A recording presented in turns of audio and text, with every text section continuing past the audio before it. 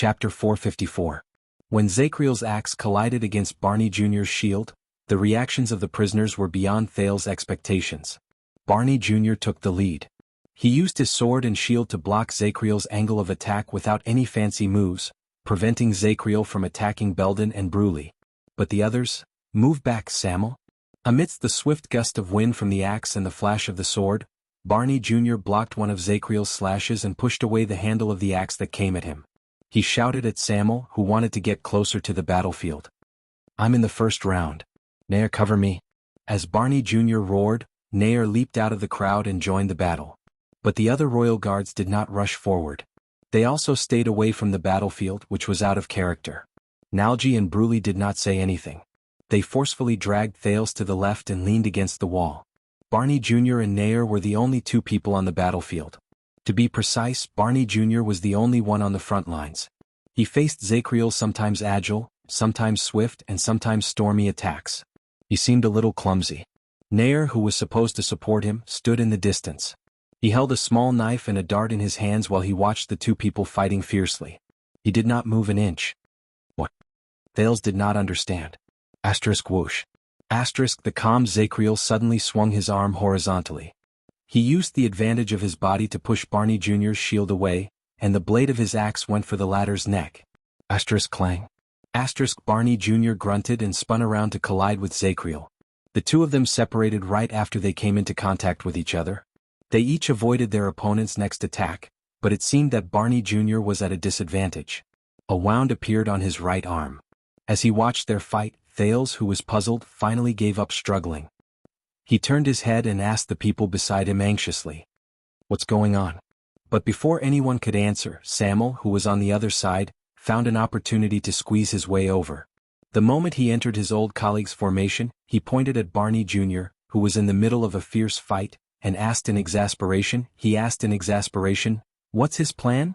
Is he trying to get himself killed?" Whoosh. Another gust of wind from the axe was neutralized by Barney Jr.'s perfect counter stance. However, he was immediately caught up in Zacriel's subsequent attacks. He seemed to be in a difficult situation. Faced with Samir's impolite interrogation, the other's expressions turned ugly. But Belden did not care. He looked worriedly at the two people who were engaged in an intense battle. He paid attention to the entrance of the stairs that Zacriel had blocked behind him. Barney said that the first round is a test. We'll act according to the situation and try to break through to the ladder. Samuel frowned and seemed to be a little hesitant. Thales could no longer hold back the questions in his heart. He cast a glance at Quick Rope and asked resolutely, "Why didn't you help him?" The prince looked at Barney Jr., who was surrounded by danger, and he was very anxious. "There are 8 of you," but before he could finish, he was interrupted by Belden's hoarse and intermittent voice. "I can't." Thales was stunned. "Can't do it?" He turned his head and glanced at the others, only to find that they all had the same expression on their faces, solemn and helpless. What?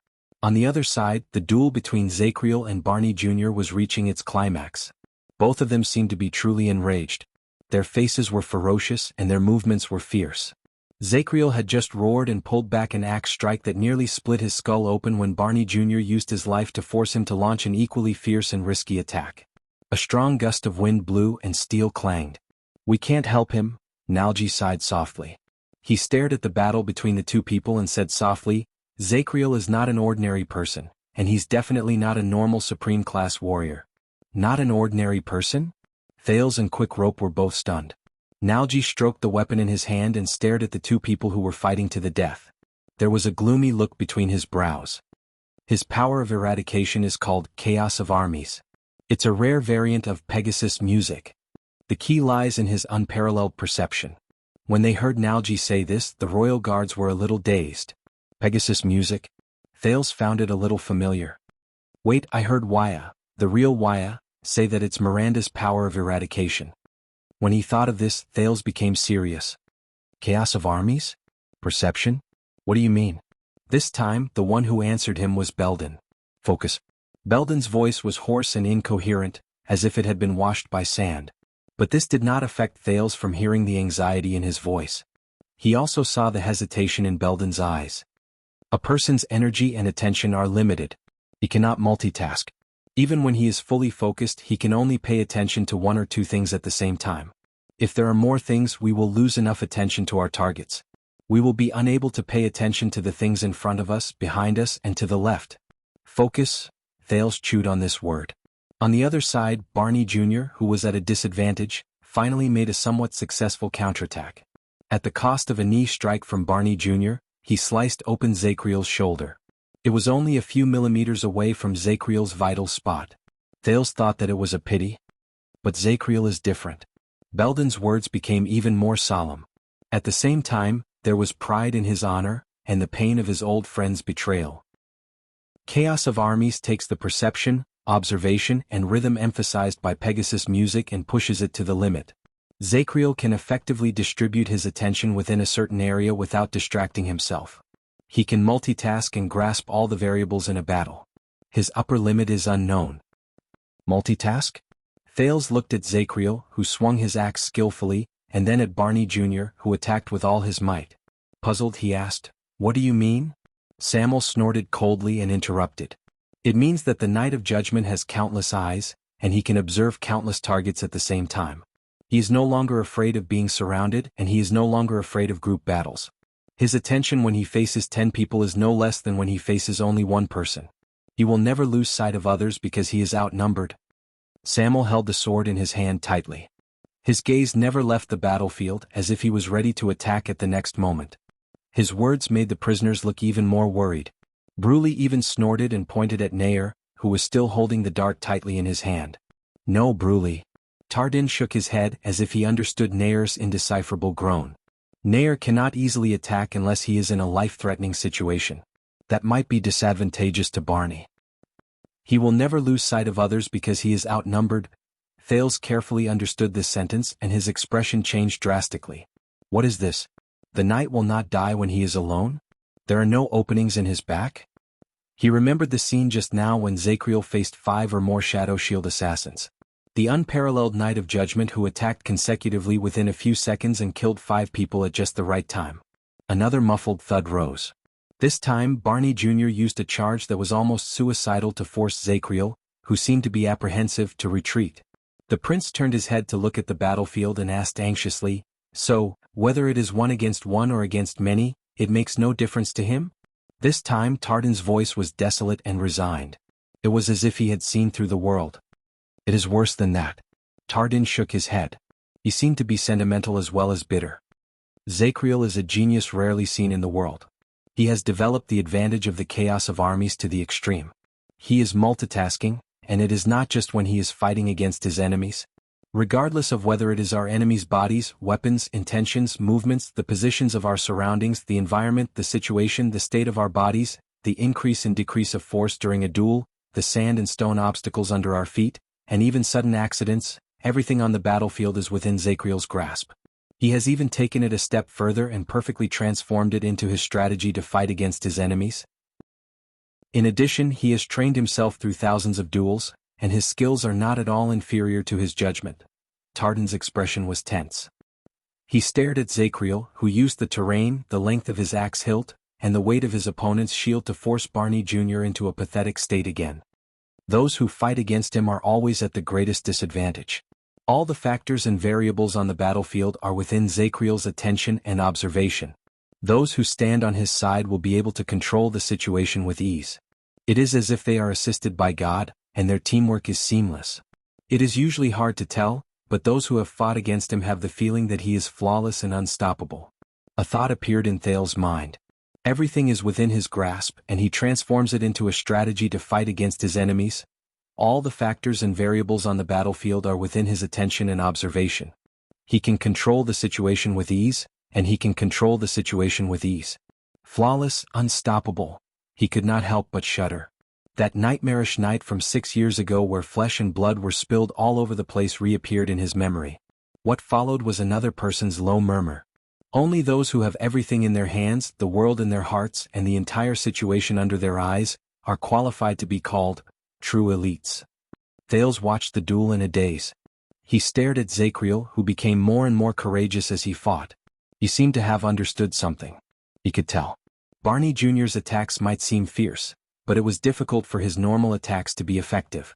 Zacriel could always easily neutralize his attacks with the most energy-conserving, concise, and effective method. Only those desperate attacks, which involved exchanging injuries for injuries and paying a heavy price, could leave some marks on the Night of Judgment. Unfortunately, every time he launched a slightly effective killing move, he seemed to miss his target by a hair's breadth. But Thales understood that it was not as simple as a hair's breadth.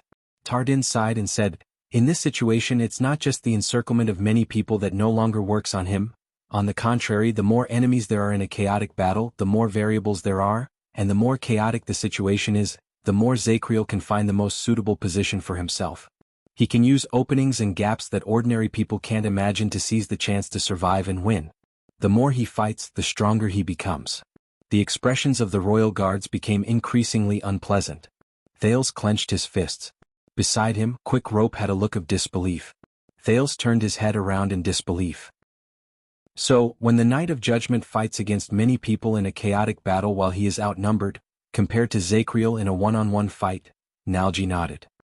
He continued the conversation with a worried look on his face.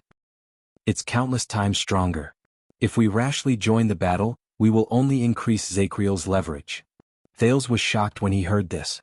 Beside him, Quick Rope even opened his mouth in the shape of an O.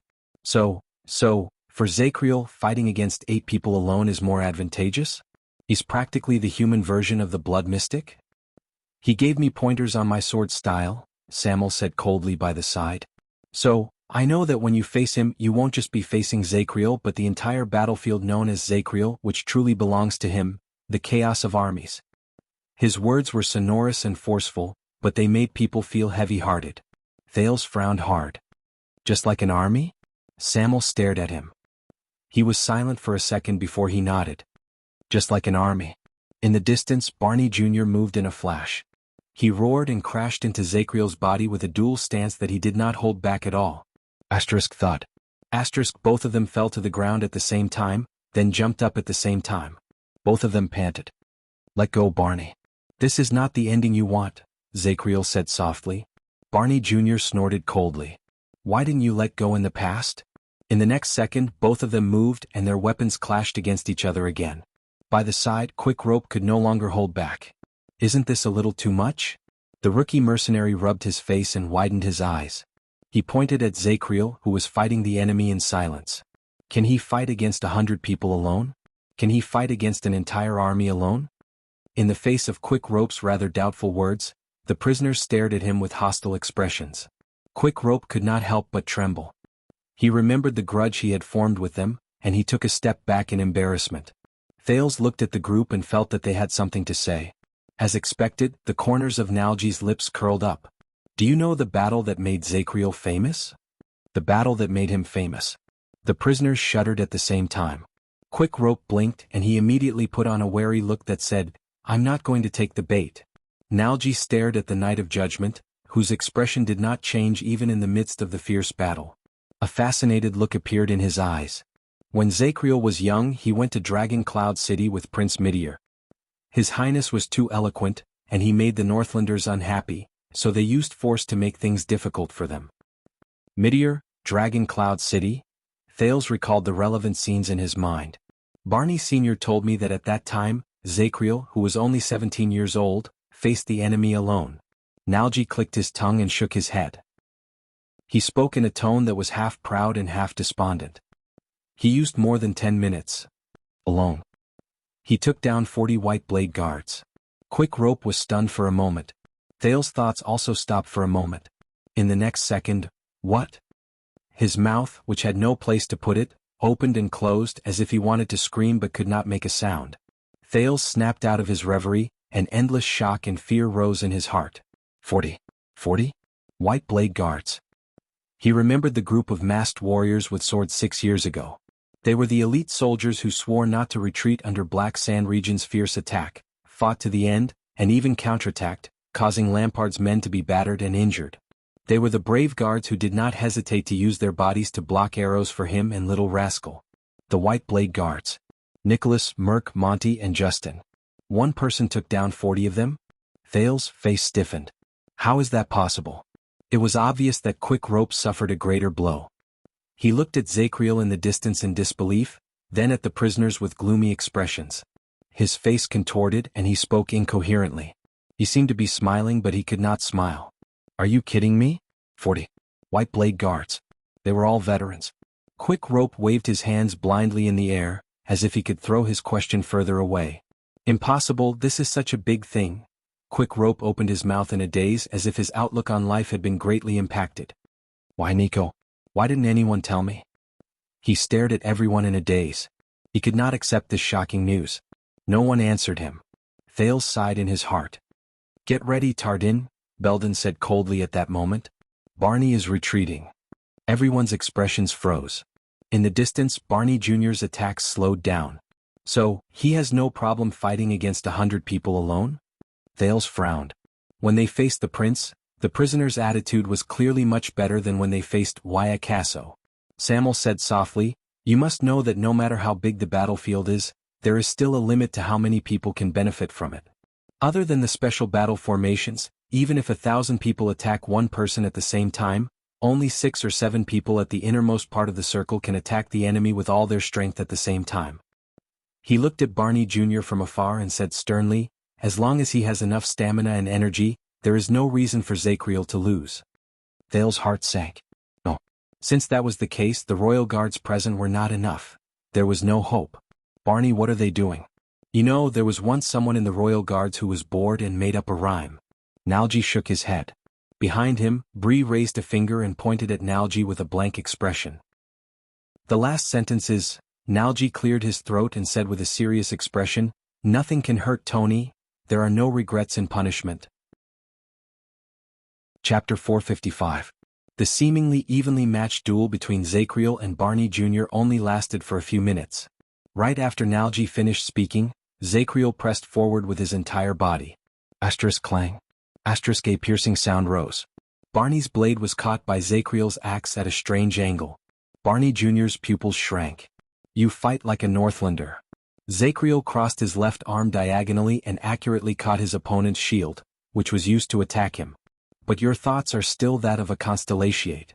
Barney Jr. gritted his teeth and withstood Zachriel's strength. The two of them were in a stalemate and they trembled slightly. You must know that Northlanders have no distractions. In the contest of strength, Zachriel leaned towards Barney Jr., who was very close to him. He shook his head expressionlessly. Never hesitate.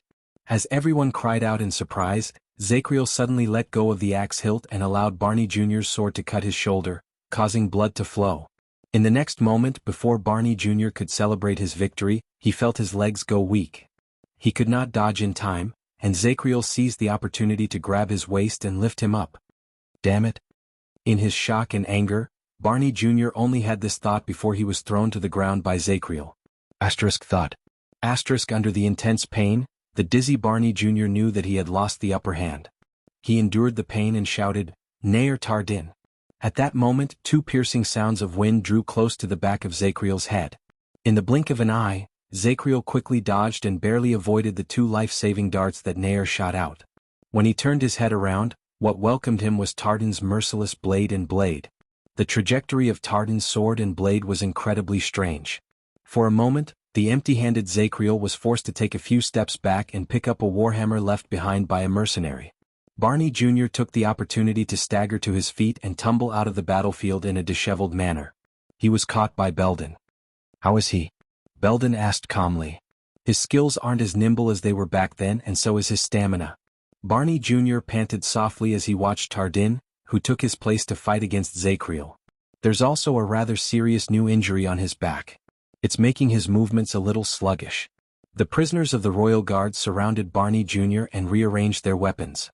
They listened attentively to the conversation between the vanguard and the penal officer. Very good, so we have a chance? Samuel touched his sword and asked with narrowed eyes. As Thales watched their brief exchange, he suddenly realized that this was like a small military conference during a war. Barney Jr. glanced at his colleagues and remained silent. A few seconds later, he shook his head under everyone's disappointed gazes. I don't think so. His instincts and consciousness are still clear. He can turn his weakness into an advantage at any time. Barney Jr. took the sword and shield from Bruley and coughed loudly. I even suspect that he purposely let me discover the wound on his back just now to lure me into attacking his side. Then you all saw it. If I didn't attack with that sword, perhaps I wouldn't have. Everyone shuddered. On the other side, Zacriel and Tardan's movements became faster. The latter's attacks were strange and urgent. The sounds of weapons clashing against each other sounded like wind chimes. Then what should we do? Belden's expression did not change. He was like an unmoving hill. Barney Jr. watched Tardan's movements closely. Tardan's movements are very sneaky. He can stall for time, but he did not say anything else, but Thales could feel that the mood of the guards had become gloomy. Barney Jr. shook his head and stood up. His gaze became sharp. I will replace him later. This time I will not test him. I will kill him at all costs. At all costs. When he said this, the expressions of Belden and the others darkened. Samuel also frowned. Barney. Nalji looked hesitant. He wanted to say something but he did not. But Barney Jr.'s expression was firm. He did not give anyone a chance to refute him. More importantly, I will force him to give way. All of you will seize the chance to bring the prince and run upwards. He turned to Thales, causing the teenager's heart to tense. Until we escape from the prison of bones and reach the surface. Everyone's expressions instantly changed. Samuel frowned and crossed his arms over his chest. Belden remained silent. Brulee's neck was red and he stuttered. Nalji and Cannon looked at each other. They were dejected. Looking at them, Thales had a bad premonition. Very well, we run away. Samuel shook his head sarcastically. These words were barely audible in the midst of Zacriel and Tardan's fierce battle, but to the people who heard them, they felt as if they weighed 1,000 pounds. Barney Jr. ignored Samuel's sarcasm. He was silent for a while before he spoke again. If Nair and I don't succeed and he catches up to you, he calmly glanced at everyone and slowly said, next, the order of going up is Samuel, then Cannon, then Brulee, Nalji and finally Belden. When he heard this, Thales' heart sank. Go to the top, they were going to. Every opponent's fighting style is different and there's a huge difference between them. Zacriel needs time to get used to it so he can drag the fight for a longer time. Samuel snorted coldly. How long? Barney Jr. whipped his head around. As long as you can. He cut Samuel off coldly. Do you understand, vice flag bearer? Or are you not satisfied with being the first in line? Samuel snorted softly and did not say another word. Thales noticed that Barney Jr. no longer addressed Samuel as a coward. The teenagers stared at the people with brands on their faces. They were dirty, ragged, but had stern expressions. He could not help but speak. In fact, we can also help a little, but Barney Jr. rejected him bluntly. No, you must run away, Your Highness. Barney Jr. put his hand on Thales' shoulder. His eyes were filled with emotions. Run to Bladefang's camp and use your identity to find the army. Thales frowned. Barney Jr. turned solemnly to Zacriel, who was engaged in a fierce battle. Let them use the hooves of the cavaliers and the mystic guns to seek justice and clear their names. The breathing of the guards quickened. Nalji opened his mouth. He wanted to say something but stopped. Thales could not hold it in any more. He shook off Quick Rope's hand, which was pulling him back, and took a step forward. Do you really intend to die here? Barney Jr. paused slightly. Of course not. He turned around and cast a glance at the dark scene in the prison of bones. With a complicated expression, he exhaled a long breath. Today we can be considered to have lived in this place. His tone was bleak. Thales was immediately startled. When they heard this, the guards, who had been slightly agitated, fell silent at the same time as if they had gone mute. And I am honored to fight alongside you guards. Barney Jr.'s back was facing them. He pressed the hilt of his sword against his chest and sighed softly. May the legacy not be destroyed and the empire be eternal. There was silence. Behind Barney Jr., Belden raised his fist expressionlessly and pounded it against his chest gently. Aside from Samuel, the other guards also raised their fists and pounded their chests lightly. As he watched them, Thales felt his chest tighten. Before the slightly dejected Thales could adjust his thoughts, in the next second, Barney Jr. sped up and charged towards the battlefield. Tardan! He shouted loudly. Tardan, who had been gradually losing his strength, retreated without hesitation when he heard this. He jumped out of the battlefield in an unpleasant posture. Zacriel frowned and turned around. Without stopping, he charged towards Barney Jr. again. Come, let's end this, watchman. Asterisk clang. Asterisk their weapons clashed. Barney Jr.'s expression was ferocious. This time, his movements were obviously much more dangerous than before. He swung his sword boldly, and he did not care about himself at all. This made Zacriel shudder involuntarily. That sense of danger rose in his heart again. He knew that this time his opponent was serious. From now on, I will take over the command of the vanguard. On the other side, Nalji had just supported Tardin, who was drenched in sweat as he retreated. Belden then spoke to the group decisively. Barney will create a chance for us to break through. We will seize the chance to rush to the stairs. Do not care about anything else and go up with all our might. If Zakriel stops one of us, he cast a glance at everyone. The answer was self-evident. The guards glanced at Zakriel, who was in the middle of the battlefield, and started to move. Thales's arm was grabbed by Belden and pulled forward. He stared at Barney Jr., who had practically given up on defense and was madly charging at Zakriel with the determination to die. He also stared at Nair, who was holding a dart by the side. He felt terrible. Is there a better way? But at that moment, another arm appeared out of nowhere and pressed down on Belden's shoulder. It stopped him and Thales from moving forward. Thales could not help but be shocked. The others were also stunned. Belden frowned and looked at the person who stopped him in puzzlement. Samuel, if we follow Barney Jr.'s plan we will all die, Samuel said coldly. He turned to Thales and there was a cold glare in his eyes. Including him. Samuel's warning gaze made Thales' heart tremble. Belden was stunned for a moment. He glanced at Barney Jr., who was attacking like a madman. Then his anger showed on his face. That is the best way, and it is also the vanguard's order. But before he could finish speaking, Samuel interrupted him fiercely. We have to climb a total of 18 steps to reach the surface. Samuel pointed at Zakriel and said resolutely, there are only 6 of us left. Even if we don't care about our lives on the ground, will we be able to hold him back for even 6 minutes? Belden was stunned. You were both penal officers before, Belden. Many of the special prisoners up there were escorted by you from the capital. He is familiar with the terrain here and he will catch up to us sooner or later. That is not a good idea. Use your rationality and think. We can't escape. Samuel looked at each of them sternly. We have to find another way out. We can't escape. Belden fell silent. He knew that what Samuel said was true. The others also froze. Find another way out. Thales thought of something. Belden was a man of few words, but he had a strong personality. He watched Samuel's actions in displeasure. Just as he was about to flare up, Thales suddenly spoke. Do you mean that you have an idea? Samuel nodded and pointed at the stone stairs. Go down to the bottom. I know a path, a mysterious exit. Zakriel doesn't know about it. It might be our only chance of survival. Thales' eyes lit up. Are you saying that there is another exit in the Prison of Bones? It was built by the wizards of the Alchemy Tower? Alchemy Tower. Belden frowned and exchanged glances with Tardin. Samuel turned to the other prisoners. His tone was slightly agitated. Believe me, that is the escape route that we, the Disaster Swords, originally prepared. Our leader is meticulous and reliable. If he says there is one, then it must be true. Belden looked at him suspiciously. Then, where is your leader? Samuel was instantly speechless. He looked at Thales with a complicated expression. Ask him. Thales quirked an eyebrow. He subconsciously put the sword in his hand behind his back. He forced a smile and changed the topic. That should be true. Shadow Shield fought with them because of this. Are you sure that the exit will work? Samuel panted and ignored the displeased gazes from the people around him. Ricky has already found Black Prison, hasn't he? Even if it doesn't work after he catches up to you, you will die on the way up the stairs or on the way down the stairs. Which would you choose? Thales frowned. His gaze moved past the 2 men fighting fiercely and looked at the stairs behind them.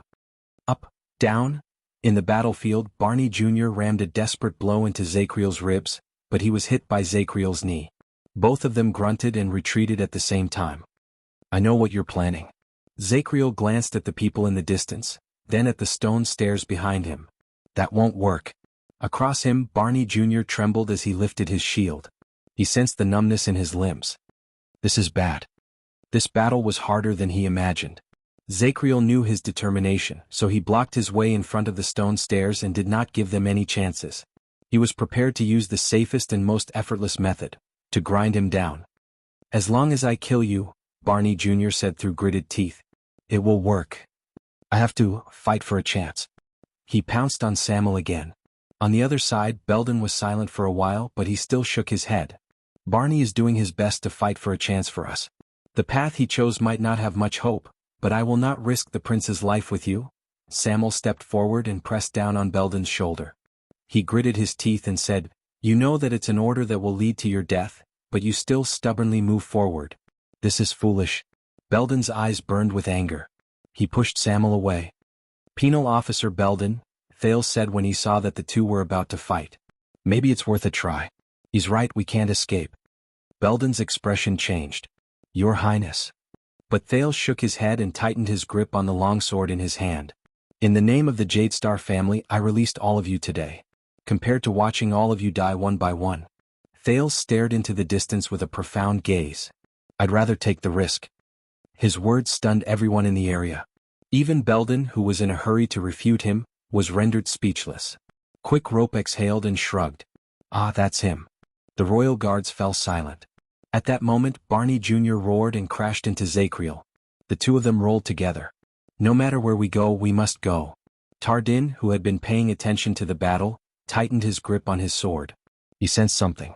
Now is the time when Barney's offense is at its strongest.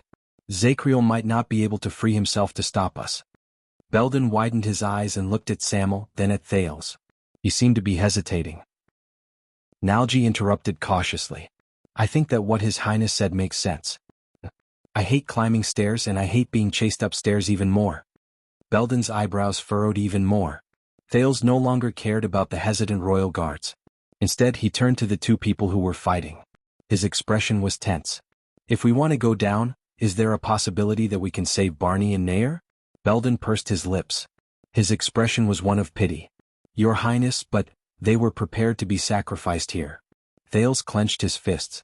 Samuel snorted coldly. "Zacriel is not a hound who will obediently run away after throwing a frisbee." He watched the increasingly intense battle and said in a cold voice, "Someone must restrain him, before he cuts us to pieces." "Hold him back." Thales stared at Zacriel and furrowed his eyebrows tightly. "Did you just say that the key to the Chaos Army is to surpass a normal person's perception, observation, and attention?" Belden sighed. "Yes. But Your Highness, please reconsider." However, the teenager ignored him. Instead, he turned to the others and muttered, "Perception, observation." Thales suddenly raised his head and swept his gaze over the crowd. "Is Zacriel invincible in the world? Is there no one who can defeat him? Defeat the Knight of Judgment?" The prisoners of the royal guard stared at each other. Quite a number of them were obviously still struggling between Samuel and Belden. They were struggling between orders and risks. "There is." At this moment, Nalji spoke faintly. "There is a follow-up to the battle that made Zacriel famous." "A follow-up?" Thales narrowed his eyes. Nalji shrugged. "It's still what Barney Sr. said. When the young Zacriel defeated 40 opponents and made the Northlanders' faces turn ashen, that uncle came." Thales asked curiously. "What uncle?" The prisoners of the royal guard stared at each other. Nalji raised his head and glanced at Zacriel, who was locked in a stalemate with Barney Jr. That was Zacriel's only defeat in his life. The enemy he cared about the most was also the humiliation he hid deep in his heart. He challenged him twice in the next few decades, but he never won. Thales was instantly shocked. Only defeat? Nalji stared at Zacriel in the distance, who had a calm expression on his face. He sighed and said, "It was not only because he lost, but also because of his enemy's skills, bloodline, and identity. In short, everything about that uncle made Zacriel care about him so much that he felt ashamed. The enemy I cared about the most." Thales rolled his eyes. Most importantly, before they fought, in front of everyone, before Nalji finished speaking, he spoke with a faint sigh and pity like a bard. That legendary uncle said something like this to the young and hot-blooded Zacriel. One sentence. As he listened to Nalji's words, Thales' pupils slowly shrank. A few seconds later, Barney Jr. strenuously withstood Zacriel's counterattack and took a few steps back. He had just managed to leave a sword wound on Zacriel, but he did not manage to force his opponent to move away from his original position. "Damn it. If this goes on, we won't be able to find a breakthrough." At that moment, Caslin Lampard. A teenager's voice rose. It was loud and sharp, and it echoed in the dungeon. "Do you remember him?" Barney Jr., who was deep in thought, was stunned for a moment. When he heard the name, Zacriel, who was standing opposite him, shuddered. A face that had never faded appeared before his eyes. The Knight of Judgment cast a glance at the panting Barney Jr., then turned his head around expressionlessly to look at Thales, who stood in front of the group of royal guards. Belden's expression was incredibly tense. Samuel paid full attention to him. But this could not compare to what Thales said next. Thales stared at Zacriel and said softly, "Caslin is dead. He died in the hands of his disciple." Zacriel's eyes slowly widened. Caslin. Caslin Lampard. The Knight of Judgment's heartbeat slowly sped up. Dead? He asked in return as if he had not noticed anything. Yes, Caslin the Earthshaker is dead. Thales took a deep breath and walked forward slowly. But the person who defeated him, the undefeated and invincible strongest man in the Western Peninsula, the star killer Sori Nicholas of the White Blade Guards. Zacriel stared at Thales quietly. His expression gradually became perplexed. It was as if he had returned to the past. Thales exhaled and suppressed his increasingly rapid heartbeat. He did not forget you, nor did he forget his teacher's opponent. When you were in prison, he asked someone to deliver a message to the royal guards. Thales stared at the perplexed Zacriel and gritted his teeth. A sentence that you are very familiar with. Just as he expected, he saw Zacriel's eyebrows slowly furrow together. A sentence? A very familiar sentence? Thales took a deep breath and puffed out his chest. He recalled the old man who treated him to a drink in the tavern 6 years ago. He imagined the old man's heroic, majestic, and imposing manner. "Come, little brat from the south."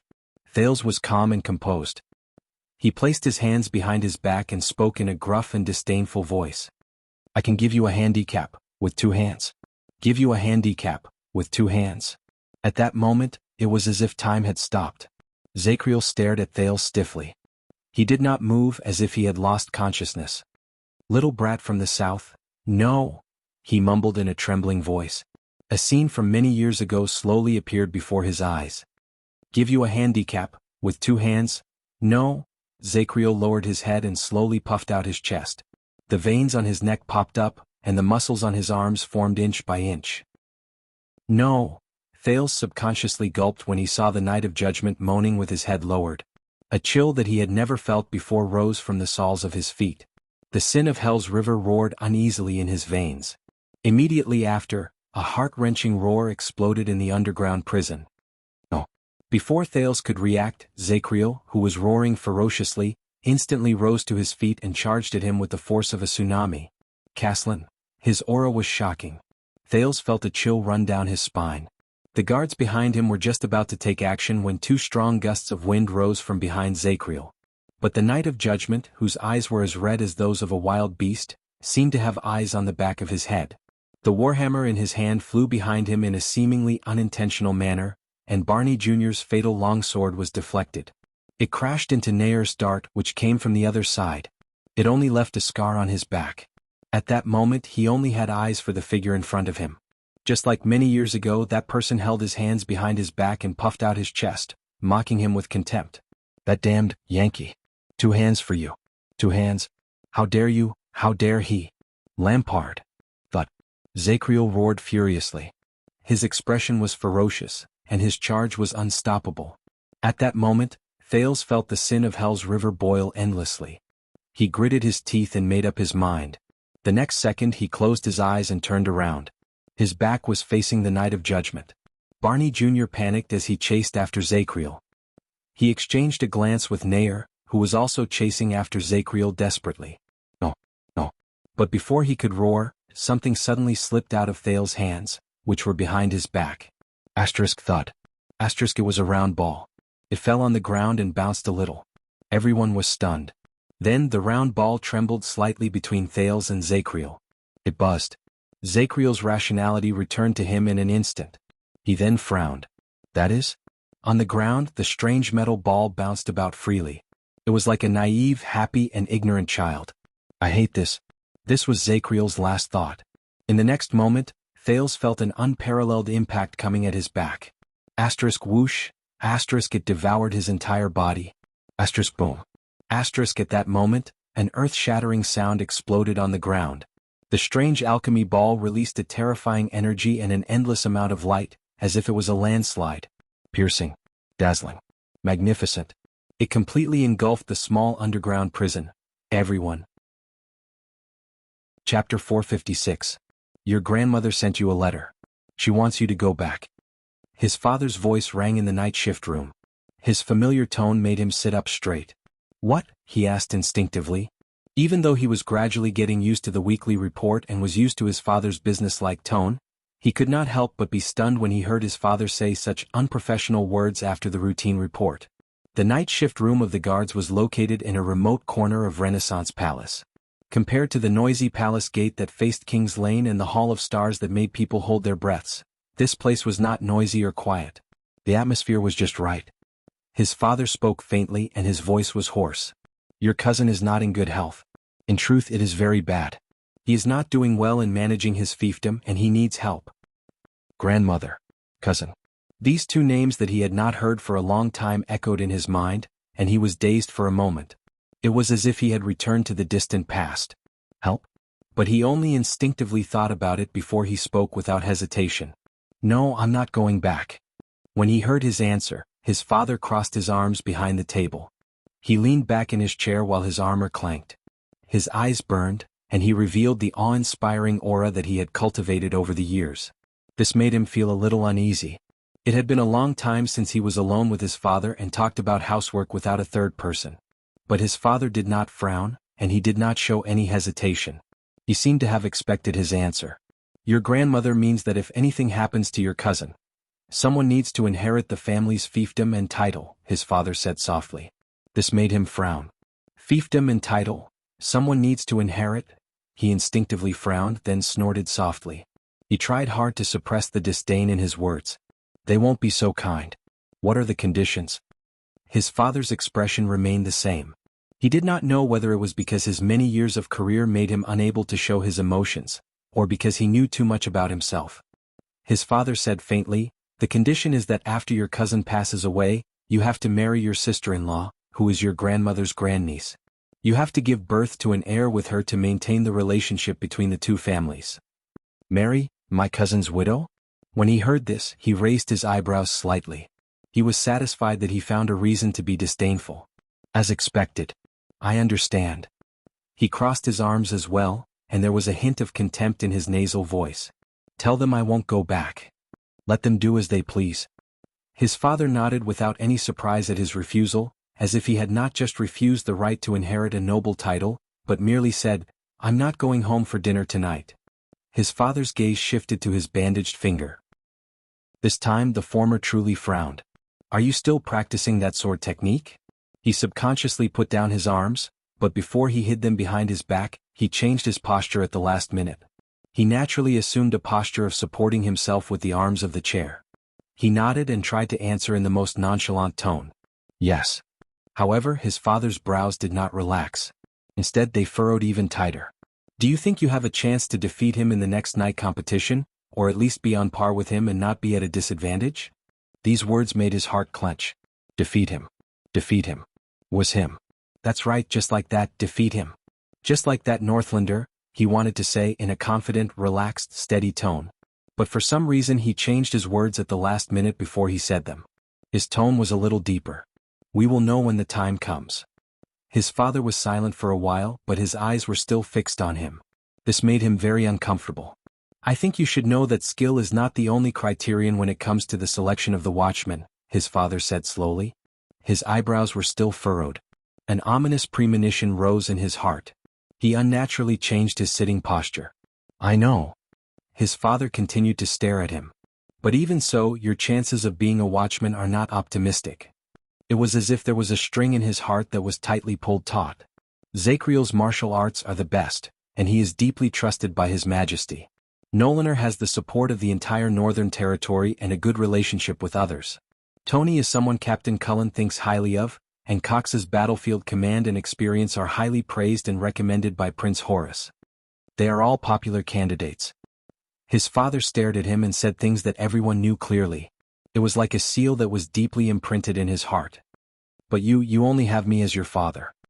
He did not know if it was an illusion, but when he said this, he seemed to hear his father exhale softly through his nose. He was a little annoyed. His father's gaze forced him to avert his gaze and look elsewhere. I know. But his father did not seem ready to let him go. In the guards, people from the same family usually do not hold important positions at the same time, especially positions like the vice captain and watchman. There was an imperceptible sadness in his father's tone.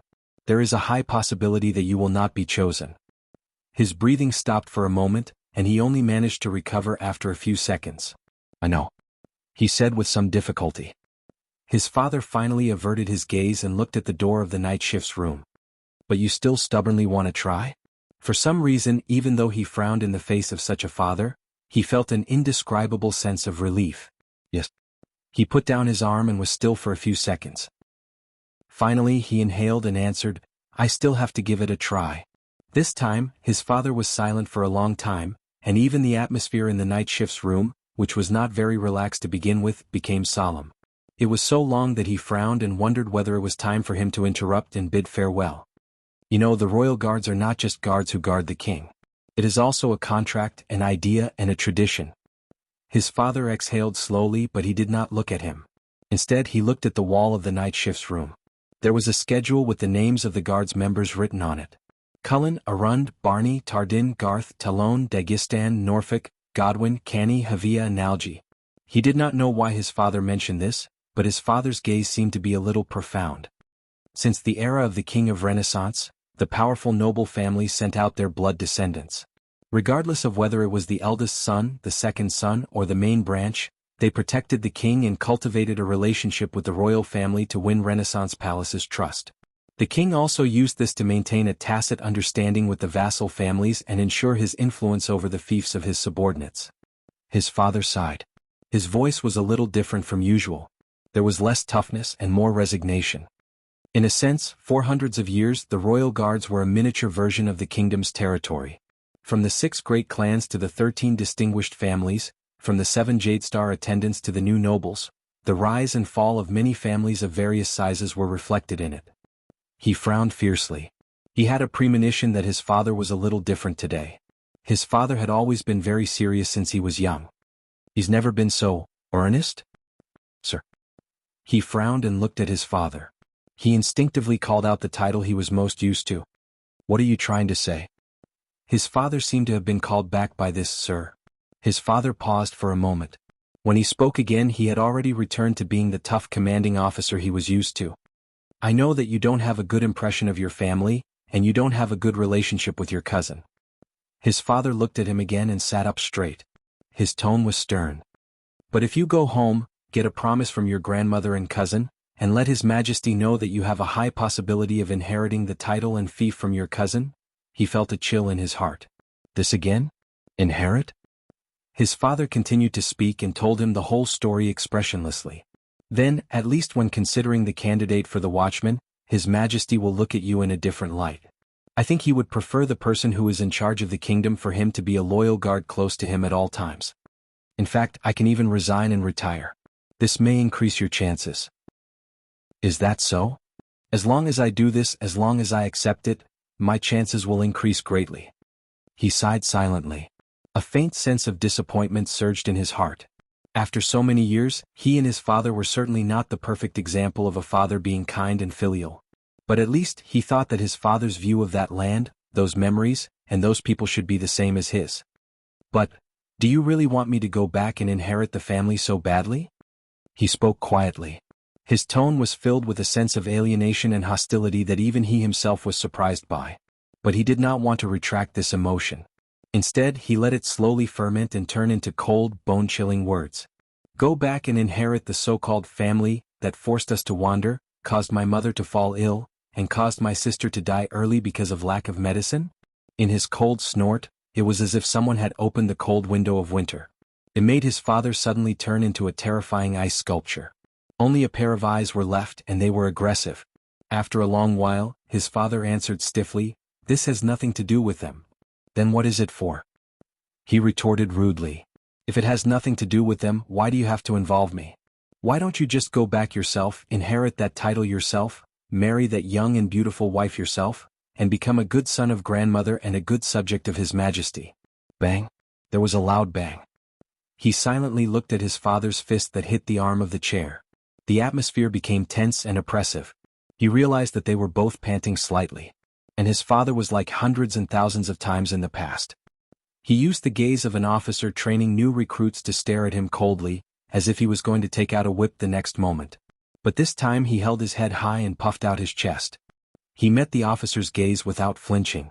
After a while, his father, whose cheeks were twitching, forced out a sentence from between his teeth. Because you are of my blood. His father exhaled. For some reason, his father slowly relaxed his stiff expression, relaxed his tense tone, and even averted his gaze, which was a rare sight to him. I think that you should be the one to choose.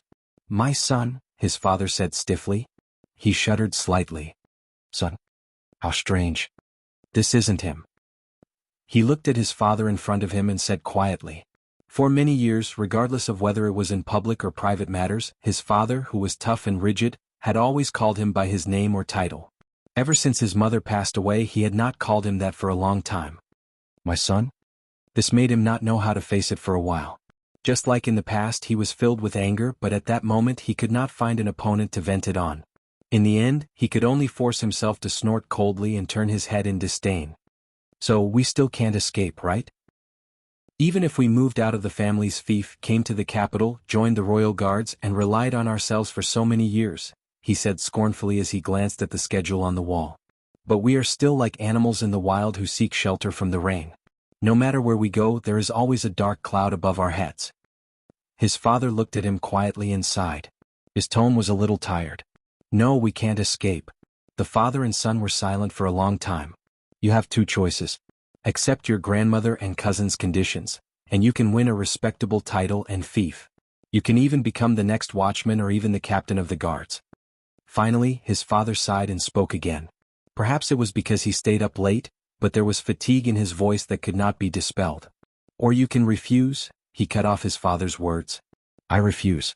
I don't care about the title and the title. He said resolutely and left no room for doubt. He stared at his father without showing any signs of weakness. I won't go back. I don't even want to have anything to do with them. That so-called family with a black heart. He thought coldly. His father frowned. Even if this means that you might lose the competition to become the watchman of the royal guards, and that you will only be a small, yes. He answered without hesitation. This time his father stared at him for a long time. For a long time.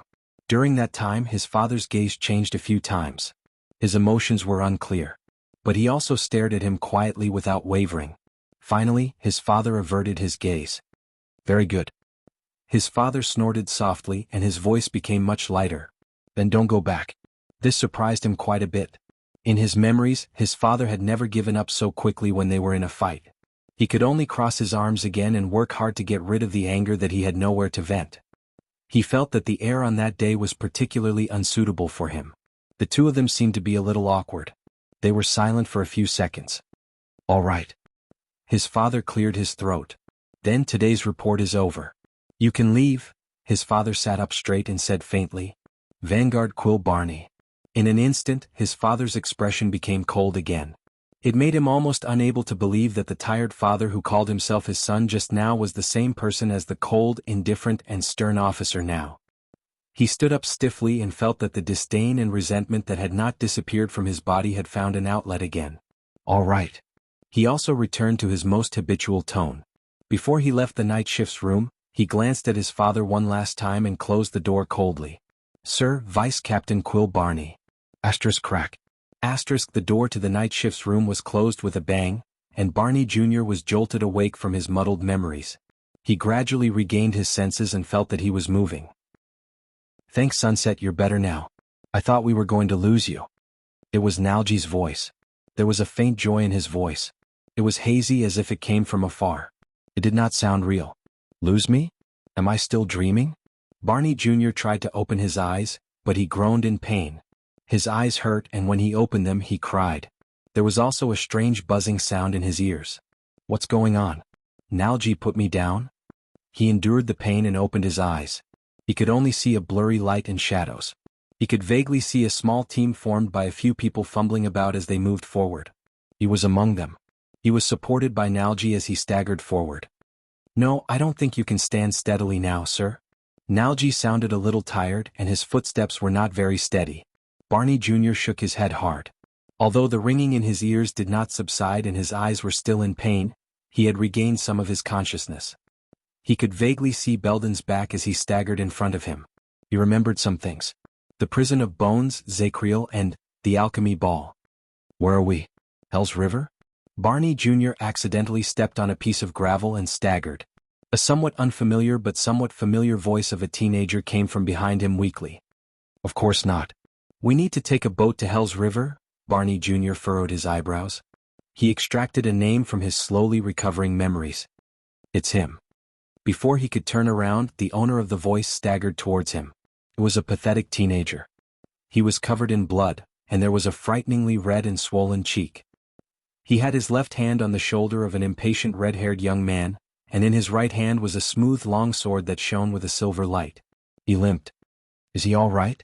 When he heard the teenager's words, Nalji frowned and turned to Barney Jr. He extended his hand and shook it. Can you see me clearly, Barney? Barney Jr.? Barney Bunny Bunny? How many fingers do I have now? Damn it. This talkative guy. When I recover? Barney Jr. blinked furiously, but he still could not blink away the blurry double image in his eyes. But he did see Nalji. He snorted softly and said in annoyance, But, do you mean the one on the left or the one on the right? Nalji raised his eyebrows and retracted two of his fingers. He hummed happily. He patted Barney Jr.'s arm and turned to the teenager. He flashed his teeth happily. It's okay. He's fine. The teenager also raised his eyebrows and turned his head around. What the F***ck do you mean by fine? At that moment, wow wow wow. In front of them, the person supported by Belden suddenly spoke loudly. He was surprised and delighted. I think I heard a voice. His voice was so loud that it reverberated through the tunnel and stimulated their eardrums.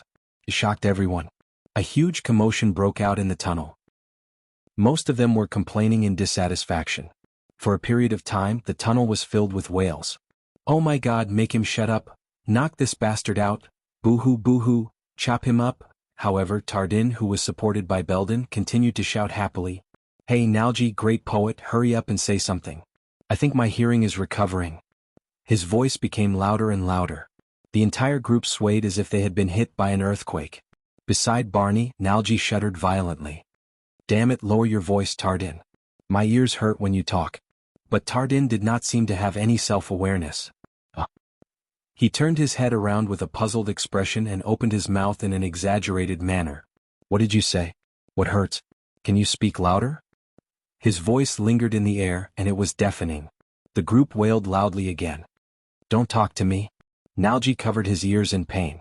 His voice also became louder. Even now, I still see double and I still bump into walls when I walk. The more Barney Jr. listened, the more agitated he became, but he slowly calmed down. They were all there. Quiet. Barney Jr. found that his sense of balance was recovering, so he slowly steadied his footsteps and removed some of his weight from Nalji's shoulders. What happened? Barney Jr. knew who he should ask. He turned to the teenager beside him. Your Highness, that alchemy ball? What's going on? Beside him was Thales Jadestar, whose eyes were also glazed over. He grimaced in pain and yawned. He exchanged glances with Wuxia beside him and smiled at him rather awkwardly. That's... Thales paused for a moment. You saw it. Thales shrugged. The sudden movement made quick rope and him sway. They clumsily held onto the wall so that they would not fall. That alchemy ball is a... Thales racked his brains and finally found a word that was easy to understand. What do you mean, flash bomb? Flash? Barney Jr. was silent. He mulled over the word for a while. Flash bomb? Thales frowned and looked at the royal guards who were shaking their heads like a group of drunkards as they supported each other to go home. It's not just a flash. There might be some sound effects from a stun grenade. I only regained my hearing after a few minutes. Still buzzing. And that light? Thales closed his eyes in frustration. Even though I covered my eyes in advance, it still hurts. Barney Jr. was silent for a while before he asked the question he was most concerned about. What about him? The group fell silent. They knew what he was going to ask. Thales glanced at Barney Jr. and saw anxiety and longing on his face. Barney Jr. had a bad feeling. Tell me, what about him? The vanguard frowned. Did you kill him? Barney, about that, Nalji said in a troubled manner. Zakriel? Barney Jr. quickly asked. What happened to him? The group was silent for a while. In the end, Belden still spoke. Let's put it this way. The penal officer's calm voice rose. It sounded like he had not recovered from the shock of the alchemy ball. Zakriel's senses and attention were more sensitive than ours, and he was also more focused. After he lost his sight and hearing, he was more affected than anyone else. He roared at the air. Barney Jr. felt that something was amiss. He cast aside these details and asked directly, "Did you kill him?" The entire group froze because of his question. Samuel, who was at the forefront, coughed and said faintly, "He went crazy. He's gone berserk. But his battle instincts are still there, and he's even more aggressive." Swinging his weapon madly, Samuel panted, as if he was relieving the pain in his eardrums. You should have seen how he was at that time. He searched for every living thing without a care for his life and tried to cut everything within a 2-meter radius into pieces. Nalji tried to get close and he almost got his head chopped off. As for me, Samuel patted the bloody bandage on his left arm and sighed. Barney Jr. paused for a while and gritted his teeth. Long-range attacks? Belden shook his head and said softly, "We tried. I've tried. That guy is Tardan's fake nephew. Do you remember him? He tried to shoot an arrow from a distance, aiming for Zakriel's head. I don't know why, but he missed. He only shot his shoulder." Thales felt Barney Jr.'s gaze on him. Quick Rope, who helped him move forward, lowered his body and lowered his head in fear, as if he wanted to stuff his entire head into Thales' arms. Missed? Barney Jr. stared blankly at Quick Rope, who lowered his head in embarrassment. Belden sighed and said, "Zakriel felt pain." Zakriel felt the pain and felt the direction of the arrow. He ran into the darkness in the opposite direction. Barney Jr.'s expression froze. "Tell me." After a while, Barney Jr. stared at the darkness under his feet and said in a daze, "You killed him." No one spoke and Thales subconsciously fell one step behind him. Many of the royal guards also lowered their heads. Barney Jr. exhaled heavily and gritted his teeth. "What?" He stomped his foot so hard that Nalji, who was beside him, staggered. "What? Why didn't you chase after him and kill him?" His tone was filled with hatred and his voice was loud. It was so loud that everyone's fragile eardrums hurt again. "Barney." Belden spoke calmly. "The power of that alchemy ball was extraordinary. We were also affected by it quite a bit." Many people, including Quick Rope, instinctively stared at Thales. The prince could not help but raise his eyebrows. "What does this have to do with me?" For a few minutes all of us were deaf. It was as if someone was blowing a conch in our heads. We had problems with our balance, and when we stood up and took 3 steps, our heads would sway. Belden sighed and said, "Even if our situation was better than Zakriel's, it still took us quite some time to stand up and escape down here." Barney Jr. stared at Belden in disbelief, then at the others, but many of them turned their heads away from his gaze. "Don't worry," Samuel said softly. "Zakriel's senses are more sensitive than ours and he was more affected. I guess he needs more time to recover compared to us. He might not be able to fully recover. At least we're still alive." Barney Jr. fell silent and lowered his head quietly. The entire team continued to move forward slowly. Then where did it come from? Just when Thales thought that everything was over, Barney Jr. suddenly spoke. "Alchemy ball?" Thales' eyelids twitched and he exchanged glances with Quick Rope. What do I say? It's the Jade Star royal family. They always have some reserves." Thales said hesitantly. Barney Jr. frowned. "Why didn't you use it earlier? Or just give it to us?" Thales furrowed his eyebrows. Then he relaxed them and said confidently, "Isn't it the best time to release it when he's fully focused? If I waited until Zakriel saw it before I threw it, I don't think it would be so effective. Am I supposed to tell you that it's because I forgot to use it earlier?"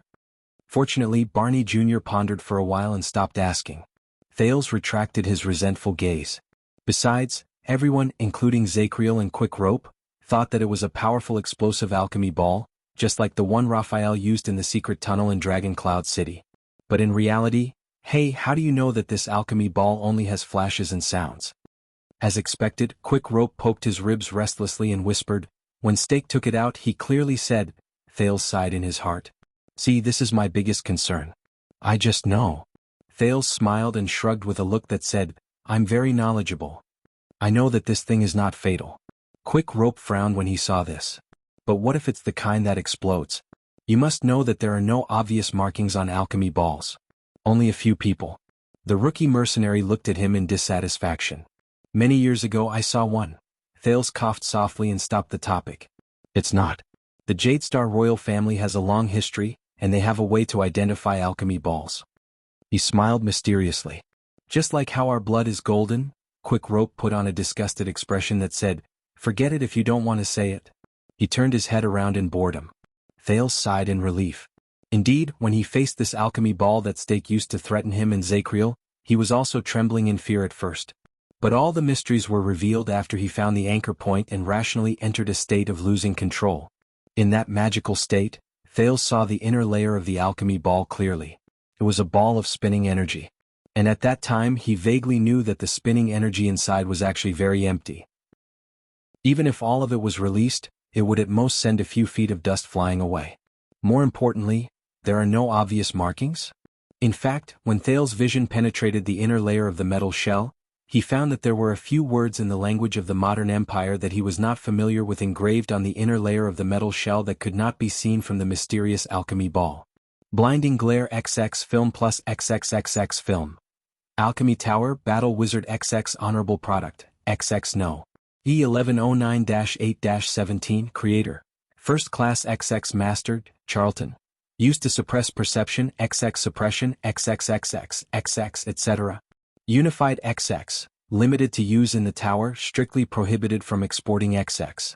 Prohibited areas include but are not limited to Soul Tower, Bright God Church, XXX, The Third Ring, Hell's Gate, XXXX, Temple of Knights, The Empire, and XXXXX. This strange line of words contained a lot of information, such as the creator's surname. There were also a lot of unfamiliar terms in it, but it was enough for Thales to understand its function. Hence, when he thought of what he could use to restrain Zacriel, who had outstanding perception, it came in handy. Quick Rope frowned and said thoughtfully, "That's right. So, just now, Stake threatened you with a fake bargaining chip and threw us around in circles?" "It seems so." When Thales thought of the cunning Stake, he shook his head in annoyance. "Actually, it's not wrong. I should have thought of it a long time ago. How could someone like him have the courage to die together with us?" At this moment, thud, thud, Thales was the first to be shocked. Under the torment of that XX film, everyone's speed of recovery was different.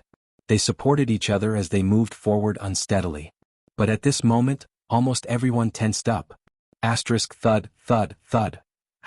Behind the team in the dark tunnel, a series of undisguised footsteps suddenly sounded. Thud, thud, thud, star. Chapter 457. Thud, thud, thud. Perhaps it was because his damaged hearing had just recovered not long ago, but the sudden footsteps in the dark dungeon were exceptionally frightening. The royal guards, who were not in good condition, reacted very quickly. All of them immediately extinguished their torches and held their breaths. Pursuers? So fast? This was the first thought that appeared in Thales' mind after he was chased continuously for half a month. Thud, thud, thud. Belden made a light gesture, and the entire royal guards quietly and swiftly spread out to both sides of the tunnel. They found a spot for an ambush, held their weapons in their hands and were ready for battle. Thales was pressed behind Barney Jr., and even Quick Rope was pulled into a corner by Bruley. Thud, thud, thud. The footsteps drew closer and the corner of the tunnel gradually lit up with torches. The prince did not need to listen to know that everyone's hearts were slowly racing. In the dark, Belden aimed his sword at the corner and prepared to strike suddenly. Then, the owner of the footsteps appeared from the corner with a torch in his hand. "Cannon." Nalji was the first to shout in surprise. "Stand down." When he saw who it was, Belden breathed a sigh of relief. He patted the nervous Barney Jr. behind him and said gently, "It's Cannon. Our scouting cavalier trailing behind us." The royal guards released a long sigh of relief, put away their weapons and lit their torches. "It's Cannon." Thales also let go of his nervousness and anticipation. "It's not him." Cannon, one of the 7 royal guards who had just turned the corner with a torch in his hand, looked at everyone's expressions and understood something. "You know, you almost scared the sh*t out of us." Nalji shrugged. He looked as if he had just escaped from a difficult situation and punched Cannon's chest. Cannon shuddered a little and lowered his head. "I'm sorry, my ears haven't fully recovered." Cannon pointed at his left ear and winced a little. "I can only control my footsteps based on habit. And my scouting skills have also regressed." Barney Jr. patted his shoulder. "You seem to be very pleased." "No, you did very well, Cannon, as always." Barney Jr. forced himself to smile. "How are things at the back?" When they heard this, the royal guard's expressions froze slightly. Cannon handed the torch to Nalji. His expression was stern. He should have recovered some of his sight and perhaps his hearing. He treated his wounds, lit a torch and moved along the wall. He didn't move fast but He paused for a moment and looked at the crowd. He's chasing in the right direction. Am I on the right track? Everyone's expression changed. Thales felt a chill in his heart. He knew who Cannon was talking about. I left a few traps, but I don't think they can delay him for too long. Zachriel is familiar with all the tricks of the Vanguard division. Cannon's voice became more dejected. The atmosphere became heavy and stiff. Barney Jr. was silent. He seemed to be thinking. Can we ambush him? Belden asked with a frown. I don't think so. The second logistics officer, Nair, shook his head. I don't need an assessment to know that this is not the best time for us to face the enemy. If we hope that Zachriel's condition is worse than ours, we will lose even more. Tardin ended the suggestion with a sigh.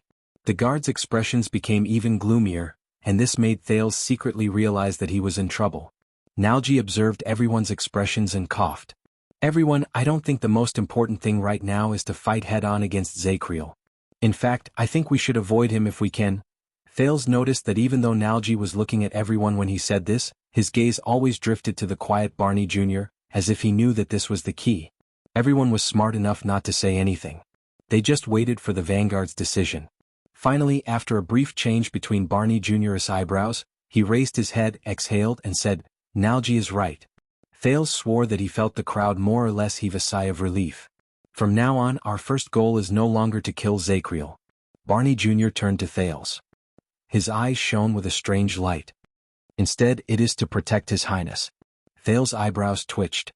He awkwardly returned a friendly smile to a few pairs of gazes that were directed at him. Perhaps you should be glad that they are still quite loyal? Quick Rope whispered to Thales. No, not completely loyal. Thales stared back at Barney Jr.'s expectant gaze and said in his heart. Then let us seize the moment. We will no longer rest and continue moving downwards. Samuel, the leader, walked forward and glanced at Barney Jr. Maybe we can find the exit before he catches up to us. Barney Jr. frowned. Wait, go downwards? He looked at his other colleagues in surprise. Aren't we going to the surface? After Belden sighed and Samuel explained the whole story in a cold tone, Barney Jr.'s face darkened. But when he saw the slightly troubled expressions on the others' faces, he did not say anything. He only clenched his fists and urged everyone to continue moving downwards. Hence, the royal guards and the two princes continued moving forward. But this time their footsteps were much faster. You better find the so-called exit, Samuel. Barney Jr. walked to the front of the group and stood beside Samuel. He suppressed his emotions and spoke in a calm tone, but Thales could feel the Vanguard's dissatisfaction. Otherwise, everything we do today will be meaningless. Surprisingly, Samuel did not refute him.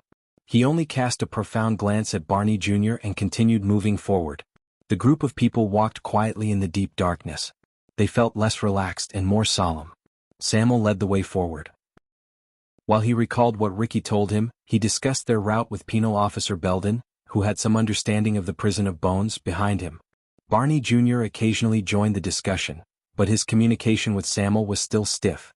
Behind the Vanguard were Thales and Quick Rope, who were trembling in fear.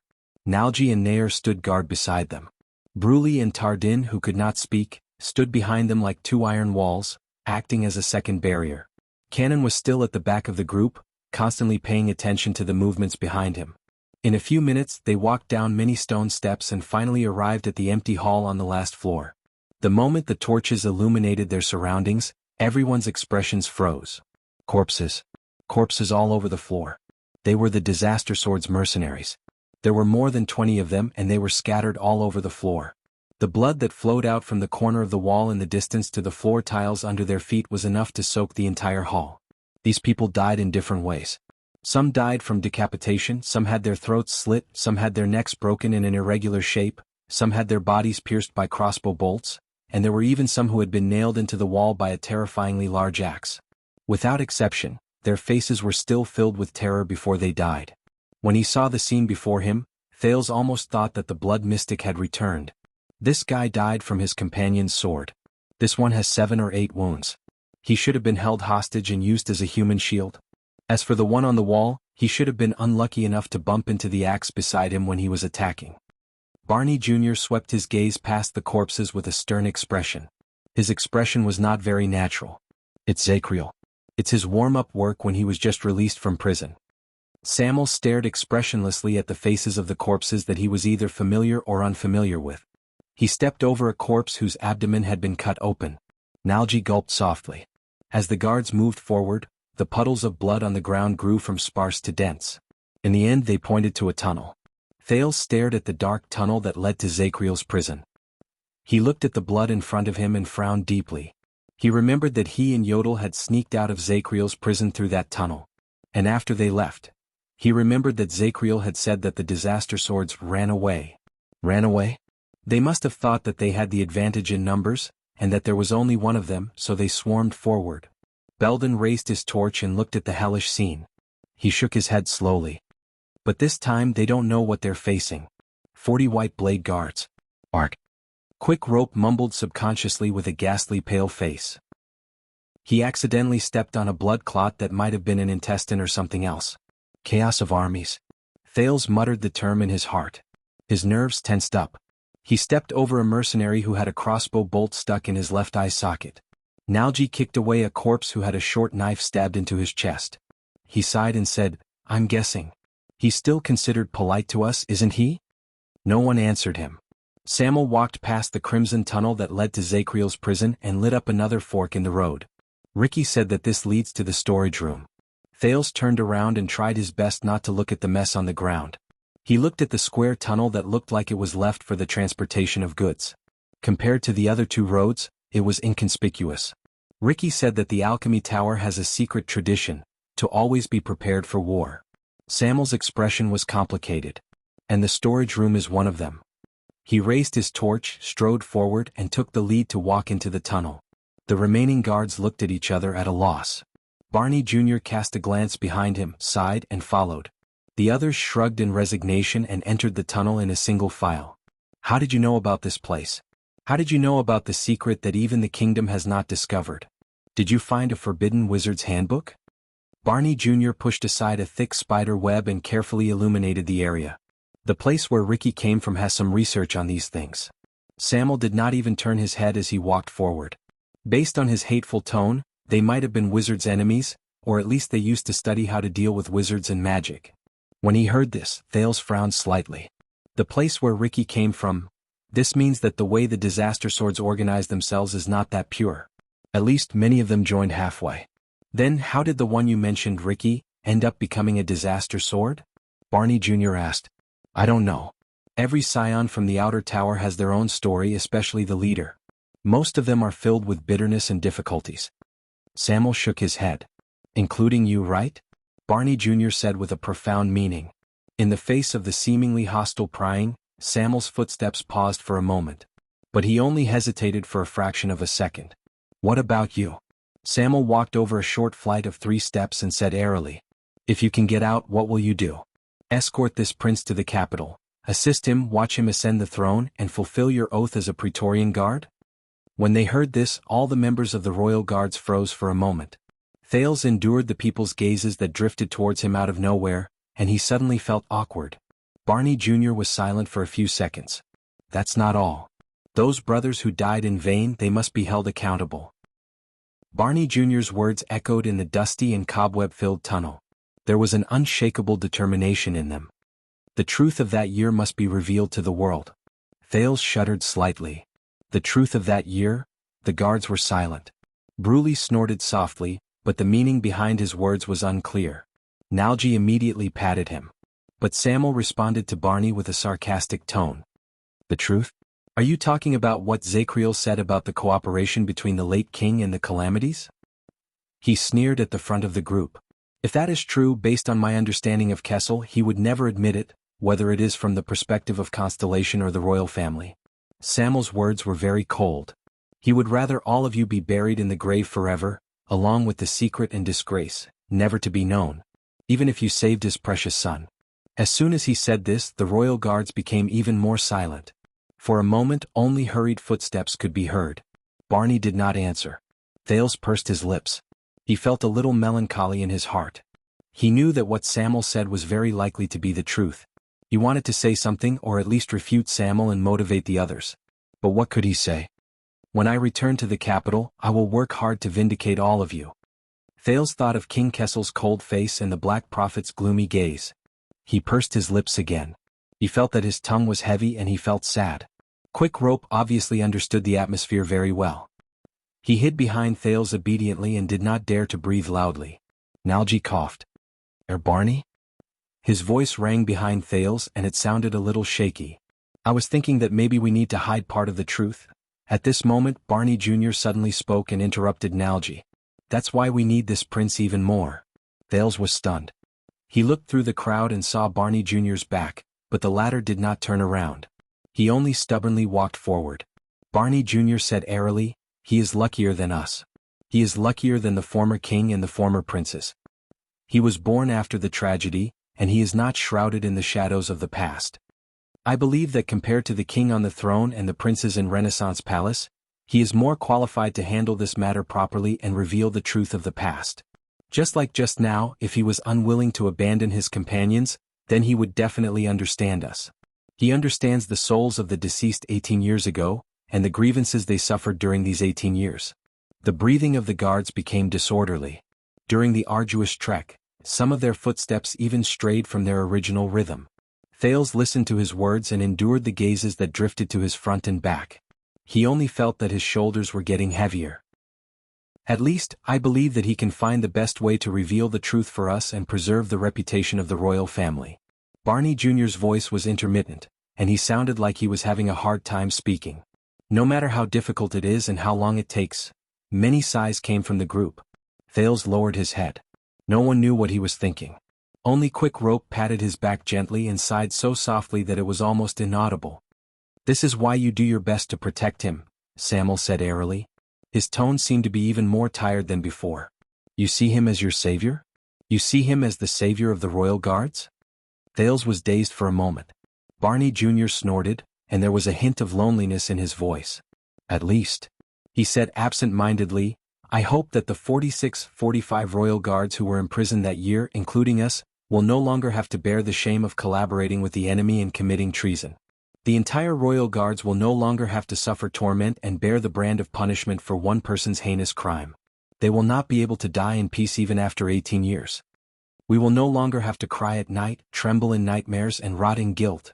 Many of the guards turned their heads and looked at the two sides of the tunnel.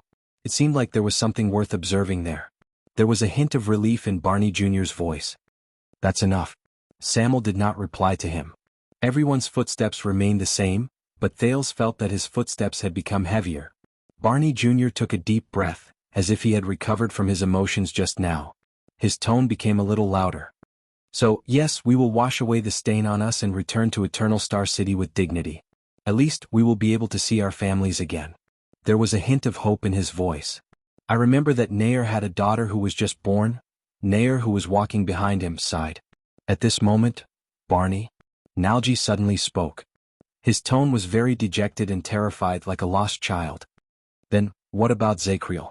When they heard this name, even the light around them seemed to have dimmed for a second. After a while, Barney Jr.'s tone became cold as it should be. Ah, that traitor? He snorted softly. His words were filled with strong disdain and hatred that could not be erased. Zakriel's shameful deeds must and will definitely be made known to the public. All of Constellation and the entire world will know of his evil and shameless deeds. He will pay for his betrayal. The guards were once again immersed in the cold. It was as if Barney Jr.'s words through gritted teeth caused the temperature around them to drop. Regardless of whether he was alive or dead, he will forever bear the infamy and torment of a traitor. Thales sensed that Nalji wanted to say something but did not. Barney Jr. snorted coldly. Instead, we will eventually find him and find peace, be it ours or his. Nalji took a deep breath. But Zakriel, after all, he was once one of us. He was also one of the royal guards. His tone was filled with hesitation and pain. Everyone was silent. Barney Jr. frowned. What do you mean? Thales saw Nalji lower his head. His entire body trembled. I think, be it him or us, everyone has suffered enough injuries. He seemed to be enduring something. With great difficulty he squeezed out a few emotional words. Chapter 458. Brothers, killing each other? Barney Jr. paused for a moment. His gaze was unfocused. It was as if he was recalling the past. When they heard this, the expressions of the guards varied. Belden and Nair were silent. Tardin snorted coldly. Bruley squeaked anxiously. Cannon, who was walking at the back, even lost his composure and let out an ah. Nalji held the torch in pain. The light flickered. Barney, please, after we go out, can we just forget about it?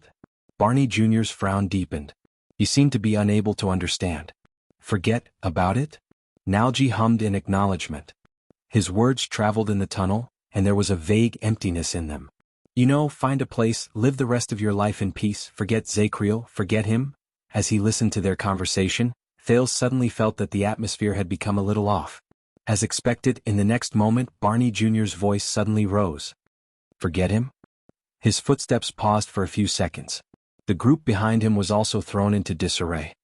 What about the 37 brothers who died in prison? Barney Jr. snorted hatefully.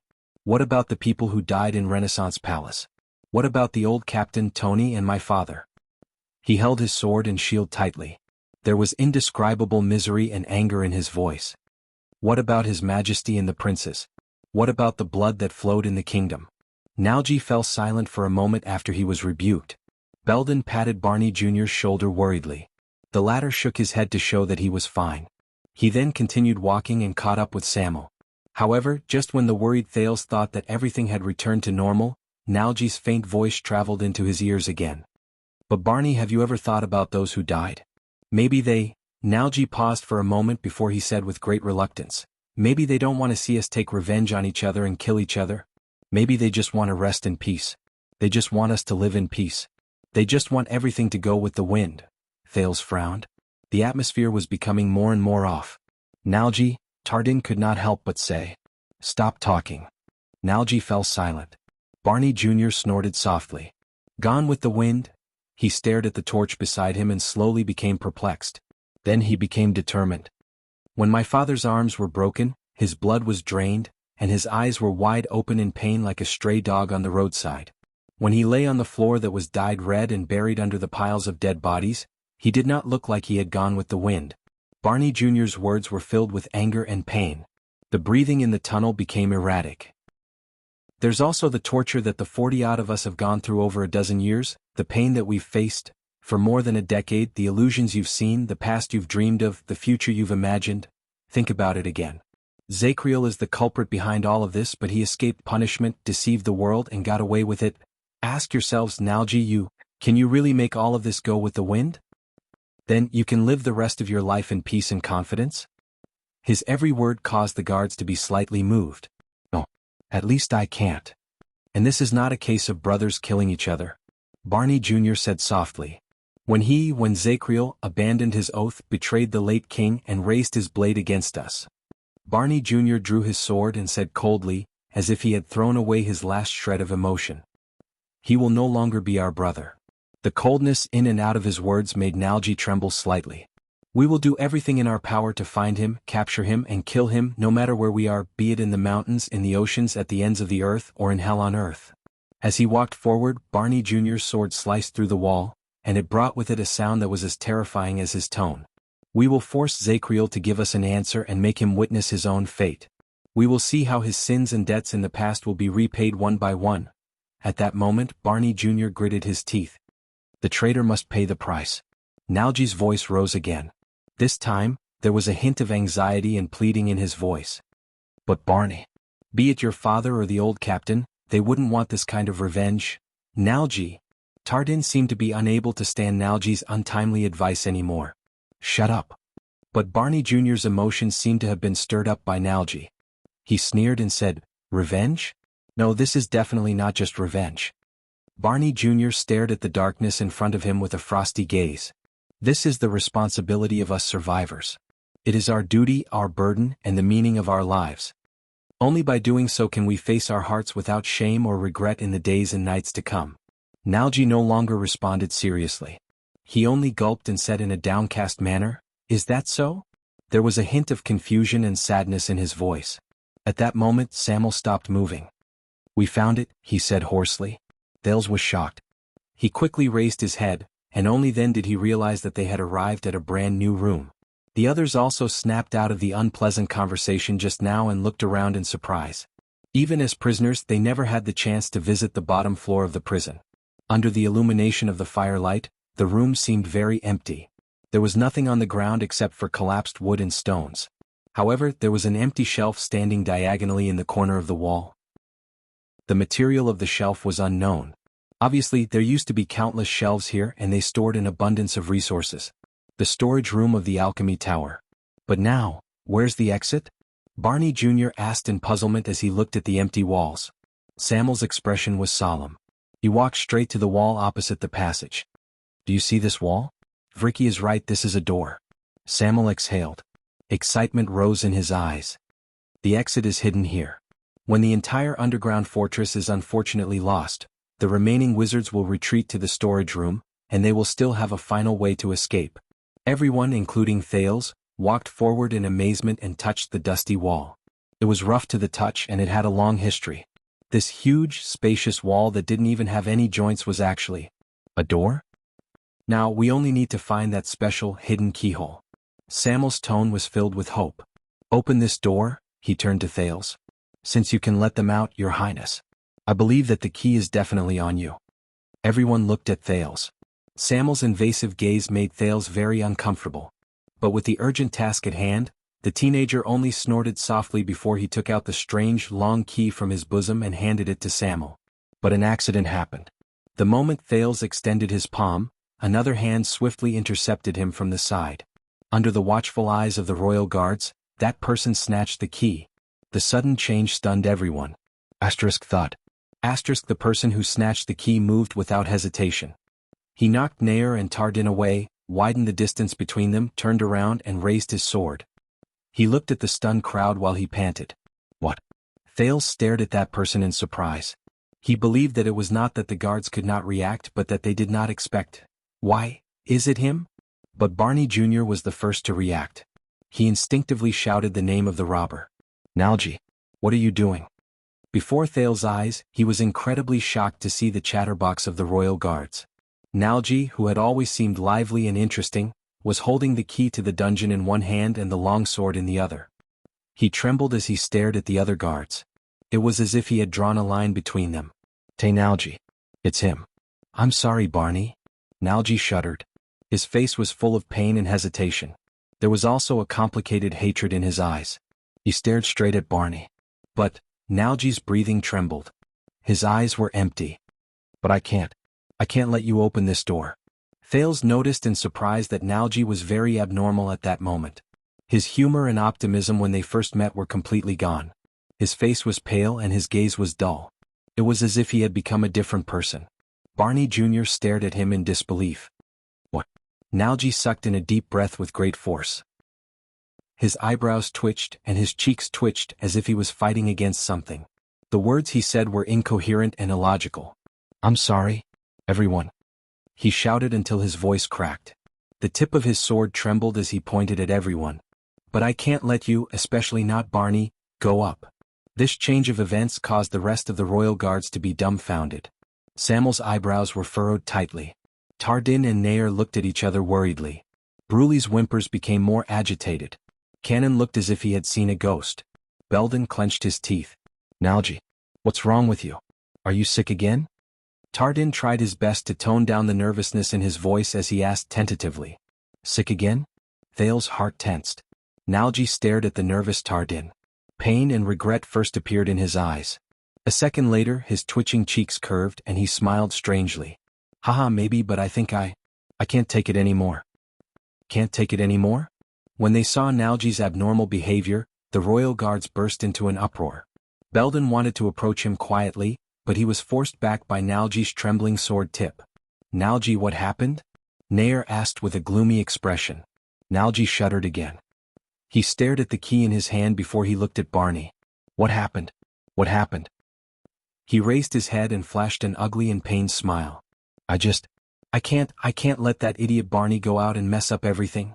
Everything is going well. I can't let him go up just like that, and do what he said. Whether it's for the living or the dead. When Barney Jr. heard this, he stared at Thales with a ghastly pale face. Thales still stared at Nalji in shock. This former member of the Royal Guards was the first to come to him during the rescue operation. He was clearly very normal just a moment ago, wasn't he? He was still arguing with Barney about whether he should take revenge or let go, but why now? Nalji? Based on his previous experience of comforting Zachriel, Thales handed the long sword to Quick Rope and carefully raised his hands to show that he was not hostile. He said gently, "Listen to me, calm down, okay? So what did you see?" But it would have been better if he did not speak. The moment he spoke, Nalji shuddered again and turned his head swiftly towards Thales. "Your Highness, why?" Nalji's face was contorted, and he sounded like he was about to cry. Thales was stunned. Before his eyes, Nalji was staring at him with an expression that he could not imagine. He looked like a believer who was begging for salvation. He also looked like a powerless mortal who was disappointed in life. His eyes were filled with despair and conflict. He could not understand it. "Why what?" Thales asked subconsciously. Nalji's face was full of despair, but he forced himself to laugh and said miserably, "We were already prepared to spend the rest of our lives in this hopeless hell and die in silence." His voice grew hoarser, and he sounded like he was about to tear his throat. "But why did you have to be cruel and indifferent here in this hell? Your Highness, why did you come to us?" The more Nalji spoke, the more agitated he became. The tip of his sword trembled continuously, and Belden had to pull Thales back a little. "Why did you send us back to this unbearably ugly human world again?" Thales stared at him in a daze. "Why? What is he saying?" "Nalji." Barney Jr., who had gone through shock and puzzlement, finally could not hold it in any more. His impatience turned into anger. "Hand over the key. Don't forget we are pressed for time and we have a heavy responsibility." Barney Jr.'s eyes burned. He gritted his teeth and said, "I don't care what kind of madness you are going through, we did not stand here for 18 years just for ourselves. We did not live for our own feelings. If you still have a shred of respect for the deceased and your brothers and sisters. But against everyone's expectations, enough, Quill son of AB** Tish Barney." Nalji, who had always been fearful and submissive to Chief Vanguard Barney, exploded in the next moment. Nalji was agitated and he roared hysterically. "You gutless bastard. Damn you paranoid bastard. You are the most cruel and immoral murderer." Barney Jr. was instantly stunned. Murder? Murderer? In an instant the resolute Vanguard felt his heart become a mess. Under everyone's incredulous gazes, Nalji's expression was ferocious, and he struggled. "It has been 18 years. He raised his sword, gritted his teeth and squeezed out a few words. "I've had enough of your self-righteousness and smart aleck." Nalji glared at the shocked Barney and pointed his sword at him. "I've had enough of your incessant preaching and declarations, day and night." Nalji sucked in a sharp breath as if he wanted to vent all his discomfort and resentment.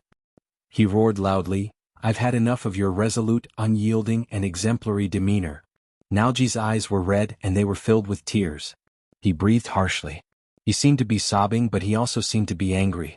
The royal guard seemed to have never seen Nalji like this before. All of them were caught off guard. But when he saw him like this, Thales felt puzzled from the bottom of his heart. "That's not right." The sin of Hell's river surged into his brain. Thales began to force himself to recall. He recalled those abnormal things. From the moment he came to the prison of bones. All the factors, all the things and all the logic. That's not right. From the moment he saw Zachriel, Nalji's attitude was very wrong. "No. It's not just that place. Earlier. Nalji." At this moment, Thales spoke in a daze. "That song." Nalji's pained and struggling expression froze. "What?" His shoulders trembled violently. His expression changed drastically, and his breathing became irregular. Thales remembered. He finally figured out what was wrong. In front of everyone, the teenager breathed absent-mindedly. He enunciated his speculations clearly. Just now, Zachriel said that he was the only one who knew the truth, and all the misfortune started when he failed to dissuade the old King Adi and stop him from marrying Queen Fiosa, a mystic who claimed to be his old friend. Nalji shuddered when he heard this. But, Thales' voice also trembled slightly. He seemed to have thought of something terrifying. "But that song." Thales stared at him in a daze. "But when we met for the first time across the prison cell, that song you sang to appease Cannon, Barney Jr., Samuel Belden?" The others frowned. That wasn't a coincidence, was it? At that moment, it was as if someone had pressed down on the air. Nalji's breathing instantly calmed down. In just a few seconds, Nalji's expression changed from despair and pain to sadness and relief. He closed his eyes and let his tears fall. In the next second, Nalji curled up the corners of his lips with great difficulty. You are very sharp, Your Highness. Before everyone's incredulous gazes, Nalji let out a forlorn chuckle as tears rolled down his face. Oh. Chapter 459. Thales fixed his gaze on Nalji and began to size up this person whom he had not paid much attention to previously. Nalji held the key to the prison of bones tightly. He looked panicked and miserable. In fact, when Ricky and his disaster swords found the prison cell, Nalji was the first one to speak. His voice always had a lazy, leisurely, and indolent tone, as if he had nothing to do with anything. But Thales did not remember when Nalji's voice began to lose its lazy tone. It became short, nervous, and uneasy. Now that he thought about it, it should have been when Zakriel appeared before them. But what made him react so strongly to the Night of Judgment's appearance? Was it pure fear and panic, or was it something else? The key, Nalji. Barney Jr. only wavered for a second before he resolutely pulled his thoughts away from Nalji's seemingly profound words. He spoke in a commanding tone. Unfortunately, Nalji was no longer as obedient as before. We have already escaped, the prince is safe and Zakriel is free. Nalji moved the corners of his lips laboriously. The tip of the sword he pointed at the group trembled non-stop. It was as if he did not hear Barney Jr.'s orders. Then, we just have to hide our identities and live the rest of our lives. Zakriel can do whatever he likes, and this young prince will return to Renaissance Palace to be the heir of the royal family. One day he will rule the world and become a hero of his generation. Isn't this good? Nalji looked at Thales. His voice was pleading, which made the latter even more puzzled. Isn't it a happy thing for everyone to bury the past that we cannot bear to look back on? Right then, Nalji looked like a despairing wife questioning her heartless husband. In the end he turned to Barney Jr. His eyes were filled with resentment and hatred. But why are you so stubborn, Barney? Nalji questioned Barney Jr. His abnormal behavior made many people uneasy. Belden's face was so serious that it looked like it was about to crack at the next moment. Tardin was bewildered, as if he was meeting Nalji for the first time. Nair lowered his head in deep thought. Samuel showed an expression that was even more surprised than when he learned that Zakriel was a traitor. Bruley, who could not speak, shook his head while he trembled. Cannon started mumbling incomprehensible words again. Not to mention Barney Jr. Thales guessed from the vanguard's trembling hand as he held his sword. It took him a lot of willpower to suppress the urge to stab his former comrade. Why do you have to return to the capital? Why do you have to dig up the past? Nalji's tone was tired and sorrowful. He sounded like a sinner who was being tortured before his execution. Why do you insist on forcing Zakriel to a dead end and making things go out of hand? At this moment, Nalji, who had turned into a pacifist, looked terrified. He turned his head and looked around the group with a pleading gaze.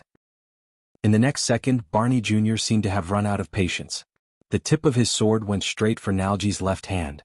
He wanted to seize the key while Nalji was unprepared. Until another sword slashed out from the side and pressed against Barney's throat with a cold gleam. Quick Rope cried out in surprise. Almost in an instant, several of the royal guards subconsciously raised their weapons and faced each other in the wind.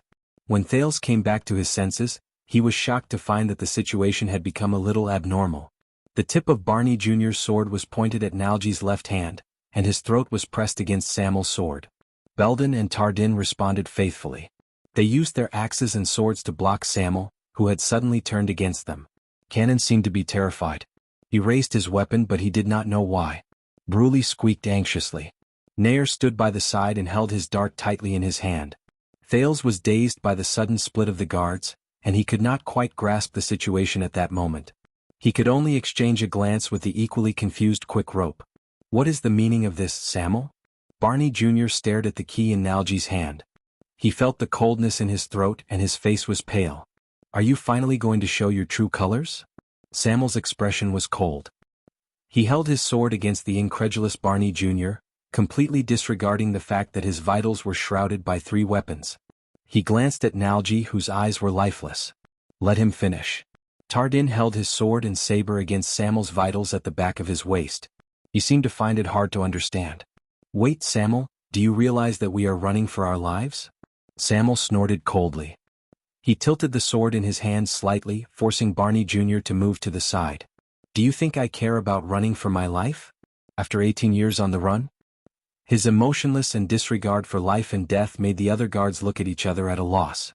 The veins on Barney Jr.'s neck almost popped out of his flesh. Quick Rope looked at the wall behind him, which was supposed to be the exit, but it was empty. He scratched his hair in pain and whispered to Thales, "You constellations are so troublesome." Thales frowned as he watched the royal guards fight amongst themselves again. "Yes. Unless, that's not a simple troublesome matter." Once he finished speaking, Samuel did not even look at the angry vanguard. Instead, he turned to the person who seized the only chance of survival in the field. "Tell us, Nalji. Aside from that song and what Zakriel said, what else do you know about the bloody year?" Even though the situation was not good, this topic still stirred up many people's interest. No one put down the weapons in their hands, but Barney Jr., Samuel, Belden, and Tardin all turned their gazes to Nalji at that moment. "It's the other way around, Samuel." As he watched the brothers turn against each other, Nalji chuckled strangely, as if he had been relieved of something. "What you should ask is, what else do you not know about that year? Things we don't know?" Questions appeared on Barney Jr. and Samuel's faces at the same time. This was probably the only thing they could find in common at that moment. Barney Jr. looked at Belden in puzzlement. But Belden shook his head at Barney Jr., indicating that he did not know. Nalji noticed their interaction, but he laughed nervously. "Didn't you notice?" Thales watched in astonishment as Nalji's face was dyed with madness and delight, but there was despair and gloom reflected in his eyes.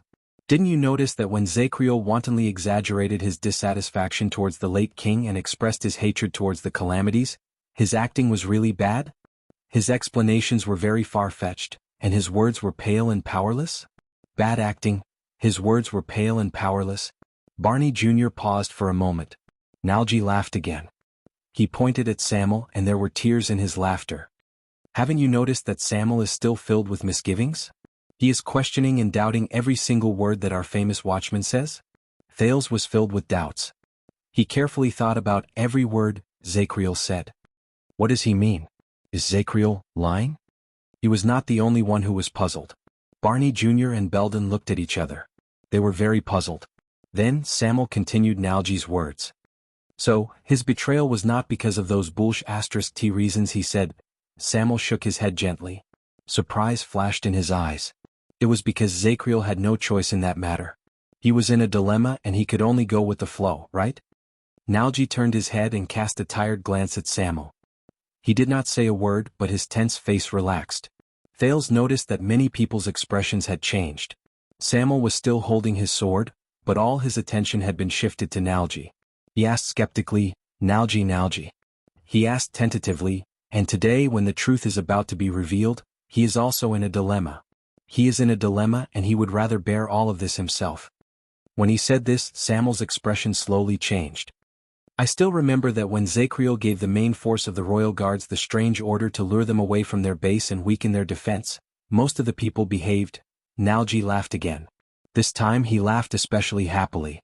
"Samuel, you son of Ab*Tish, you are indeed a member of the flag-bearer division." Samuel's expression changed completely. Barney Jr., who was held in the middle of the field, could no longer stand it.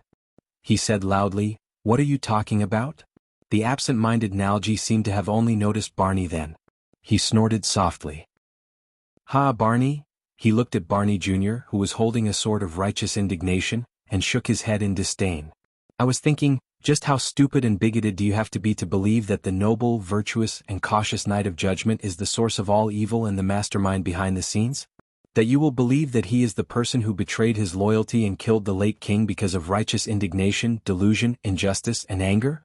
Then, you will deceive yourself and search for your so-called justice on him?" Nalji held the key and pounded his chest. He swept his gaze over everyone with a mocking gaze. "Do you really think that he can make dozens of noble, outstanding, smart, and powerful royal guards, including us, obey his orders without hesitation, easily dismantle the defense of Renaissance Palace, and allow the despicable assassination to happen just because he is the watchman?" Many people frowned even more. "Wait, he means..." Thales' expression slowly changed. Samuel wanted to say something but he stopped. Barney Jr.'s expression did not change, but the meaning in his eyes slowly changed. "Do you really think that the betrayal and assassination that shook the Western Peninsula and Eternal Star City all those years ago?" Nalji panted, and the brand on his face became even more unpleasant. With just Zakriel's power and one order he could complete it? Everyone was stunned. They quietly watched Nalji, who was on the verge of breaking down. Then a few seconds later, "What do you mean?" Barney Jr. recovered from his daze with great difficulty. Nalji took a few deep breaths and paused for a second, as if he was savoring the complicated feelings in this moment. Everyone subconsciously held their breaths. That's right. Under everyone's gazes, Nalji still spoke. His voice was low and his tone was gloomy. There was a hint of relief in his tone, as if he had accepted his fate. It's not just Zakriel. In the past, the royal guards knew about the plot beforehand, but pretended to be deaf and dumb, and cooperated with our brothers who carried out the assassination. Nalji lowered his head and whispered. More than half of them.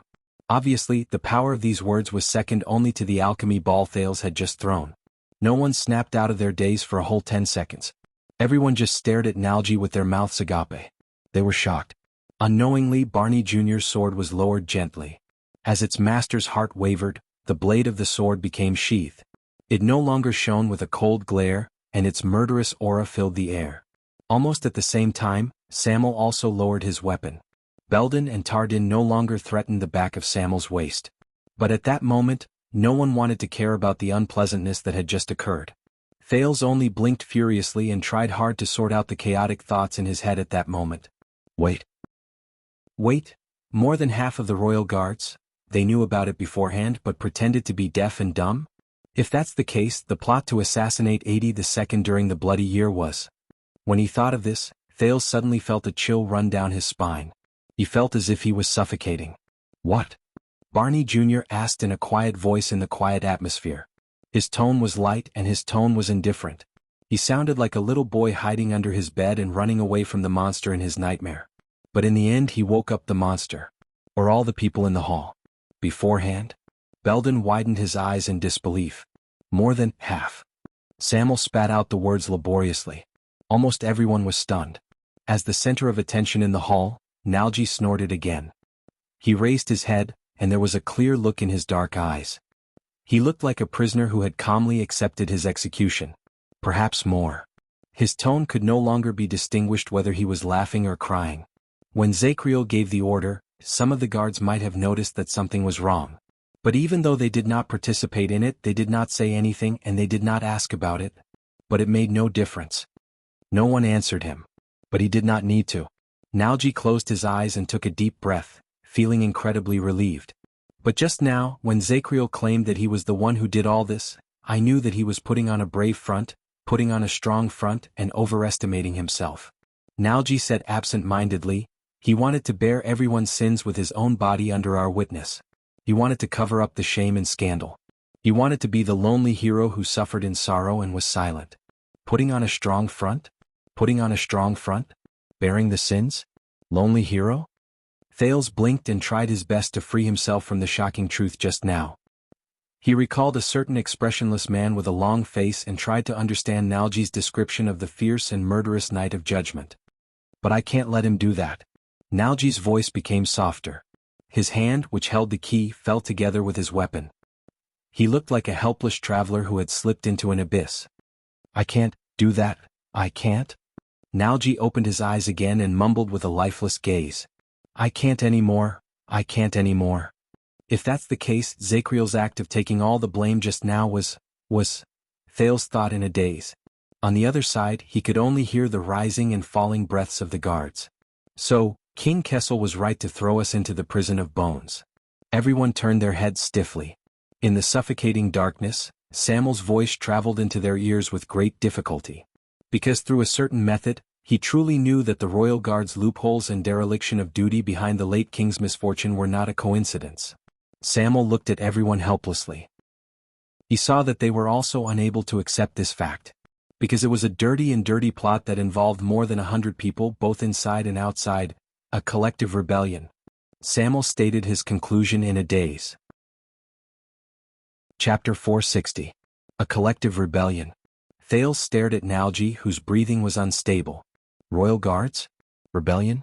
No one responded to Sam'el's heart-wrenching words. Time seemed to have stopped for a moment. Everything stopped in the past and no longer moved forward. It was only when Barney Jr. inhaled and sneered in disdain that everyone snapped out of their shock again. Ridiculous. Barney Jr.'s voice sounded a little disheveled. Nalji, your shameless lies are just like lies? Nalji retorted loudly like an enraged animal, cutting off Barney Jr.'s unnatural question in his throat. Lies? There was a despairing coldness in Nalji's tone, and it made everyone shudder even though it was not cold.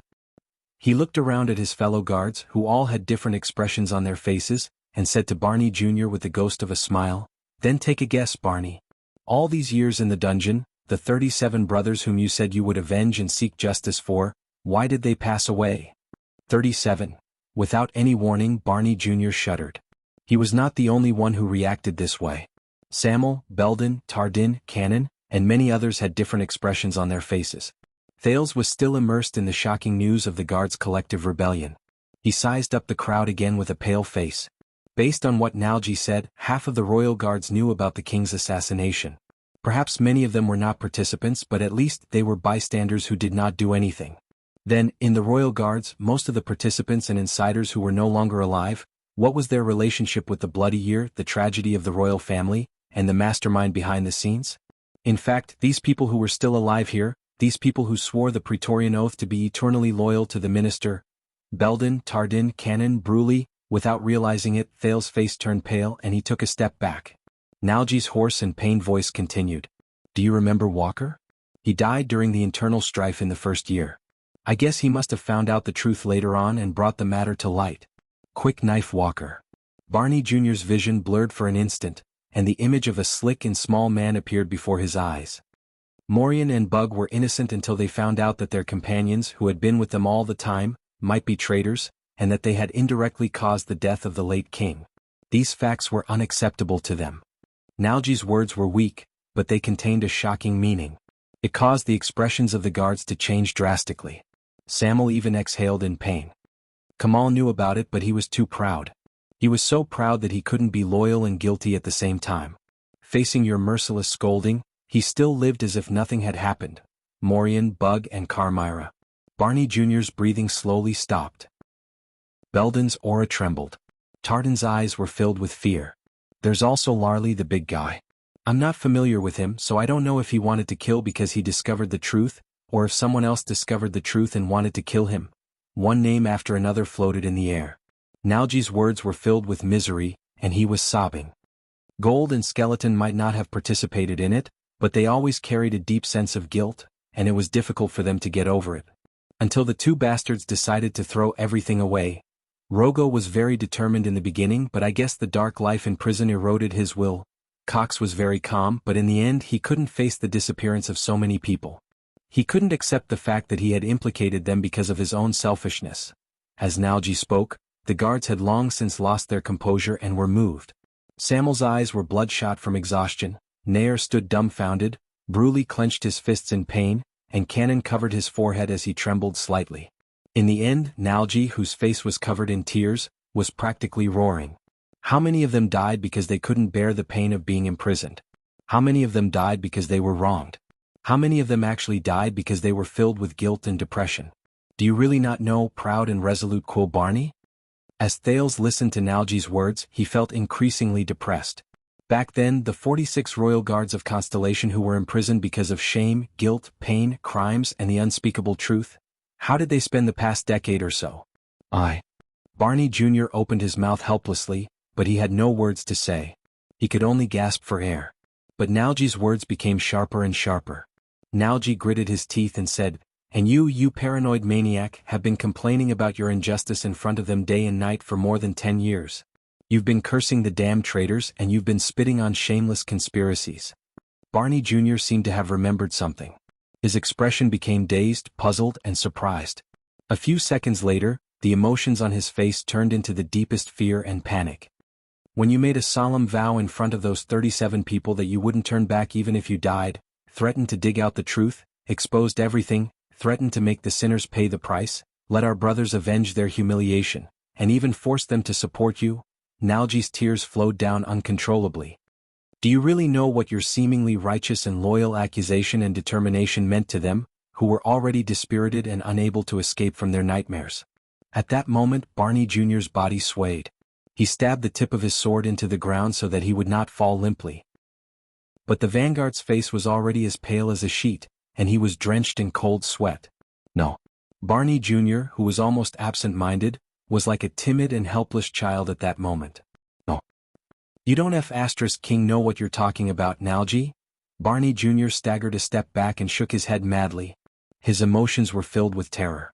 Over the years I watched them die, I buried them, I gave them a speech. For them, for the sake of clearing their injustice one day, I have been able to drag out my ignoble existence until now. Barney Jr.'s condition had almost hit rock bottom. He talked to himself like a madman, and he was not any less than Zacriel in the past. The guards stared at each other in an almost absent-minded manner. They could read the reluctance and pain in each other's eyes. But Nalji, whose mental state was not much better than Barney Jr.'s, was clearly not prepared to let the vanguard go. Aha, are you saying that they are the only reason why you can continue living? Nalji laughed and cried as he mocked Barney Jr. But you don't know, most of them carry shame, guilt, self-blame, pain and torture after they are imprisoned. They face their ugliest selves and struggle to survive. Every day feels like a year, and you, Quill Barney. Nalji pointed at Barney Jr. with hatred written all over his face. You thought you were encouraging them, saving them and redressing their grievances. But in fact you were constantly lashing at their hearts, reminding them, recalling them and deepening their impression and shame of that night. You used your noble and loyal moral integrity and personality, your righteous slogans, and your determination to make them suffer even in prison. You forced them to have nowhere to go and they tortured themselves. As he listened to Nalji's words, Barney Jr. was like an unfortunate traveler who fell into an abyss. He trembled in fear and even his breathing became uneven. It's you? Nalji's vicious accusation was engraved in his heart. It's you one after another. Day after day you used a method that seemed to encourage them but was actually cursing them. You forced them into a dead end and in the end you forced them to die to free themselves. Nalji's words were heart-wrenching. They echoed in the underground prison, and the expressions of all those who heard them changed. You are the real murderer of those 37 brothers. Quill Barney. Clang.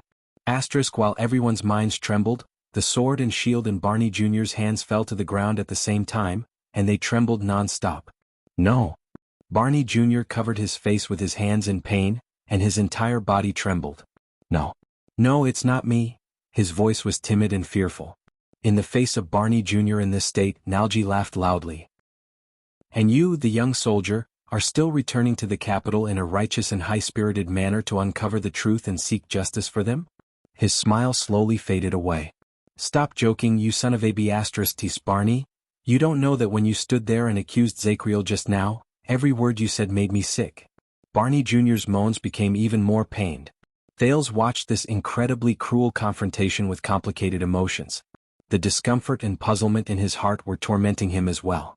He remembered the brutal and merciless confrontation between the Star Killer and the Raven of Death in the land of barren rocks in the city of faraway prayers.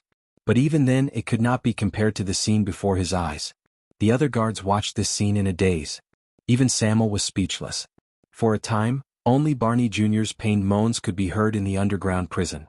He bent down and pressed his hands on his knees. He inhaled and exhaled mouthfuls of air, as if this was the only way he could obtain nourishment to continue living. But, all of you don't know, do you? Barney Jr. turned to the others while trembling. He no longer had the calmness and awe-inspiring air of a vanguard. That's right. It's impossible for all of us not to know about such an important matter. Tell me, he must have made this up. His tone was almost begging. He hoped to get an answer. But the answer was usually not what he wanted. I suspected it. A deep voice rose. But he lowered his head under everyone's gazes. His face was ashen. The order that day was too strange. It was too rare, but no one stood up to oppose it, so later when I was in prison I also suspected it, but he did not continue. Barney Jr.'s gaze was first filled with shock, then despair grew. Belden stared at Nair in disbelief. Another calm, frail and frighteningly frail voice cut in. It's true. Everyone turned their gazes to the other person. It's true. I know what Nalji said. The speaker answered with a lifeless voice. Barney Jr.'s voice trembled as he looked at the speaker. Tardin? You. Thales furrowed his eyebrows. Tardin threw down his sword and spoke in a desolate and deathly manner. If they told me that this would happen, if I knew that Constance would, then I wouldn't have. As he spoke, tears rolled down his cheeks. I wouldn't have. Tardin's throat seemed to be blocked. It lowered along with his head and he no longer responded. Samuel stared at him in shock. No. This was the dumbfounded Barney Jr. A third trembling voice rang out. It shouldn't have been like this. Thales turned his head. Cannon was shivering as he leaned against the corner of the wall. I was the one who delayed them. I recalled the sentries and left the door open. But according to the plan, everything should have been simple and straightforward. It should have ended before they even realized it. Then I should have died with the assassins. I shouldn't have lived until now. Cannon's eyes were lifeless as he muttered to himself, "I'm sorry." The light in Barney Jr.'s eyes gradually dimmed as if his last glimmer of hope had been extinguished. Cannon? Cannon let out a strained laugh. Nalji was right. Samuel was also right. This is our fault. We can't run away from it. He shook his head nervously and muttered to himself, "We can't let Zakriel be alone. He's already shouldering too much." When Nalji finished speaking, the dungeon was silent for a long time. Then Barney Jr.'s hoarse and numb voice rose again. "Is there anyone else?" A few seconds later, Bruley sobbed in pain and knelt down. He stuttered in pain. "Bruley?" Barney stared at him in a daze. Nalji chuckled softly. His eyes were unfocused. "This is why he can't speak anymore." Nalji said softly, "He doesn't have the courage to face it." The last hint of expression on Barney Jr.'s face disappeared. Tardin, Cannon, Bruley, Nalji. The vanguard stared numbly at the four people in front of him, who were behaving differently. Over the past decade or so, 37 people. Why didn't you tell me the truth? His voice echoed in the four walls. No one spoke. Thales watched them with a depressed heart. At that moment, it was as if nothing else mattered. The truth? The one who spoke was still Nalji. With a mocking gaze, he looked straight at Barney Jr. "Barney, do you know who was the leader of the incident that year?" When he said this, almost everyone's expression changed, including Barney's. His almost numb and lifeless face twitched again. Thales suddenly moved. He seemed to have understood something. Nalji bent down and laughed in pain. "Barney, you pathetic fool. He really loved you, didn't he?" There was deep hatred in Nalji's words. "That's why he protected you too well. You didn't know anything. Perhaps he was betting on both sides. He still hoped that after the incident, you could escape with your innocence and ignorance and stay in the palace. And even take over his position?" Barney Jr.'s eyes suddenly widened. No, the vanguard mumbled. A great wave of grief and despair came crashing down on him. "That's right." He heard Nalji say coldly, "That year, the person who led us to gather together instigated us to let the rebellion in the palace run amok, threw us all into the endless abyss, and then escaped the final judgment alone was not someone else." Nalji gritted his teeth. The emotions in his eyes were indescribable. "I hate him. I curse him." He said hatefully, "That's right, the vice-captain of the royal guards. Quill Barney the senior. Your damned father." Asterisk thud. Asterisk Barney Jr.'s weapon fell from his hand, and his knees touched the ground. He knelt on the ground in a daze.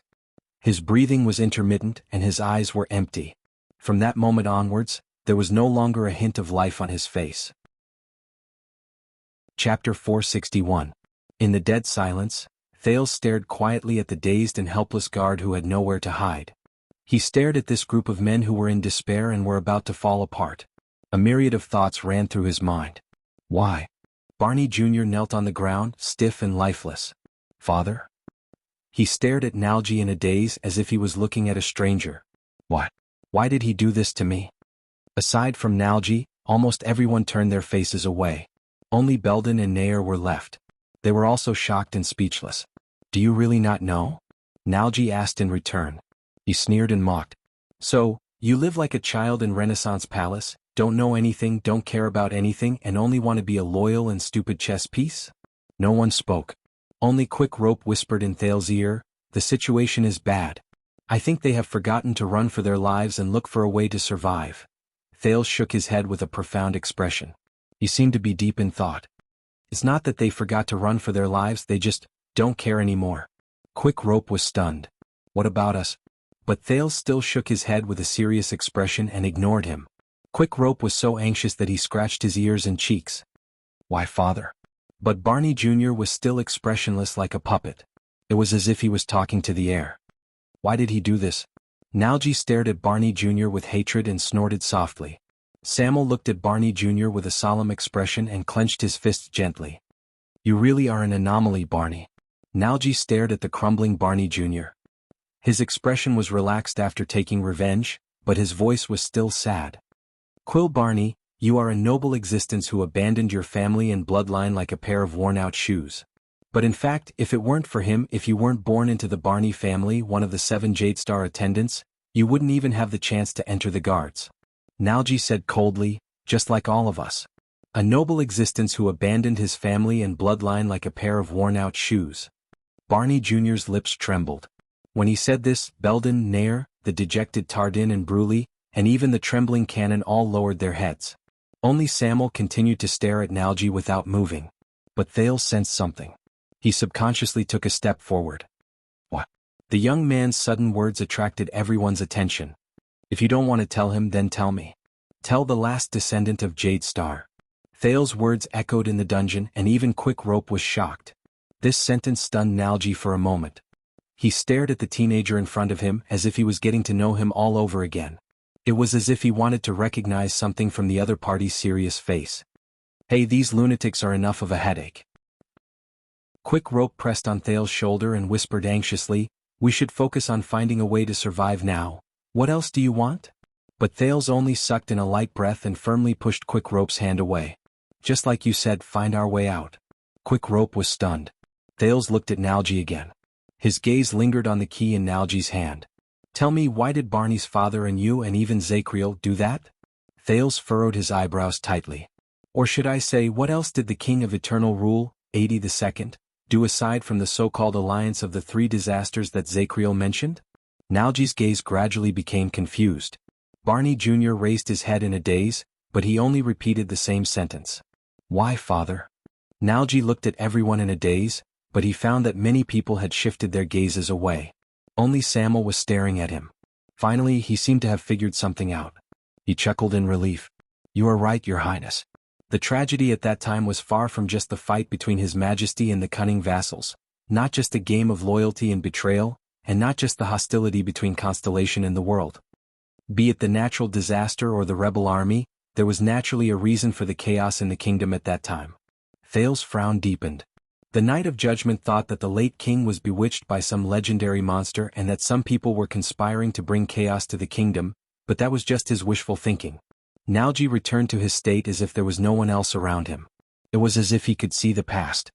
Because Zachriel was just an antique family name that had been in decline for 1,000 years, and did not even have a castle or a fief, he was too naive. He could not sense it. He could not sense our despair. When he said this, Nalji shuddered. On the other side, Tardin sighed softly. A thought appeared in Thales' mind. Despair? Nalji sucked in a breath and recalled the most unbearable years. He smiled bleakly and said, back then there were countless rumors circulating in Renaissance Palace. Not everyone knew about the taboo between the late king and the calamities, but there was one thing that everyone was very clear about. Many people's breathing became chaotic. Barney Jr. slowly focused his gaze while he knelt on the ground. What is that? Thales listened solemnly. Nalji turned his head and said absent-mindedly, during those years, His Majesty wanted to make a difference. He gave many orders. Make a difference. Many orders. Thales' heart clenched. For some reason he suddenly thought of the old crow's class. So we, regardless of whether it was the 7 Jade Star attendants, who were directly under the royal family like Belden, Tardin, and Barney, or the so-called 13 distinguished families like Talon and Caribbean, or the 6 great clans who founded the kingdom like Arund and Tabark, we saw and experienced it all. Barney Jr. recovered from the shock and stared at Nalji in a daze. Nalji swept his gaze over each of his royal guards and said airily, with every move His Majesty took, our days became harder, our future became more hopeless, and our future as nobles became even bleaker. Thales was shocked. Tardin's expression changed slightly. He wanted to say something but he did not. But before he could say anything, Thales, who had a premonition a long time ago, hurriedly urged him. What happened? Nalji raised his lifeless eyes and shook his head with the ghost of a smile. His tone was full of grief. I don't know. First of all, because of the land measurement order, my family's fief was reduced rapidly. The farmers on the arable land moved to the city because of the household measurement order. He spoke tirelessly, and his gaze was dreamy. Every word he said was filled with complicated and chaotic emotions. The suzerain's bureaucrats lost their prestige after the cleaning of officials was issued. Because of the tax order, we were forced to live a life of poverty and bankruptcy. We had to disband the army of servants in our territories and castles to reduce our expenses. My mother and sisters had to sell their jewelry to supplement our family's income. The expressions of the prisoners and the royal guards became increasingly worse. Nalji sneered. The irony is that the nouveau riche, who are from the countryside, can use money to obtain a status in life that is equivalent to ours, but it is illegal for us to even raise taxes on our own fief to tide us over difficult times. There's also that damned naming order. It clearly divides our titles and duties. And finally, the relocation order that came with the general edict. Nalji shook his head mockingly and said, the 6 great clans and the 13 distinguished families might be able to withstand twists and turns, losses, and the king's sanctions, but for us, families that are neither good enough nor good enough. He stared at the air in a daze. It's as if the whole world changed overnight. The happiness and stability you used to take for granted have all turned into disaster and turmoil. Can you imagine? At this time, being born into nobility doesn't sound so good anymore. The happiness and stability we used to take for granted have turned into disaster and turmoil. Thales was stunned. Nalji spoke very slowly, but no one interrupted him. There was a weariness in his tone, as if he had given up on himself. With every word he said, Thales' expression darkened a little. Assassination, foreign enemies, war, conspiracy. In the past he thought that this was everything that the bloody year would reveal, but now it seemed, Thales remembered the old crow Hicks. As well as the lesson he had taught himself. Victory and defeat. Enemies and friends. Do not underestimate war itself. It is not as simple as you think. It is not a game where you have to win or lose, where you have to pay the price, where you have to live or die. The bloody year. Aside from victory and defeat, from what angle and to what extent should we evaluate this tragic year filled with war? At this moment, the teenager was suddenly moved. The bloody year was not just a war, a conflict, and it was not just a grudge between the 2 empresses and the calamities. Everything was fused into the big furnace of constellation in the past, and there was no way to escape it. The king, the country, the nobles, the calamities and politics were all entangled together. They affected each other in this furnace, entangled with each other and could not be separated. Thales remembered the virtuous king of constellation, who Lampard was very wary of. Mendes III. A strange guess rose in Thales' mind, but he quickly shook it out of his thoughts. I used to find it strange that when the people's hearts were disorganized and chaos was about to come, why did the 6 prominent and powerful guardian dukes, and the 13 distinguished families, who were as powerful as the 13 distinguished families, swallow their anger and accept His Majesty's orders in silence? But after listening to Zachriel's words, I seem to understand. Nalji curled up the corners of his mouth and showed Thales a bitter and hopeless smile. When you see the terrifying calamity that has been passed down from generation to generation in your family standing behind His Majesty, perhaps you do not have much of a choice. Nalji's expression darkened, and it made Thales feel even more uncomfortable. I do not dare and cannot judge His Majesty. After all, he is the king of constellation. I have to obey whatever he says. Besides, he has such an irresistible power. The more he spoke, the gloomier he became and the more anguished his tone became. This made Thales subconsciously lower his head. But when I returned to my dilapidated home, I saw my wife selling her dowry, my son starving, my sister who was about to be married, and I saw my father, the suzerain, borrowing money from merchants while he fearlessly defended the last bit of his family's dignity as a noble. Nalji's words were filled with anguish, and it caused many of the prisoners to have strange expressions on their faces. Thales did not speak. Nalji snapped out of his daze and looked at Thales again. His eyes were filled with the vicissitudes of life. Ever since I could understand things, my father has taught me that the Nalji family has been granted land since the virtuous king's era. We are loyal to the Jade Star family because we know that our status comes from the power of the royal family. Our children being selected as royal guards is a symbol of our loyalty to the royal family. But, like a drowning man looking at his last straw, Nalji stared at Thales fervently and longingly. The color in his eyes was like that of a person who was about to die. Tell me, Your Highness, shouldn't the king protect the interests and dignity of his vassals? Shouldn't he protect the prosperity and happiness of his vassals? Why is it that the more loyal we are to His Majesty and to the kingdom, the more? Nalji's voice faltered. He became weary, confused, and puzzled. Do I not love my kingdom enough, or does my kingdom not love me enough?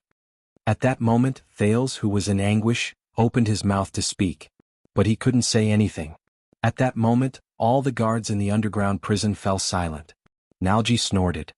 His entire body was filled with a sense of relief, as if he had given up on everything. So, when we are lost day after day, and the despair that grows heavier with each passing day, when someone promises us hope, and someone tells us that all of this is just the king's momentary foolishness, that the nobles in the court are bewitched, and that all we need to do is wait in silence. He did not continue speaking. On the other side, Cannon began to sob softly again. Bruley no longer snorted. Tardin was dejected. Belden and Nair, who did not know what was going on, were in a daze. Only Barney Jr. and Samuel mumbled something that only he could understand in a daze, and the other held his weapon with gritted teeth. "Tell me, Your Highness. On one side there is my lovely wife and weak son who are filled with hope, my elderly parents who hold fast to the past, and the glory of my family that I am proud of.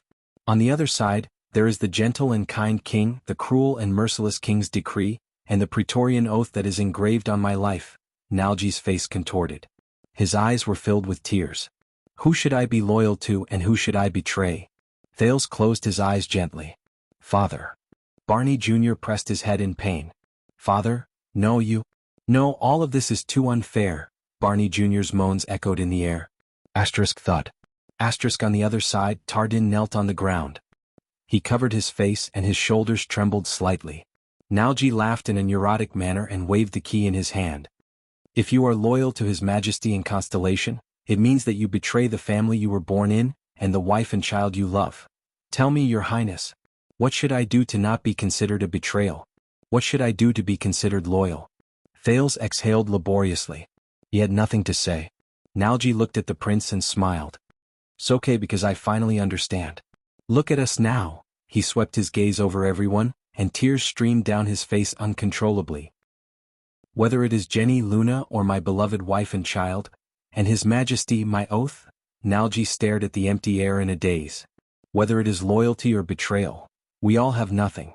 At this moment, Thales felt that the air in the underground prison was stagnant and heavy, and it was unprecedented. It was filled with a thick aura of death. At this moment, a hollow and dry voice that was filled with the same pain and hesitation rose out of nowhere. "Enough." The voice echoed in the dark room. Everyone trembled at the same time. In another direction, Zachriel, the Knight of Judgment, supported himself against the wall weakly. He struggled to walk unsteadily as he stood in the shadows outside the storage room. His gaze was unfocused and his voice was intermittent. "Nalji, enough," he said in pain. Chapter 462. Even though he was prepared for this, Thales still tensed up when Zachriel appeared. He still chased after him. The Knight of Judgment. At that moment he was the greatest threat in the dungeon. Zachriel did not seem to be in a good condition. The knight was already in a sorry state. At that moment his eyes were half closed. He seemed to have suffered a great deal of damage from the flash grenade just now.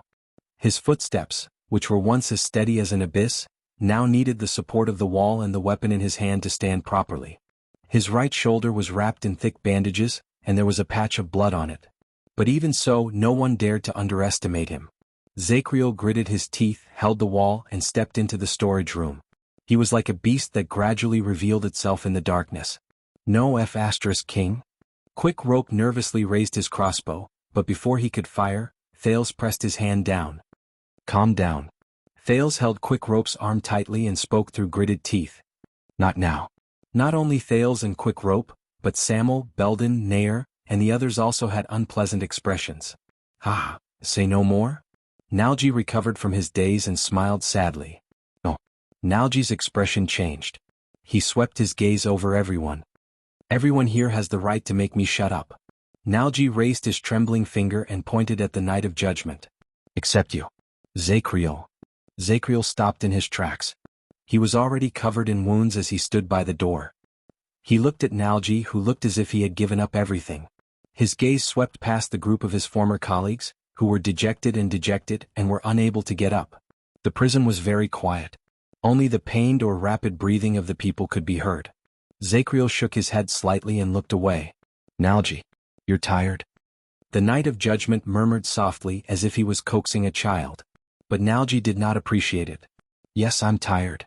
Nalji took a few steps back and smiled brokenly. "I've had enough of your arrogance, Knight of Judgment." Zachriel frowned. "You don't want to tarnish the royal family's reputation, but you can't bear to expose us shameless traitors."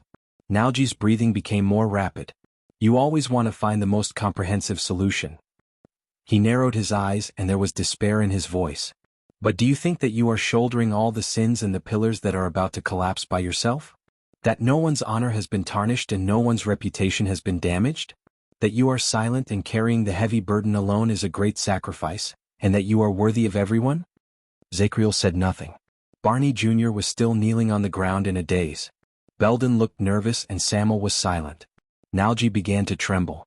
A few seconds later, the resentment he had suppressed for who knew how many years erupted from his throat. F***CKU. You damn bastard, arrogant watchman Zachriel. His curses echoed in the storeroom, causing the torch in Samuel's hand to flicker. But no one made a sound, including Zachriel. As he stared at Zachriel and Nalji, who had a mental breakdown, Quick Rope gulped and poked Thales nervously. What did I say? I knew it. These lunatics are unreliable. However, Thales only looked at the people in the field with a complicated gaze and did not say a word. Yes. He stared at Barney, who had a mental breakdown, and Nalji, who had lost his soul. But if it weren't for these unreliable lunatics, we would have become part of the prison of bones a long time ago. You thought you were protecting us, protecting those who have passed away? Nalji's eyes were red. He roared at Zachriel, who had a melancholic expression on his face, like a wild beast. But you don't understand. Nalji's voice gradually became softer, but the difficulty and despair in his words became more obvious. You sacrificed yourself for others and took responsibility for your own crimes. You are great, glorious, selfless, a hero. The poor prisoner of the royal guards collapsed and knelt on the ground. His weapon and the key slipped from his hand at the same time. But you, a selfish bastard who calls yourself a saint, threw endless self-blame, guilt, and torture back at us. You made us play the ugliest roles on the stage and face the painful reality that you could not face. Nalji hit his chest hysterically. We. Zachriel lowered his head and remained silent amid the deafening accusations. It was as if he did not exist in this world. Nalji seemed to be tired of cursing. He collapsed on the ground and with a hoarse voice, he mumbled absent-mindedly, You and Barney Sr., both of you are executioners who kill without spilling blood. This sentence made Barney Jr., who was kneeling on the ground, shudder. Nalji sobbed and said, The only difference is, Barney Sr. made us hate him, you made us hate ourselves. Nalji lowered his head and buried his face between his hands. His shoulders trembled. A few seconds later, Zachriel raised his head in the seemingly endless silence. He extended his hand in Nalji's direction in a daze, but his hand trembled halfway and he slowly lowered it. The past cannot be changed. But at least, Zachriel averted his gaze as if he did not dare to look at Nalji again. Instead he staggered towards Thales. This made many people nervous. Barney, wake up. As Zachriel drew closer, Belden, who was the person with the highest position after Barney Jr., even though he had been stripped of his position a long time ago, anxiously shouted the vanguard's name, hoping that the latter would do something. But Barney Jr.'s gaze was unfocused as he knelt on the ground, as if he did not hear him. Zachriel glanced at Barney Jr. with a deathly still gaze. When he saw the brand on the latter's face, he immediately averted his gaze. He's gone. Zachriel said to himself in silence. The resolute and unshakable vanguard, Quill Barney, was no longer here. He turned his head around dejectedly and continued to move forward. Damn it. Belden cursed and gave up on waking Barney up. He frowned and looked back.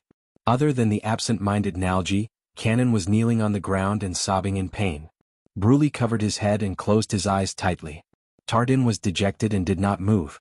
The veins on Belden's hands tightened. No. The truth of the past caused everyone, including him, to be in a state of chaos. His colleagues who had gone insane made him at a loss, and Zachriel, who he once looked up to, was a stranger to him. Behind him was the Jade Star bloodline, which he swore to protect, even though they had long since tainted this mission. What should I do?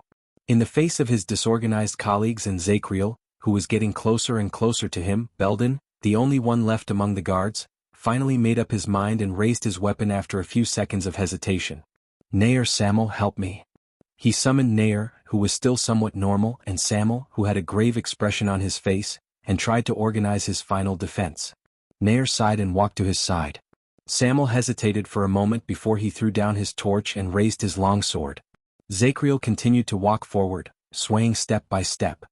He ignored Belden and the other two, who retreated as if they were facing a great enemy. Thales slowly furrowed his eyebrows before he slowly relaxed them. I understand, commanding officer. Belden raised his axe and stood in front of Thales. He hissed at Zachriel. He hissed at Zachriel, "You might not be that traitor. At least you are not the only one. Perhaps you have your own difficulties and we no longer have the right to criticize you." Belden gritted his teeth. "But no matter what happened in the past, you cannot touch this child." As he walked forward, Zachriel's face was completely illuminated by the torch on the ground. The brand on his forehead became even more obvious. "Look at them, Belden." The Knight of Judgment stared at Barney and Nalji, who knelt by the side, with a dejected look on his face. He looked as if he was about to break down. He shook his head with a sad expression. "Trust me. Bury everything here, this is the best way." Zachriel drew closer. The blade of the axe in his hand reflected a cold light. Thales could not help but bite his lip when he saw Belden, who still stood in front of him despite his poor condition.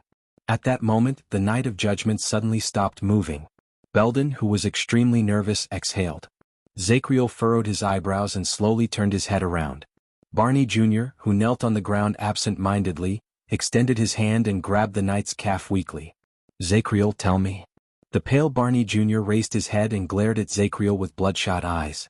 His voice was half pleading and half questioning. "My father. Why did he do this to me?" Barney Jr. looked as if he had just woken up from a nightmare. His expression was absent-minded. He stuttered, "Vice Captain Quill Barney? What kind of person is he?" This sentence caused the expressions of all the prisoners to change at the same time. Even Zachriel was dazed for a moment. The dungeon was silent for a few seconds. "He was a good man." Zachriel lowered his gaze and reminisced about his old friend from a long time ago. There was respect in his voice. "He was just born in the wrong era." Barney Jr. instantly shuddered. Once he finished speaking, Zachriel took a light step forward and shook off Barney Jr.'s arm. Barney Jr. was immersed in Zachriel's words. He was dragged by Zachriel and slowly fell to the ground, but he did not seem to notice it. Zachriel was getting closer and closer to them. They could even see the brand on his forehead. This made Belden more and more nervous. Quick Rope even pulled Thales back. "What do we do now?" Quick Rope gritted his teeth and whispered, "We can't win against him, but we can't even find the exit. Where can we run to?" "Yes. What should we do? Where can we run to?" Thales met Zachriel's gaze and found that there was only endless darkness in it. Thales could not help but take a deep breath. He suddenly remembered how Zachriel shivered in the cage, and how he muttered hysterically to himself at the world he could not see. "I know you are testing me, but please believe me, I have never wavered because of sacrifices. I know that this is what I must do. No matter whether it brings me merits or sins, good deeds or evil deeds, I will accept them calmly, and will never run away from them." Thales then remembered how Zachriel dealt with his enemies in a straightforward manner while he was surrounded. "I am the Royal Knight and Honorary Lord of Constellation. I am the penal officer of the Royal Guards, the Watchman, the Protector of the Throne, the Keeper of the Royal Treasury." He remembered when the Knight of Judgment claimed that he wanted to kill him. It was an unusual sense of respect and reverence. "Please be at ease, Your Highness. After your unfortunate death, I will take full responsibility for your crimes to comfort you for the injustice you have suffered here. Your secret will be buried and it will not damage your reputation."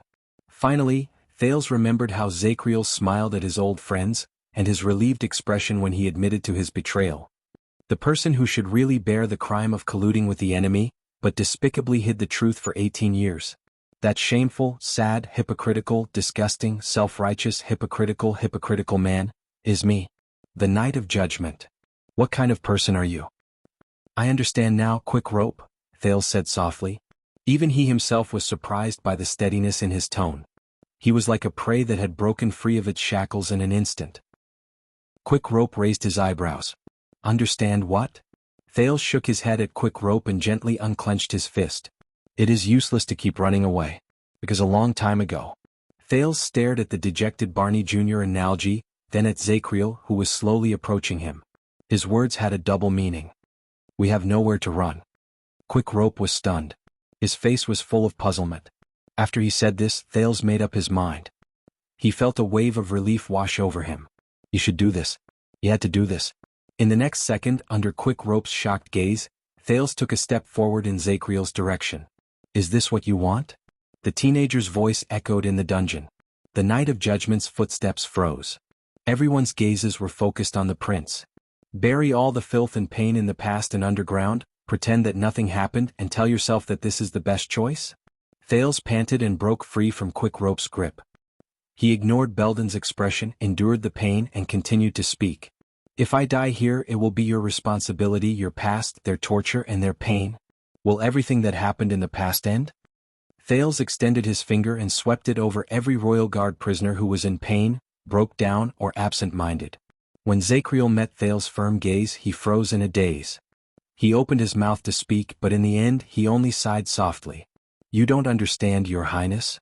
The knight closed his eyes and shook his head. Thales took a deep breath and swept his gaze over everyone. Barney Jr. was still broken down and absent-minded. Nalji was still twitching softly. Zachriel, who stood before him, was weak and lifeless. His expression was sorrowful. No. But there is one thing I don't understand. Thales turned his head swiftly and gritted his teeth.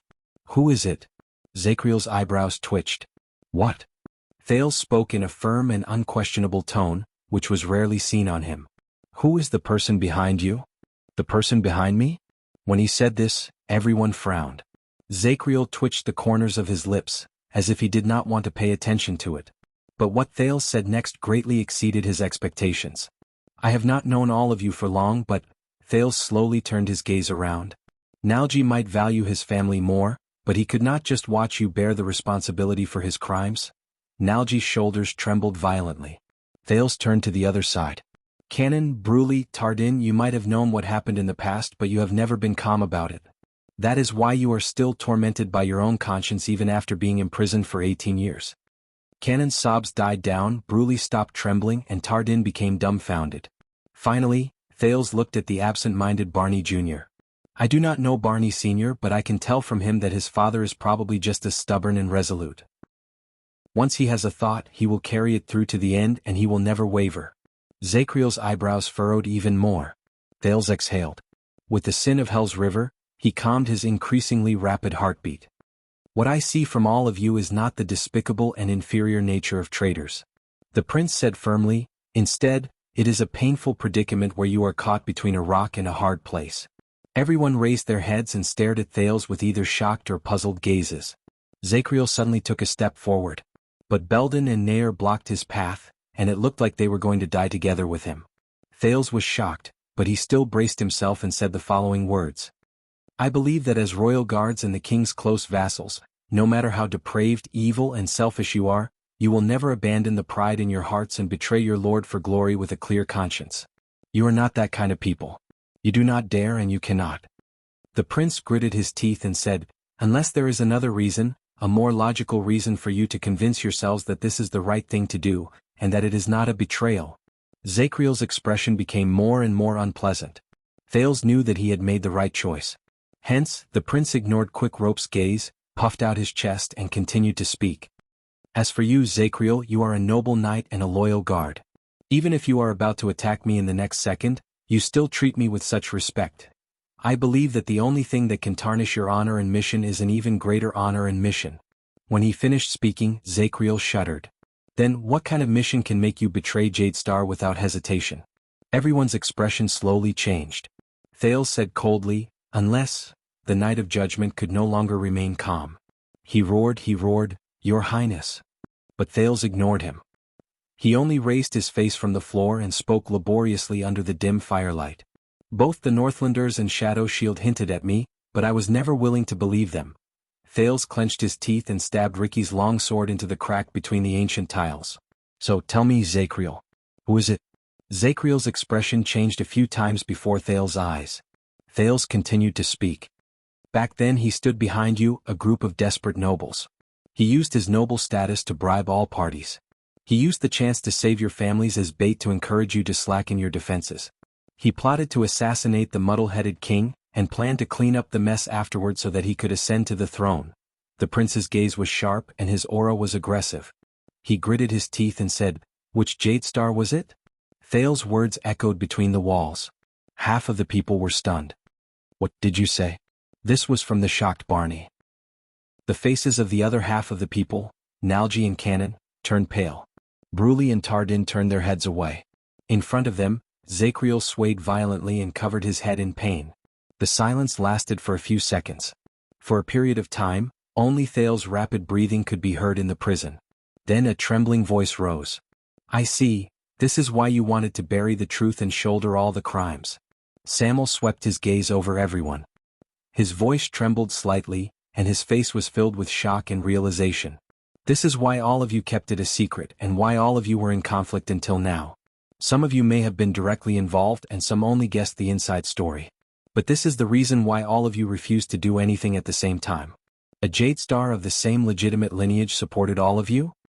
He took a step back and panted. There was a cold sneer in his voice. Calamities and anti-mystic equipment are not reasons.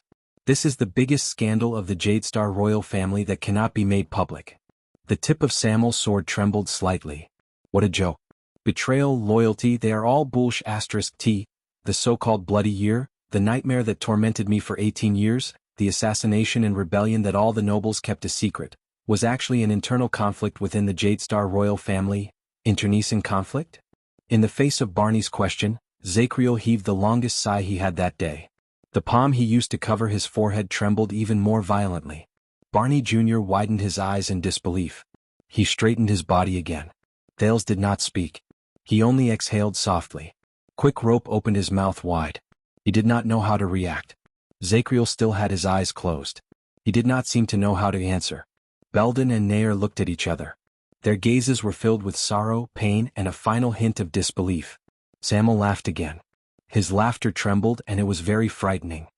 Let me guess. His gaze was complicated and difficult to understand. It was mixed with hatred and disdain for some unknown reason. Is it Crown Prince Midir, who fishes for fame, is unpredictable, but can directly benefit from the death of the late king? Samuel raised his head abruptly and said hatefully, or is it Horus, the sword of reversing light, who is a hero, has countless achievements, but is ruthless, bloodthirsty, and ambitious? Is it Fatty Bancroft, who appears to be fat and mediocre, but is actually greedy for pleasure and accumulates wealth without limit? Is it Beauty Herman, who has a good appearance and literary talent, but is narrow-minded, sinister, and ruthless? Samuel's choice of words made Thales frown. He had heard about these princes from King Kessel's recollection in the Jade Star family tomb, but fishes for fame, ruthless, bloodthirsty, accumulates wealth without limit, sinister, and ruthless. These descriptions, Samuel panted and continued to speak.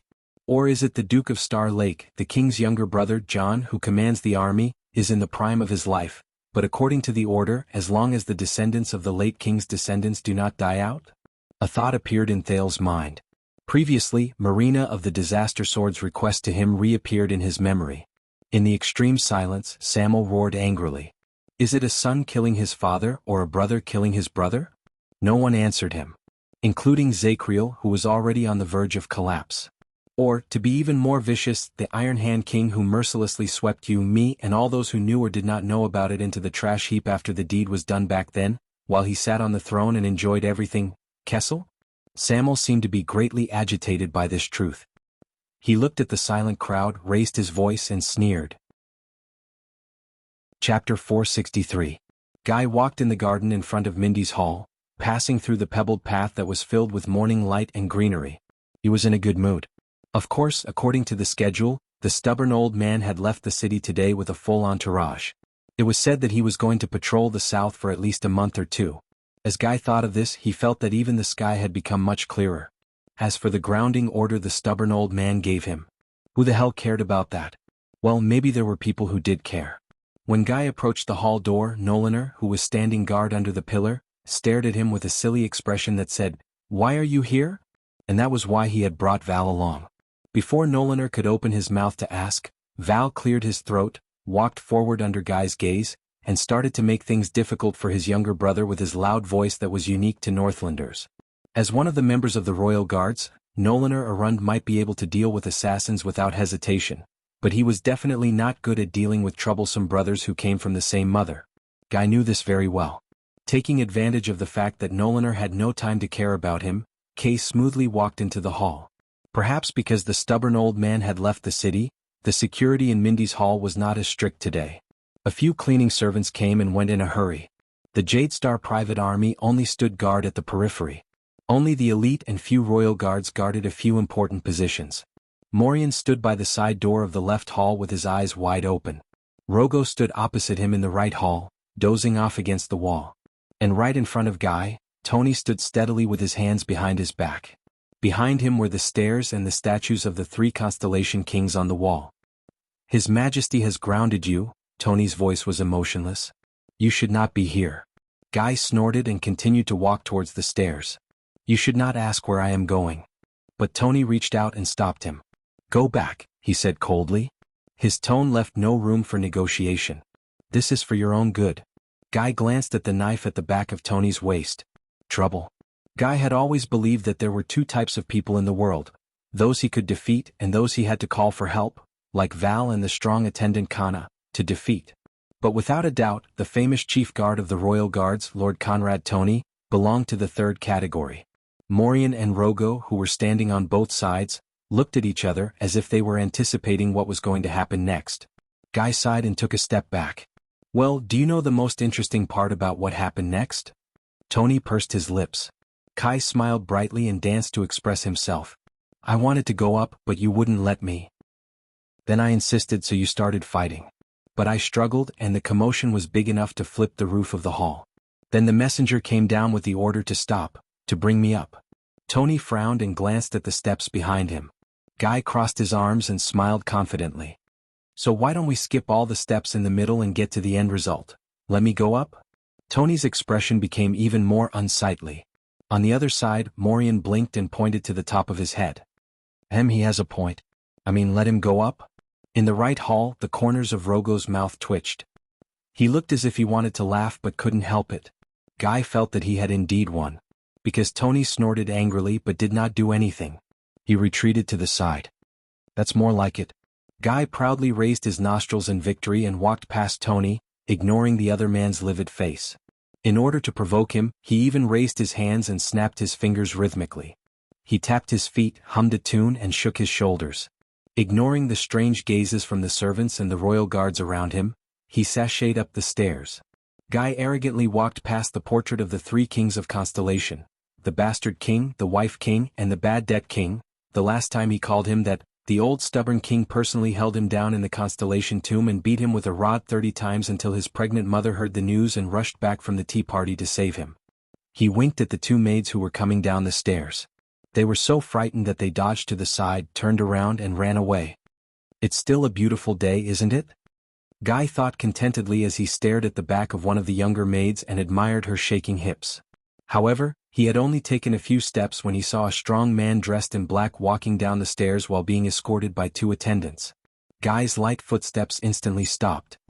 No, the moment he saw the man in black, Guy wailed in pain in his heart. It's him. The person I don't want to see the most. The most there is no one of. Why is he here? Why isn't he in the place where he should be the most? The dirty military camp, the harsh north, where he continues to drink his people's blood and chop off their heads. Guy clenched his teeth in pain. He lowered his head in a practiced manner and leaned against the side of the stairs to minimize his presence. Then, like a lowly servant, he silently turned around and planned to slip away. He did not expect the man in black to ignore him. But in the end his wish was not fulfilled. Where are you going? Guy froze in his tracks. A familiar yet unfamiliar voice came from above his head. It sounded like an old organ that had been corroded for many years. When it was played, every string was a murderous weapon. Is this your reaction after a year of separation? The man in black walked down the stairs with a majestic gait. He had an imposing appearance. Morian, Rogo, and Tony all stood solemnly and bowed to the man. It was a treatment that Guy had never enjoyed before. Wait a minute. Kia glanced down at Morian and suddenly understood. They knew he was here. They did it on purpose. Hiding, running away, turning a blind eye. Just like how you run away from your identity and duty. This man had eyes as sharp as a blade, a firm and resolute face, a broad chest, and a body that seemed as if it would never bend.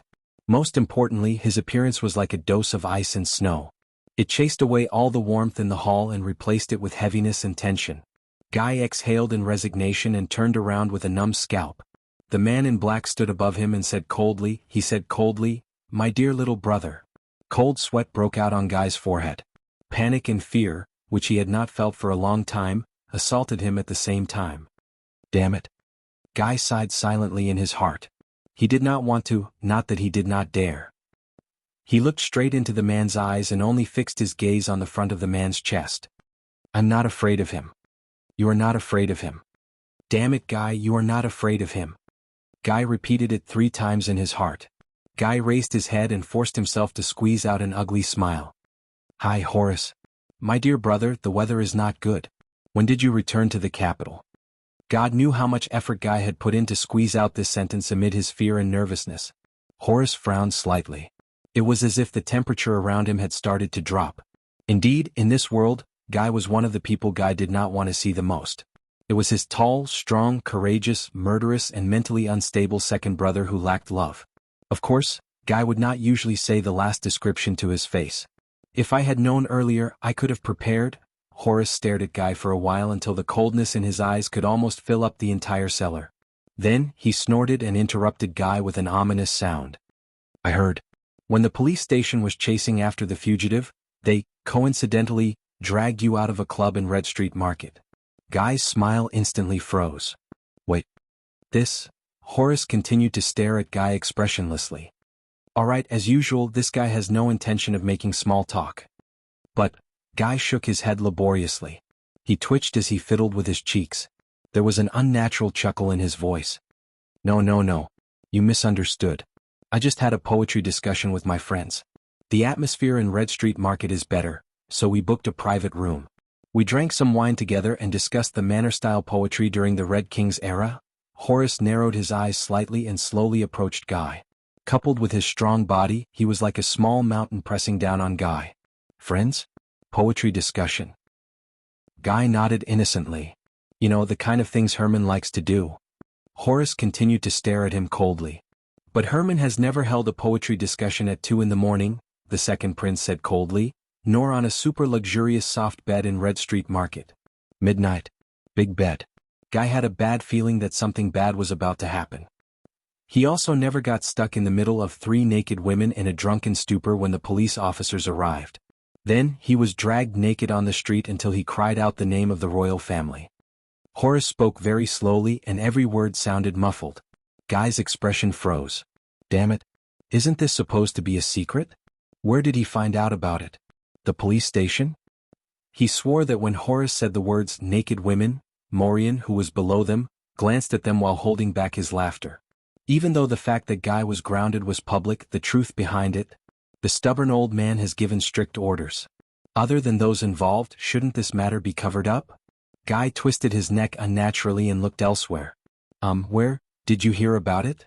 Horace's eyes were filled with contempt. My wife, and she heard about it from Madame Hebron. Madame Hebron? Wait a minute. So it means, Guy seemed to have figured something out. A huge haze of impending doom flashed across his mind. Oh no. The noble women in the capital's circle of gossipy noble women? Don't expect me to be their mouthpiece ever again. Except for Madame Elise. After all, her moans are too moving. But Horace's voice interrupted Guy's thoughts, which had already drifted to the Far East. After you were caught lying naked on a bed with a cheap whore, the widow of a meritorious minister, and a viscountess whose husband did not know about it, and your identity was known by half the people on the street? His second brother did not hide the disgust in his tone. The dignity of the royal family, the loyalty of the nobles, the stability of the rule. Do you know how much effort father had to put in to clean up your mess? Just because you could not control your lower body? Guy raised his eyebrows. He did not think much of it. I kind of know. The whipping marks in Renaissance Palace are still fresh in my mind. There are also a lot of gifts to comfort the vassals, especially to the husband who was known to the entire king to be cuckolded. But Guy is certain that the coward who likes to listen to his wife's screams used this in exchange for a promotion. He must be very happy. Is this not enough? Every time we thought that you would know your place and repent, you would impatiently jump out and tell everyone that you are still the most disgusting clown. Guy realized that he was trembling slightly. Our enemy should really thank you. You single-handedly turned our family and surname into the biggest joke in this country.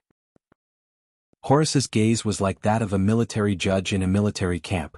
See, this is what they care about. Surname. Family. Really old-fashioned. Is there anything else? Guy sneered in his heart and made up his mind. I'm going to go against him. This arrogant bastard.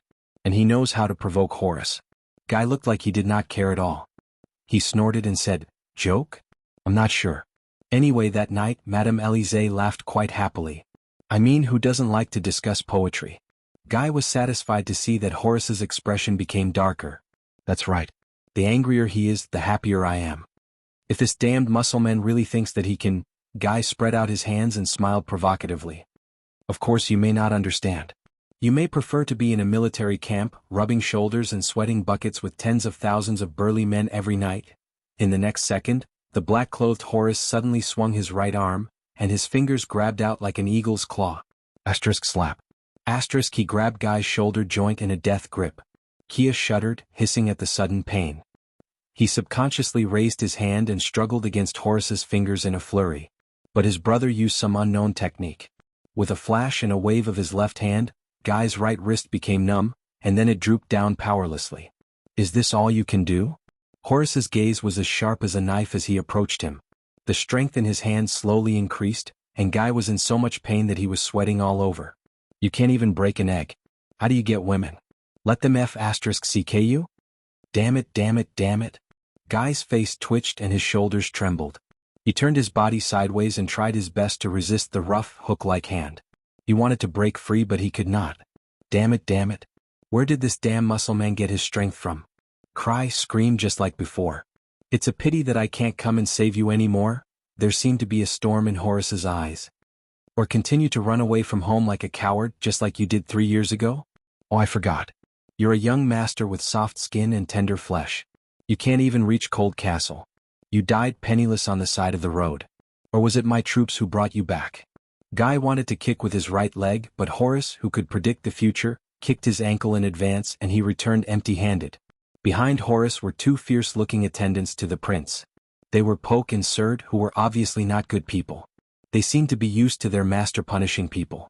They only cast each other a glance before they quietly took a few steps back and looked elsewhere to give their prince some space. Tell me, how many years has it been? Horace's voice was very terrifying. He exerted more force in his hand and Guy was forced to bend his knees slowly.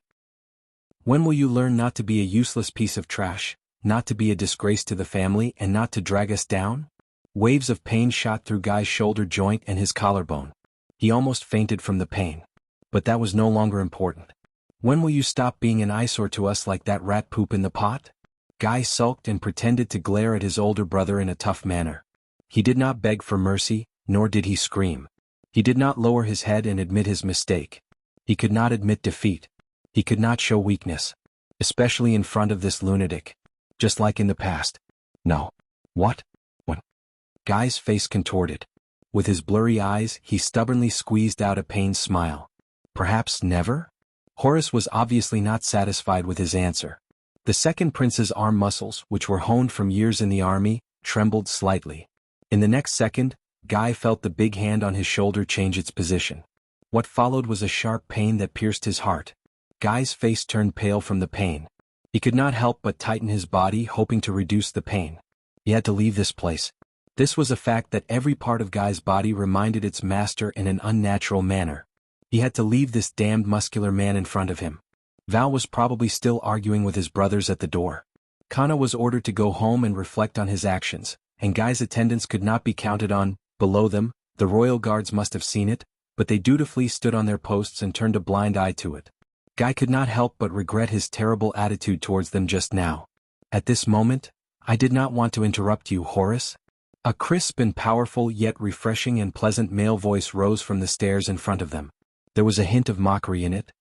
But all of you seem to be blocking the stairs? Horace snorted coldly and rudely. His hand loosened a little because of this shout. Guy breathed a sigh of relief when he did not feel as much pain anymore. But Horace did not even look at him. The second prince's attendants, Poke and Surd, moved to the side and bowed slightly to the newcomer. This man was tall and slender but not skinny. His skin was fair but not weak. When he stepped down the stairs and looked up, he gave off a refreshing feeling. Although Guy had seen it countless times, he had to admit that both he and Horace were once again attracted by his face the moment their eyes met. They even forgot their pain for a moment. There was no other reason because this man was really too handsome. The edges and corners of his face seemed to have been personally chiseled by a master. Every inch was just right. It was not sharp or abrupt, but it was not mediocre either. His entire body gave off a natural, elegant, and valiant aura. When he did not smile, he was like a still painting. Every part of him was exquisitely carved. When he smiled, it was like a blossoming light making people forget about him. And his gaze was like the work of the gods. When it was bright, it was like a whirlpool captivating one's soul. When it was dim, it emitted melancholy making people feel sorry for it. When he looked directly at it, it was full of sincerity, and when he looked disdainfully, it was dignified. Look at him acting like a ruffian. Horace's hand was still on the pale guy. He did not even turn his head around. I just don't understand. Why are we brothers and share the same surname? The terrifyingly handsome man cast a glance at Guy. He curled his lips and revealed a smile. It was like a blooming flower and it dazzled Guy's vision. Yes, sometimes I wonder about this as well. The handsome newcomer shrugged. Guy began to tremble slightly. Brother. This was his brother. His family. And his damn bloodline. Things he would rather not have. When he thought of this, Guy gritted his teeth, raised his head again and spat. Yes, why? Ask our mother, Li Hua said. Horace's expression turned cold and he exerted force with his fingers. Guy felt his shoulder starting to hurt again. But at this moment, the beautiful man by the side coughed softly. Forget it, Horace. Your time is much more precious than this guy's. It's not worth wasting your time. The beautiful man pointed above his head. He had a smile that could kill both men and women. Besides, this is his hall. It's his territory. It's not suitable. This sentence was effective. At least, Horace was silent for a while.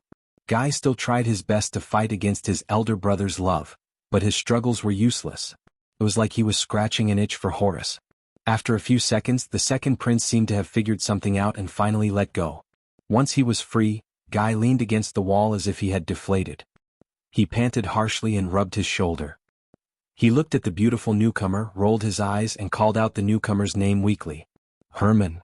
If someone asked Guy what was worse than running into a bastard brother early in the morning, the answer would definitely be, running into two bastard brothers? That's right, Herman Jadestar. His youngest brother. Guy glared at Herman angrily. He was sensitive enough to notice that Herman's gaze was as arrogant as ever. It was filled with disdain and contempt. Most importantly, damn it, why is he so handsome? He had to admit that among the brothers, Guy and Herman took after their mother. But when it came to it, Herman was the one who truly inherited and even developed his mother's beauty. Well, it might not be accurate to describe him as beautiful, but in fact, using male adjectives to describe Herman would make him seem too boorish and crude. But if he used female adjectives to praise him, it would be too feminine and not powerful enough. So, Guy found a nickname for him that would not be too boorish and masculine, and would not be mistaken for a female. Sissy. Even though Guy was certain that all the people who had seen Herman with their own eyes would not agree to use this term. But what else could Guy do? There were only so many words in the world, right? He had to choose one. This was definitely not because he was jealous of Herman's looks. Yes, maybe a little, but definitely not much. Even though Guy would never forget that Herman Jadestar was the man who attracted the most attention at any ball. Over the years, the number one spot on the list of people who wanted to have a good time with the ladies in the capital, and perhaps some men as well, Guy thought maliciously, and the number one spot on the list of people who wanted to have a good time with them the most was firmly controlled by this sissy. But this sissy also understood the profound principle of letting go of the reins only to grasp them better, and giving them what they wanted. He pretended to be aloof, and never pretended to be courteous or hinted at, which made the ladies even crazier for him. This extremely hypocritical hypocrite made Guy, who also had the blood of the royal family flowing in his veins, look like a vulgar and despicable street whoremaster who would go to any hole he found. And every time, Herman would stare at him with a disdainful gaze, a mechanical and boring voice joined the conversation. Your Highnesses, is there a problem? As the footsteps drew closer, a long-faced man dressed in the attire of a guard appeared on the stairs above. He looked down at the three princes from above. When he saw this person, Horace narrowed his eyes and sized him up. Guy subconsciously shrank back. The fourth prince, Herman, shrugged and nodded in a fitting manner. His voice was pleasant to the ears and his smile was brilliant. No, Lord Zakriel. We are just brothers who have not seen each other for a long time to catch up. The Lord nodded but did not move. He only stared at the three of them with a burning gaze.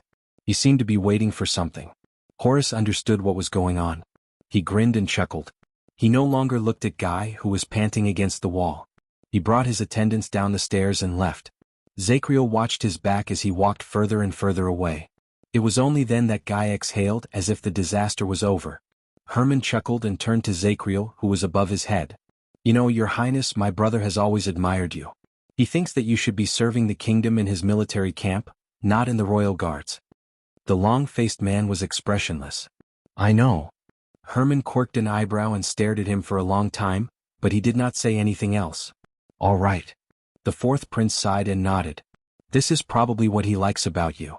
Zachriel did not say anything. Herman turned around and extended his hand to help Kessel, who was leaning against the wall, but the ungrateful Guy flung his hand away.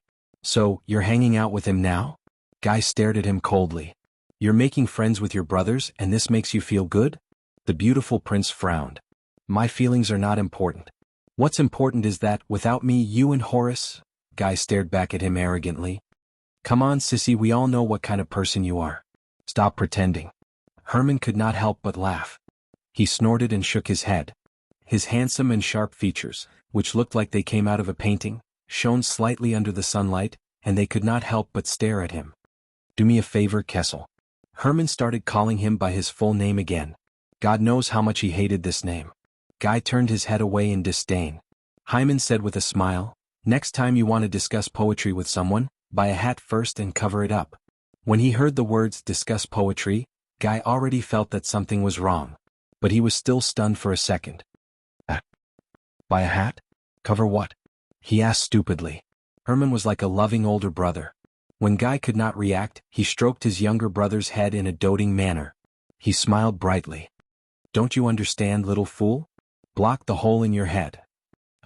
Why do you have to cover the hole in your head? Kyle touched his forehead and suddenly realized something. Cover your father. However, Hyman had already walked away with his handsome face that could topple all living beings. Following behind the ice-cold and sharp Horace, who seemed to be waiting for someone to swallow them up, Hyman had already left. Only Guy was left behind, stomping his feet in anger. Herman Jadestar, you're the one who has a hole in your head. Your whole family has a hole in their heads. Cough, cough, cough. Something seems wrong. In short, is it great to be handsome? Can you do whatever you want just because you're handsome? Guy cursed and turned around. He straightened the folds of his clothes and cursed this terrible morning. But a chill ran down his spine, and he slowly raised his gaze. He saw the chief penal officer of the royal guards, Zachriel, still standing at the corner of the stairs above him. He stared at him indifferently and did not move. Somewhat. Person. It was as if he was reminding him of something. Guy shuddered and understood what he meant. Yes. Guy glanced at Zachriel and thought gloomily. How could he forget? When the whip marks on his back were still throbbing with pain, how could he forget the person who carried out executions with whips under the king's orders? Guy cast a sideways glance at the chief penal officer above him, braced himself and waved his hand. I know I'm grounded, but I'm only here today too. But the long-faced penal officer did not wait for him to finish. He turned around indifferently and disappeared from Guy's sight. Guy could only turn around resentfully when he was halfway through his expression. He could only place his hands by his waist in resignation. How nice. At least he didn't ask about naked women. Guy threw a bully look that said, "What are you looking at?" at the King of Wives, who had a scary expression on his face. He continued walking up. When he reached the second floor, he was immediately stunned. The French window on the second floor was open. 2 large drawing boards and countless paints were placed in front of the window. A plump man dressed in luxurious clothes sat between the drawing boards. His back was facing Guy, and he held a few paintbrushes between his hands. He was concentrating on capturing the courtyard of Mindy's Hall at dawn on the canvas. But Guy opened his mouth subconsciously. Fatty. Fatty. The man's back stiffened slightly. Guy looked at the drawing board in horror and measured the distance between it and the stairs. You've been here all this time? You heard everything? The plump man turned his butt around on the chair and revealed an ordinary face. His small eyes were squeezed into his chubby cheeks, and they blinked impatiently. No, I didn't hear everything. The plump man dragged his voice out, and he looked like a profiteer. I only know that you read poems with 3 or 13 old, mature women naked? Guy's body swayed and he wailed silently. No, King didn't hear everything? Don't worry. The man whom he called Fatty seemed to understand Guy's despair. He shook his head, and he seemed to be taking pleasure in Guy's misfortune. I'm not interested in you being tied up and paraded naked through the streets. King said that again. You said I didn't hear everything? Guy was going crazy. He looked at the man who was trying to hold back his laughter, and he felt embarrassed and angry. I wasn't naked. I'll forget it. I mean, you heard everything but you just sat here and did nothing? Fatty waved one of his paintbrushes. Oh. Guy widened his eyes. Did you see that murderous, muscular man? You just watched him lose his temper at me? Aha. Did you see your younger twin brother? Did you see him trying to please Horace and help him to humiliate me? Aha. The plump man shook his head nonchalantly. His expression was still relaxed, and he looked quite pleased with himself without the slightest hint of guilt. Guy made an extremely rude mouth gesture, but he did not scold Zachriel. He knew that Zachriel was nearby. He threw his hands to the side as if he had given up on himself and exhaled. You're really something stupid, Fatty. That's your mess. Why should I get involved? The plump man shrugged. Kai raised his finger and looked at him coldly with a "you're really something" look on his face.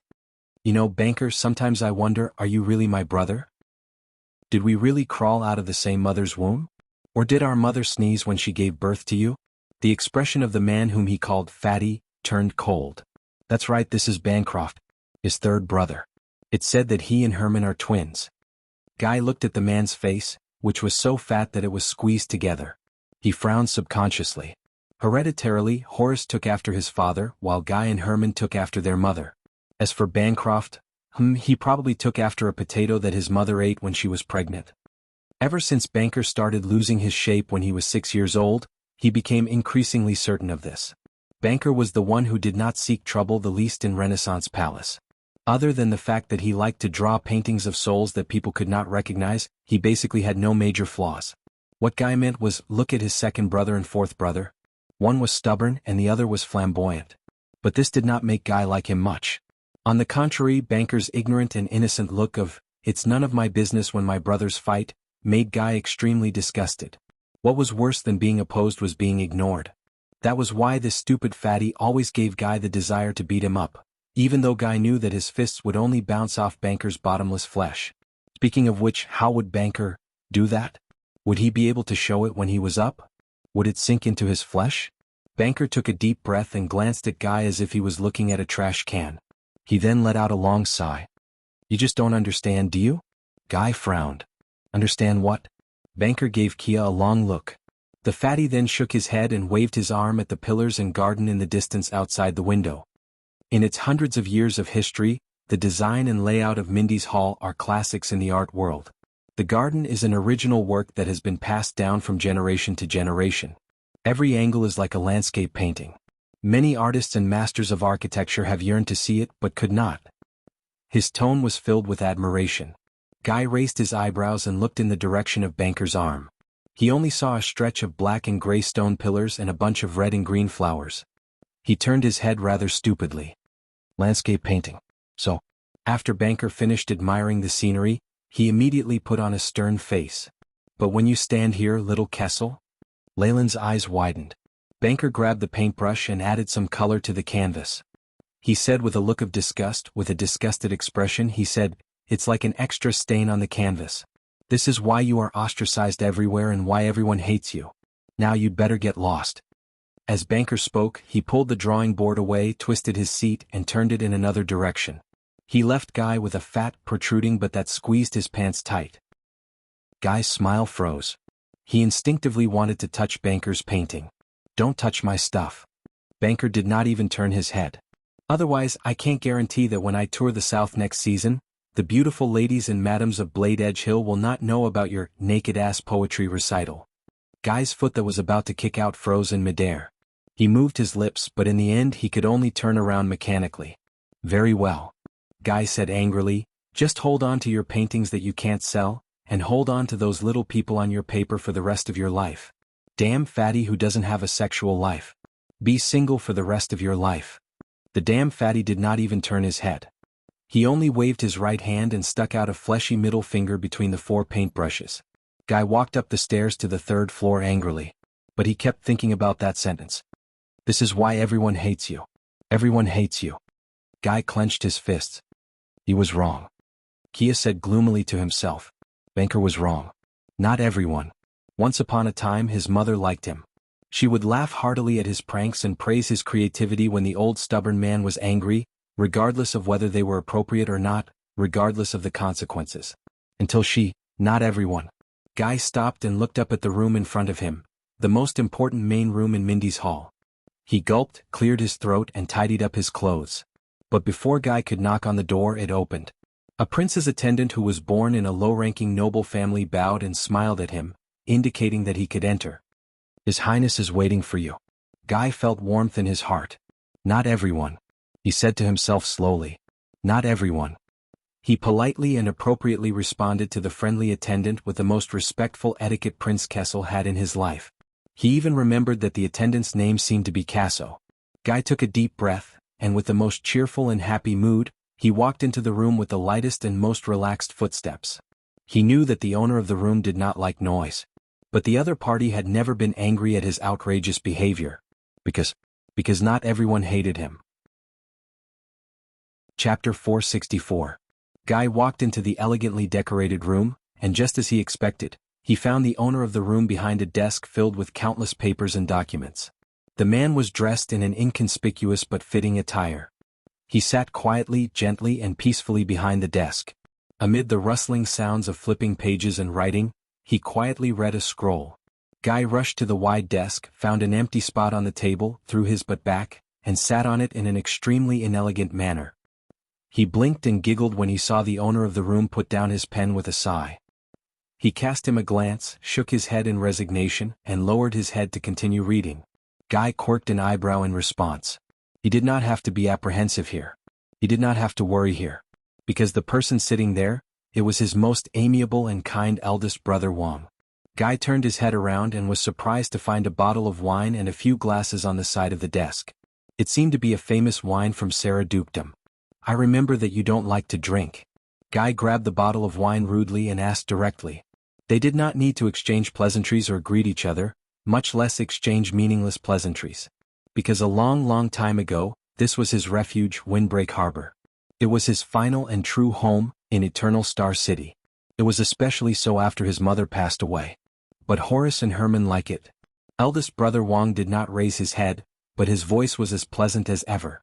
Even though it was not as pleasant as Herman's melodious voice, it had a different kind of gentle power to it. It made people unknowingly calm down. You are the same. Guy grabbed the bottle of wine, filled a glass and shrugged.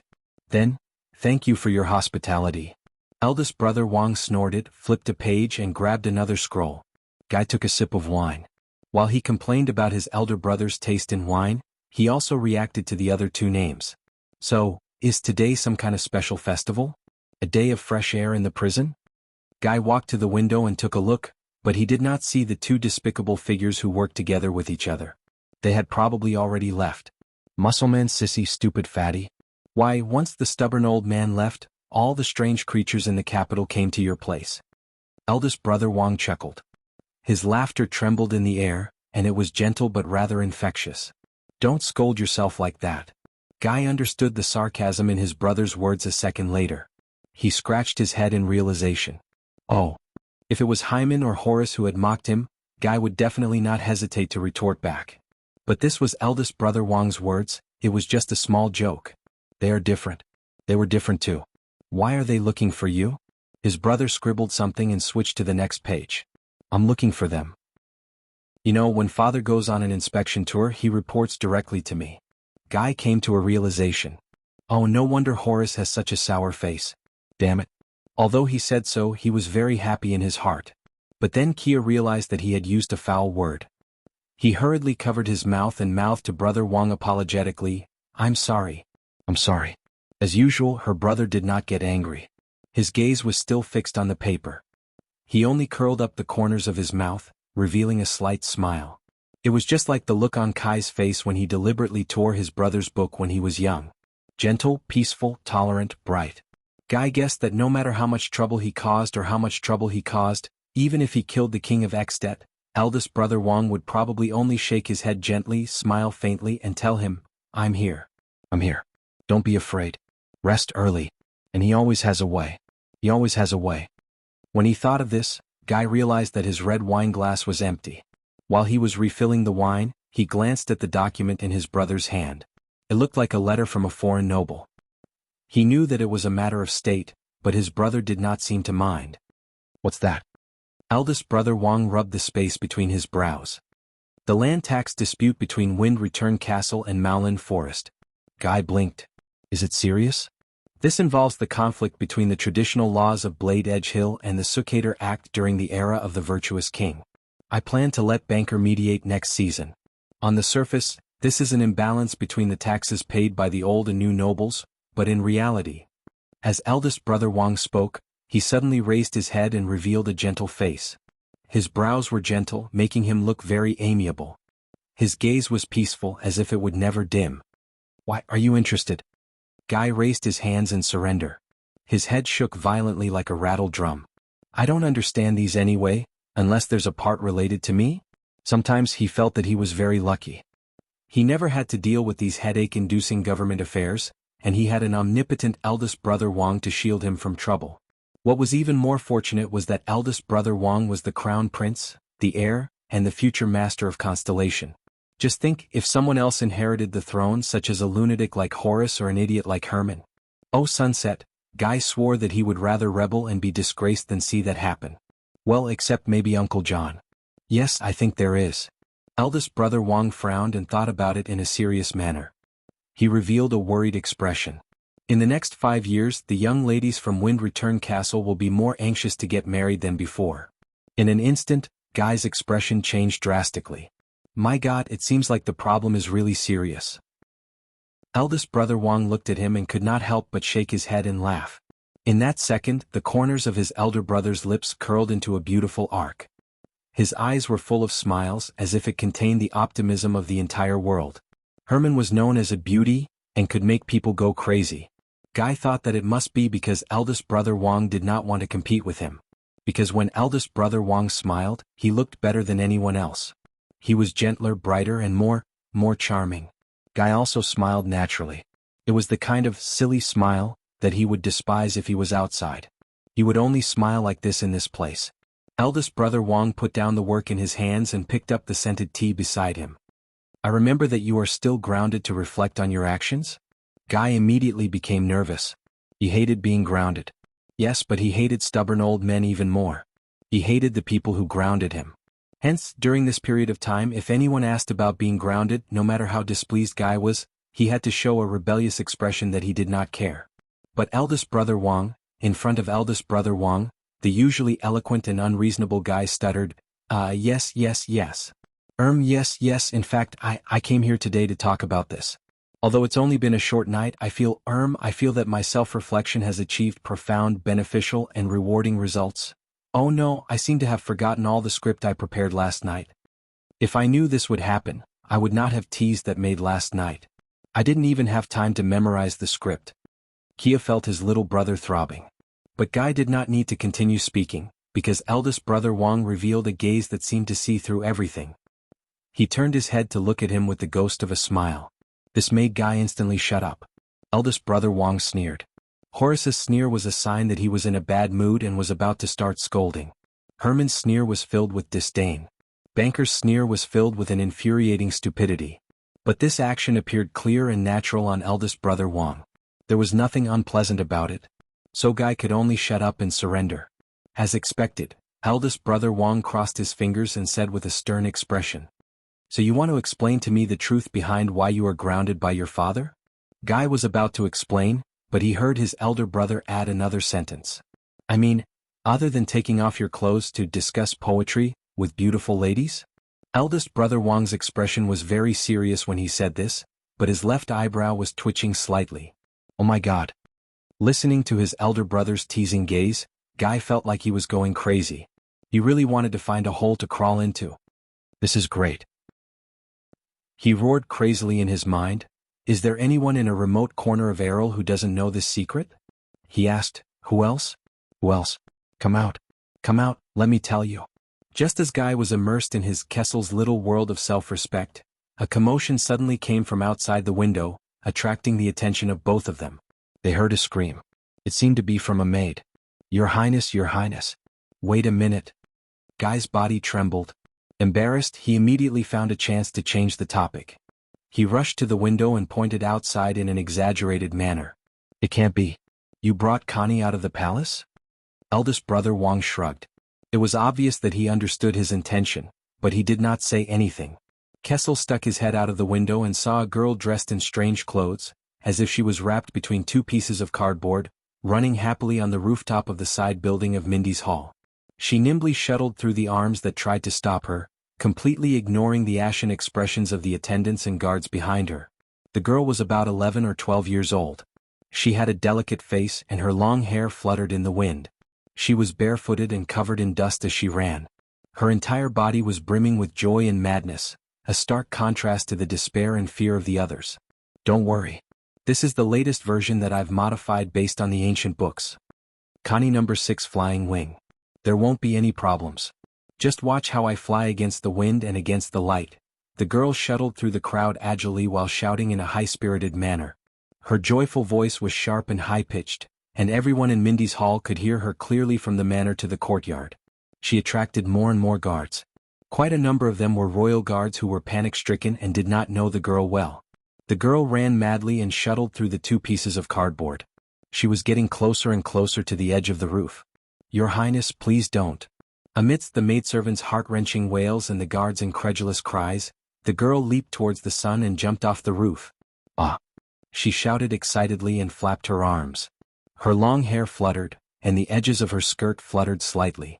I'm going to fly. In the next second the girl drew a beautiful parabola in the air and then, she fell. She fell into a thicket. After a series of rustling sounds from branches, Kai, who was watching with his mouth agape, finally heard that terrifying, muffled sound. Thud. Kai shuddered violently and retracted his head. His facial features scrunched up together. It looked like, it hurts. The maidservants' hysterical screams rang through Mindy's Hall again. Someone help. Your Highness, Your Highness, Your Highness, Your Highness fell again. Hence, another large group of people rushed downstairs in a hustle and bustle. The sound of their footsteps was rather loud and pleasant, comparable to that of a drum band. After watching all this, Kai, who was still in a state of shock, retracted his head from the window with great difficulty. With great difficulty, he straightened his lips and revealed an ugly smile. Are you really not going to do anything about it? At some point in time, Wang Changxing regained his posture as if he was dealing with government affairs. He calmly flipped through a warrant without any surprise or joy. He hummed in acknowledgement. Do what? Kai pointed under the window and revealed an ugly smile. He saw Morian and Rogo rushing over to the scene. About how to stop our little troublemaker sister from destroying Mindy's Hall? Wang Changxing snorted and revealed a gaze that reminded him of when he was a child who was pranked by him. Don't be afraid. Ida will take good care of her. Don't be afraid. When he heard this, Kai was dazed for a moment. He missed the past a little. But, what did my brother say? Ida? At that moment, move aside. As if to prove her brother's words, another short and slender figure made a fuss and flew out of the window. She cried with a heart-wrenching, earth-shattering voice. No, no, no, no, no. Little Connie, please be all right. Thud. There was another dull thud. A few guards were sent flying, including Morian. Kai's cheeks twitched again. Little Connie, good Connie, wake up, wake up. All right, as long as you wake up, I will never call you bad Connie again. The terrifying voice that the brothers, Kai and Kai had heard since they were young, and it was said that Kai's father and grandfather had heard since they were young as well. It was said that Kai's voice was tragic and heroic, and it boisterously rang through the clouds as usual. Don't die. I only went to the kitchen to get a drumstick. Why did you? Sup? I'm sorry. If you're still alive, please wake up, wake up. Kai leaned against the window and watched as the cloaked figure shook something violently. The corners of his lips began to twitch subconsciously. The royal guards and maids around him wanted to go forward in fear, but they were thrown away by the cloaked figure. A few seconds later, a soft and squeaky voice unique to a girl screamed. Then it grew louder and louder. Ahem, Ida, you seem to be pressing down on my boobs? The voice sounded incredibly aggrieved. The royal guards around him looked as if they were scalded by boiling water. They turned around and returned to their posts as if nothing had happened. Kai sighed. Just as he expected, the loud and terrifying voice that had been crying just a second ago rose again. There was an exceptional sense of surprise in it. Sabha. This is great. Little Connie, you're still alive. Sob, you're talking nonsense. Sob, how can you have such an evil thing like boobs? The soft girl's voice sounded weak. I'm serious. The books say that this will cause stunted growth. Kai looked at the scene outside the window, then at his brother who remained calm behind the desk. He pressed his forehead weakly. That's right. Ida is here too. She will definitely take good care of Constance. As if. Kai hissed silently in his heart. He suspected that half of his little sister's abnormal activity was caused by that silly cloaked dwarf. Kai left the window helplessly and walked back. He picked up his wine glass again. But that terrifying voice, Ida wailed again. Sob little Connie, I will never leave you again. By the way, do you want a drumstick? Swarm. Here, open your mouth. I'll tell you a little secret that I overheard just now. Don't tell anyone. That? My boobs? That, do you know why your little brother is grounded? It's because he crawled into bed with 30 naked women. Kai spat out the wine on the carpet and coughed violently. *CKme. I shouldn't have come today. Kia quickly pulled down the window of the room, shutting out Aida's earth-shattering voice. He and his brother looked at each other in dismay. There were only tears in his heart. After a long period of silence, Wang Changxing finally exhaled and broke the silence. You know Connie. As if he did not see Kai's pathetic state, Wang Changxing sighed to himself. She's very lonely. Lonely. She yearns for attention and recognition. Kai, who was coughing non-stop and immersed in Kessel's self-respecting little world, was stunned when he heard that. He looked up and met his elder brother's gaze. At that moment, Wang Changxing's gaze was different from usual. It was not only gentle, tolerant, and comforting. There was also something else in it. His elder brother said faintly, that's why she is eager to do something. And we all understand that feeling. We should also understand. Kai was silent. He opened his mouth to say something. But his elder brother's gaze was fixed on him, as if he had seen through everything. So Kai lowered his head. After a while, the commotion outside the window finally stopped. Kai straightened his breathing and let out a long sigh. It's all thanks to that stubborn old man. He snorted softly and crossed his arms. His tone was full of deliberate venom. For more than 10 years, it's as if he doesn't have this daughter. Wang Changxing was silent for a while. Don't blame our father. After a long while, the usually gentle elder brother suddenly said this. This was unusual. Normally, Kai would not argue with him because Wang Changxing was usually not wrong. Even if he was wrong for a reason. But today, especially after being stared at by the elder brother with that strange gaze, Kai suddenly felt as if there was a fishbone stuck in his throat. Father? He turned his back to his elder brother and said sarcastically, then what kind of father would hate his own child? Wang Changxing hummed in acknowledgement. This time, his words were a little more serious, with a rare lament. That's not hate. Father was too shocked by Mother's death. You know, when he sees Constance, he will think of Mother and the pain she suffered before her death. Kai's expression dimmed. Mother? Is that so? Wang Changxing sighed. His deep love for Mother became a torment and burden when he faced Connie. The deeper the love, the heavier the torment and burden. Father stayed away from Constance for her own good, because he was afraid that when he thought of love, he would become someone who would not even recognize himself. When he said the last few words, even his elder brother seemed to be in a daze. Kai clenched his teeth and shook his head. Well, nothing is more ridiculous than this. He knew that if Mother saw how he treated Connie, she would definitely fight him to the death. Just like how she protected us, protected all her other children. Wang Changxing did not answer immediately. The room was quiet, even the sound of turning pages and writing was not heard. Yes, Kai heard his elder brother speak very slowly. She will. Kai suddenly thought, not only Connie, if Mother saw her beloved sons end up in this state, hating each other and being wary of each other, what would she think? Every time he thought of this, Kai's heart clenched. Eldest brother Wang heaved a deep sigh before he resumed his gentle and cordial tone. So, the responsibility of caring for her sister can only be borne by her older brothers for now. Wang Changxing patted the back of his neck as if he was relaxing his muscles and bones. Kai also patted his head, pulling himself out of the abnormal state he was in just now. Forget about those naked women, forget about it. By the way, I found you a job. Wang Changxiong's words gave Guy a shock, and he immediately forgot about the naked woman. He turned his head abruptly, and the expression on his face was extremely interesting. Work? Kai almost thought he heard wrong. But his elder brother only nodded kindly. After all, Father told me before he left that any form is fine. What you need is to reflect. You don't want him to fly into a rage when he comes back, do you? Or do you really want to be grounded? Kai's eyebrows twitched. The stubborn old man told me that? Was there such a sentence in the original words? Make that trash behave, or tell him to get out of my sight? What a joke. As the Prince of Constellation, does he still need to work? All right, Horace leads a group of soldiers, Banker is an honorary director of the National Research Association, and even Herman carries the title of a special envoy of the royal family. Counting them, he is indeed the only one who is a little, When he thought of this, Kai's expression immediately changed. He said seriously, "Oh, work? You know, I also have this plan." Kai scratched his forehead in pain, looking for an excuse. "In fact, I am preparing to leave the city and go to Star Lake Castle in a few days. John told me that he needs help there," but Wang Changxing only shook his head gently. There was a nostalgic look on his face. The anniversary of John's wife's death has arrived.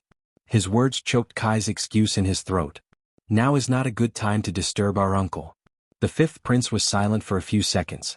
In the end, Kai scratched his head in annoyance and looked at his elder brother innocently. He said pitifully, "Wait, are you serious? You're not going to let me deceive you, are you?" His elder brother smiled. He was still as gentle and amiable as ever, making it impossible for anyone to have any rebellious thoughts.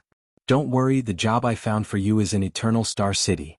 Wang Changxing accurately pulled out a stack of papers from the pile of documents and threw them to him from afar. "Western City Police Station. Go and help maintain the order in Western District, Lower City District, and Western City Gate. This or grounding. Choose one." Kia smacked himself on the forehead. There is no hole. At least I did not touch it." But Kai rubbed his face in pain. His entire body drooped like a wronged puppy. "Oh no. Whenever I hear police officer or words related to it, I get annoyed." But soon his gaze focused. "Wait, Western District? Isn't that the district where Red Street Market is?" A brilliant light shone in Kai's eyes. Wang Changxing nodded with an amused smile. His gaze was sincere.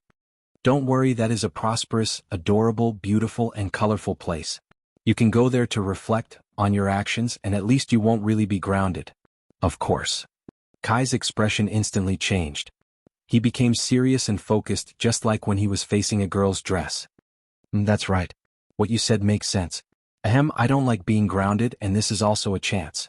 As a police officer or other civil servant, I can properly patrol and understand our city, and serve the kingdom, especially Red Street Market." Wang Changxing smiled again. His smile was very gentle. It made him feel very at ease. Kai pretended to be serious as he flipped through the information in his hands. He thought about how he could first make sure that Red Street Market was within the scope of his work, then change his attitude without losing face, and seize this position with benefits. "I informed a police officer's advisor there. Coincidentally, she needs an assistant," Wang Changxing said softly. "She also promised me that she would take good care of you." Kai thought about the matter of Red Street Market and nodded absent-mindedly. That's very thoughtful. Police officer, advisor, assistant promise take good care of me. Wait a minute. A thought flashed in Kai's mind. He directly ignored the other words that made him unhappy and only left the more important parts. Kai looked up abruptly and his eyes lit up. "You mean a lady?" Eldest brother Wang nodded warmly, smiling. "Miss, to be exact, unmarried, and her family have little power over her." Elder brother Wang knocked on the table with his fingers. His expression was complicated, with a hint that Guy couldn't understand. It didn't matter. Apart from eating, drinking, and playing, Guy usually didn't know much about anything that elder brother Wang knew. And his elder brother would definitely not harm him. Most importantly, Miss, it doesn't matter if we get married. Kai really wanted to say that. But he had to be reserved. Yes, reserved. Guy suppressed his excitement and told himself that he couldn't show his table manners too obviously. After all, elder brother Wang was a decent person. Therefore it had to be done step by step. Is it beautiful?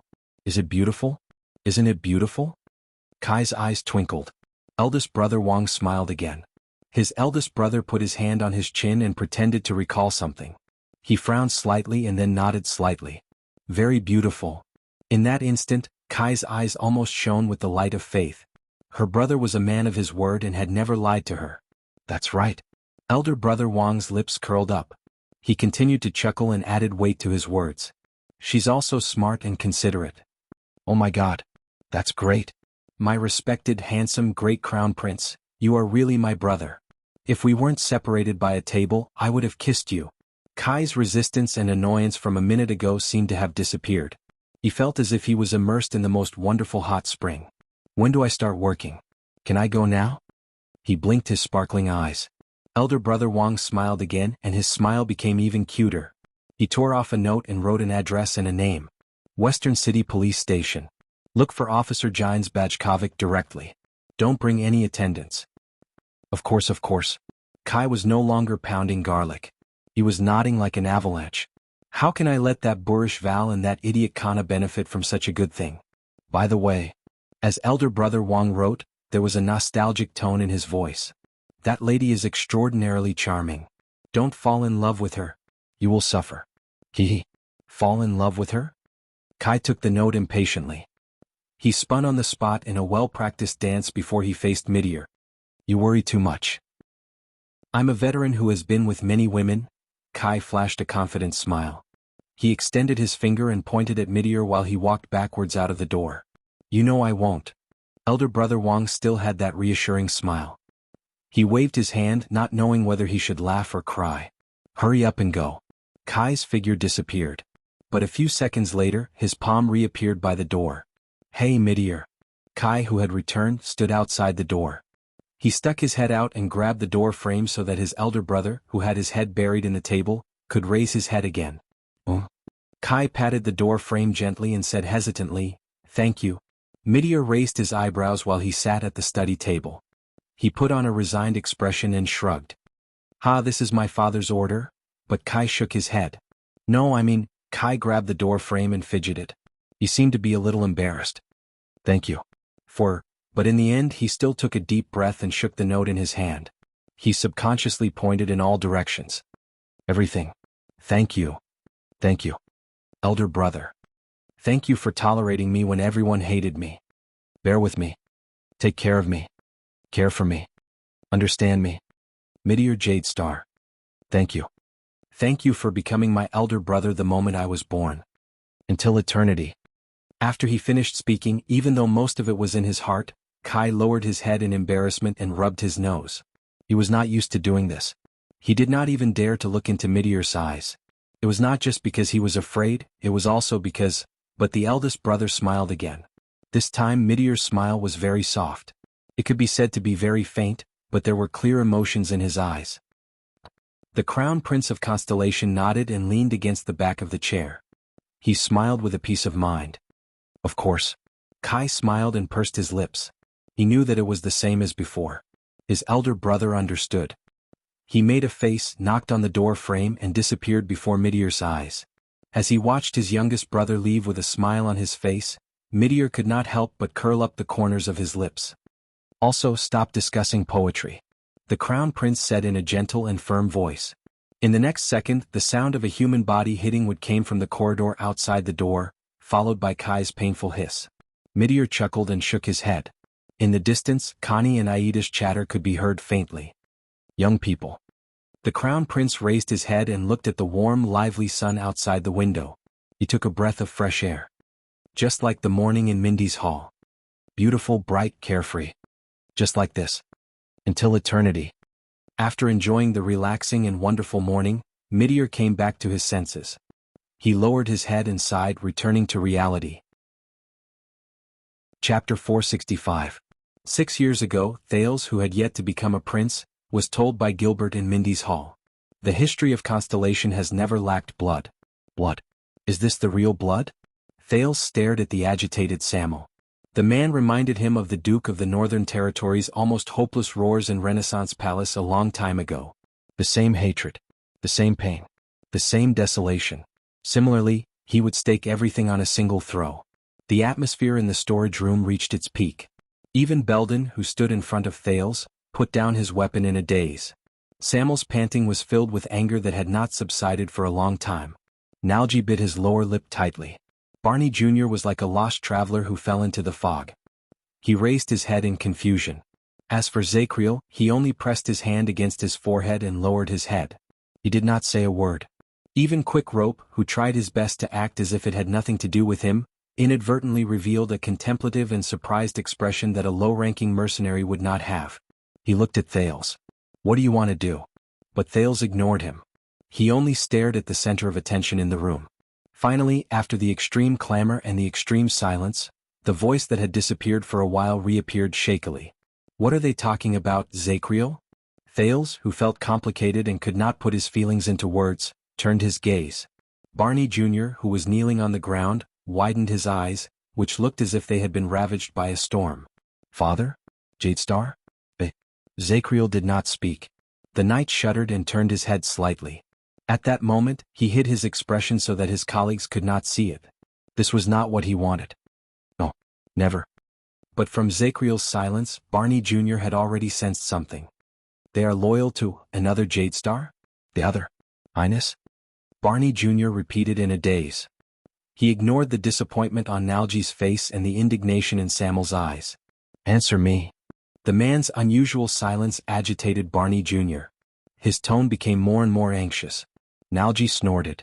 Barney Jr. turned to him for help. "Go and ask your father." "Ask our respected vice-captain," Nalji said softly. The sarcasm and reproach in his voice still lingered. "He is the instigator who appeared in secret, followed orders from his superiors, and made promises to his subordinates. Too bad he didn't tell you." Barney Jr.'s unfocused gaze became focused again.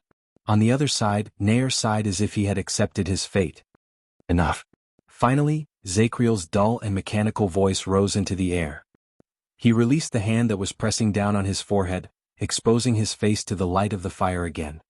His pupils were dim, and they reflected the burning torches on the ground in a lifeless manner. Apathetic. Just like a dead person. "Why can't you just let go?" The Knight of Judgment asked absent-mindedly. "Let go of everything in the past. Keep everything in its original state, no increase, no decrease, no more, no less." In the end, there was still a slight fluctuation in his calm and hollow voice. "Let them end here." "Why not?" His words caused the expressions of many of his colleagues to change. Nalji's shoulders trembled. He looked at Barney Jr. and flashed a sarcastic, bitter smile. "Yes, why not?" Rumble. Barney Jr. got up from the ground abruptly. His senses, which had been ravaged by the alchemy ball, made him stagger for a second before he managed to regain his footing. "Because, Zachriel, because if it's true," at that moment, the disheveled Barney Jr.'s numb eyes shone with a rare hint of excitement. "If the bloody year is really a lie, then it means, he looked at his other colleagues eagerly and longingly, the sobbing Canon, the whimpering Bruley, the desolate Tardin and Belden and Nair who exchanged glances. They seemed to want to get some support. But his colleagues did not respond. Only Samuel sneered in disdain. Thales sighed softly. He cleared his throat and spoke in the unbearable silence and darkness. "That means, Barney, that the people who swore loyalty to the Jadestar royal family in the past, including your father, might not have committed treason." The prince's words echoed in the dungeon, and the light in Barney Jr.'s eyes grew brighter. Thales sensed the fatigue and pain all over his body. He tried his best to make his voice sound calm and amiable so that he could slightly comfort the pitiful man in front of him, who was covered in wounds. At least it was not so absolute and thorough. The prince's voice caused the guards to react differently. Some lowered their heads and did not speak, some opened their mouths and some closed their eyes and sighed. But Thales ignored them. He only spoke slowly, and there was a desolation and sorrow that the teenager usually did not have. "They are still loyal to the Jadestar royal family, and they only listen to orders. In the internal strife of the royal family they choose a side. Choose their own masters. And fight to the death." Thales buried these words in his heart. Barney Jr.'s expression relaxed a little, as if he had obtained some sort of release. The guards fell silent, regardless of whether they knew about it or not, regardless of their ranks. The dungeon sank into silence again. But Quick Rope, who was watching from the side, felt that the silence this time was not so unbearable. Is it? Barney Jr. nodded faintly and repeated blindly. They're just, on the other side." Zachriel released a long sigh. "Don't blame them, Barney." There was sadness hidden in the Knight of Judgment's eyes. "Especially your father."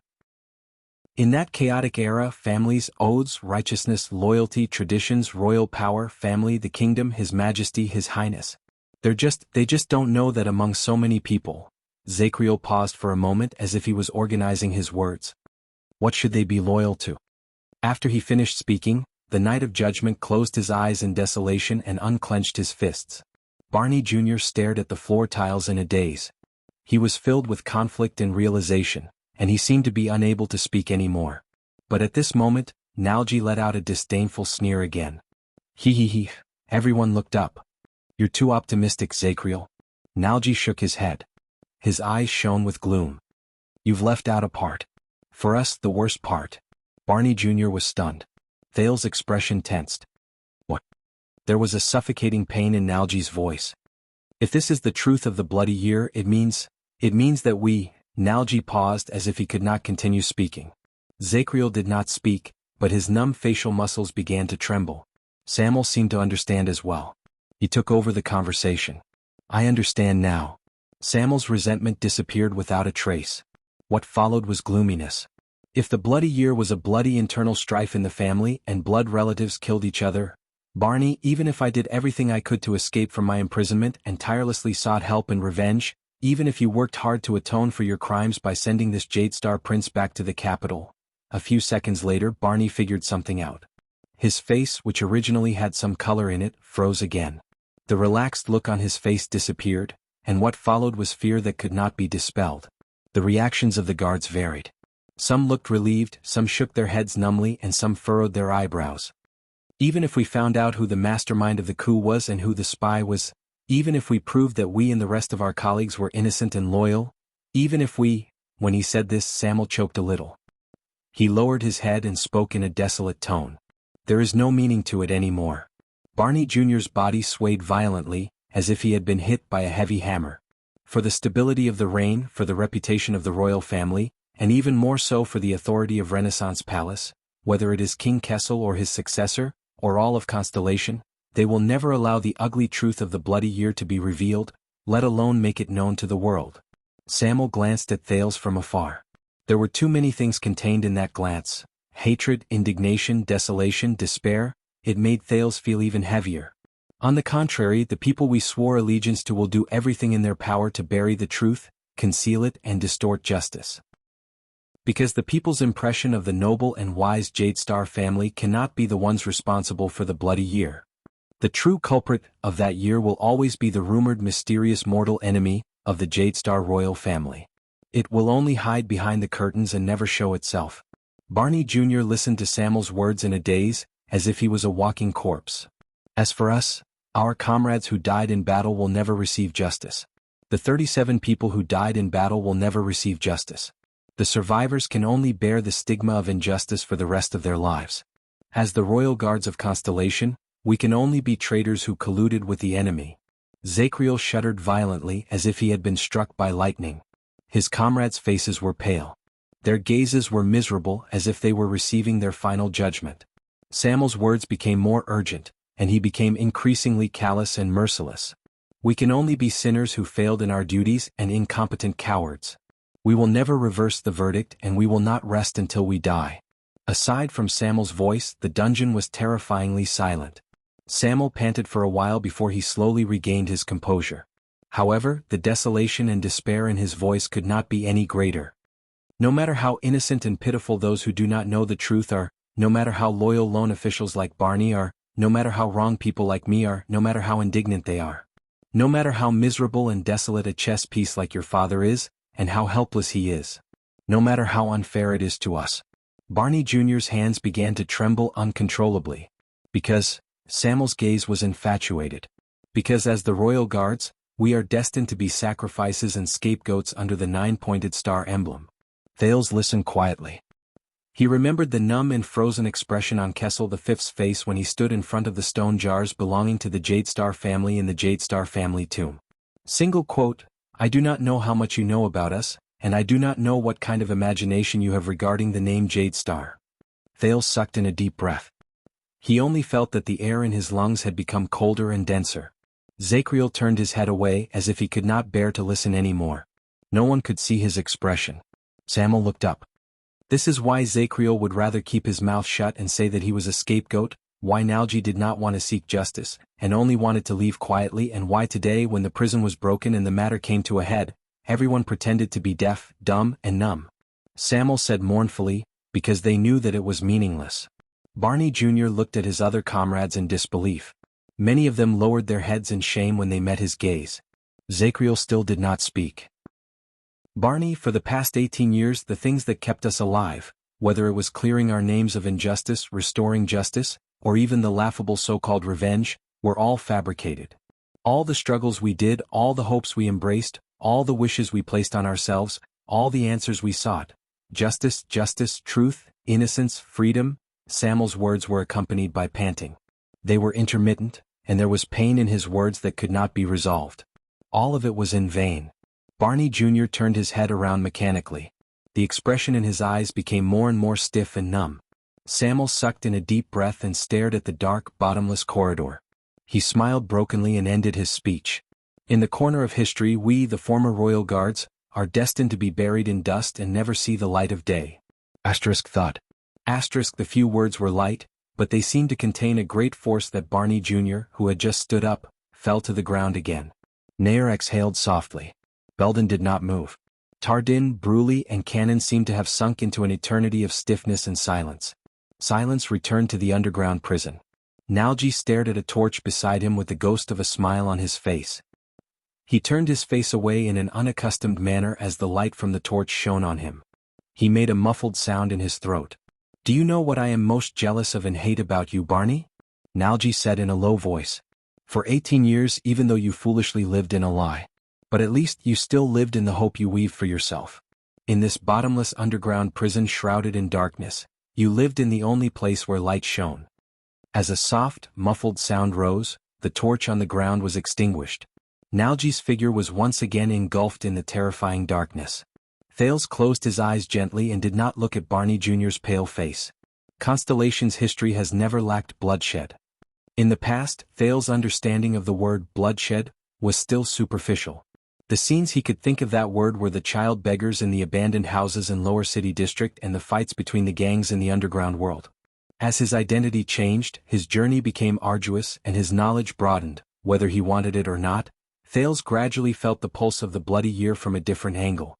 The dead silence in the Jadestar family tomb, the Duke of Northern Territory's desperate roar in Renaissance Palace, the wordless mourning at Raymond Pass, the nostalgia in the eyes of the veteran Janet for the old days, the cheerful yet somber gaze of the fortress flower, Willow's absent-minded look when he talked about his dead sister, the lonely figure of the kingdom's wrath under the setting sun, the cold and lonely ghost Prince Tower, and Marina's pale and trembling face when she confessed her feelings. Too many people were trapped in it and could not extricate themselves. Thales thought that he was beginning to understand the cruel side of the bloody year. Until now. Until the members of the Royal Guards, whom he met again in the Prison of Bones, and the cruel and merciless suspicion and confrontation between them. This was the true bloody year. It was an eternal nightmare that engulfed everything, and it was as if he could never wake up from it. "Ha ha!" Barney Jr.'s forlorn laughter broke Thales' heavy thoughts. Unexpectedly, Barney Jr.'s face was no longer gloomy and sad. Only a smile remained. Ah! A numb, still, fake and cold smile. Just like a clown in a circus. Just like the smiling faces they painted on with paint. A smiling face that made people feel slightly uneasy. No one knew what was hidden under the curve of that smile. Thales felt a stab of pain in his heart when he saw it. "I see," Barney Jr. said loudly and desolately as he laughed. "Alan, Walker, Bobby, Morian, Larray, King, Skeleton, Rogo." He mumbled the names that Thales found unfamiliar in a neurotic manner. He did not even spare a glance at the people beside him. He only extended his arms towards the dark ceiling and laughed madly. 18 years of imprisonment, so much bloodshed, so much persistence. So, it was all meaningless. Barney Jr. laughed so hard that the brand on his face curled up a little.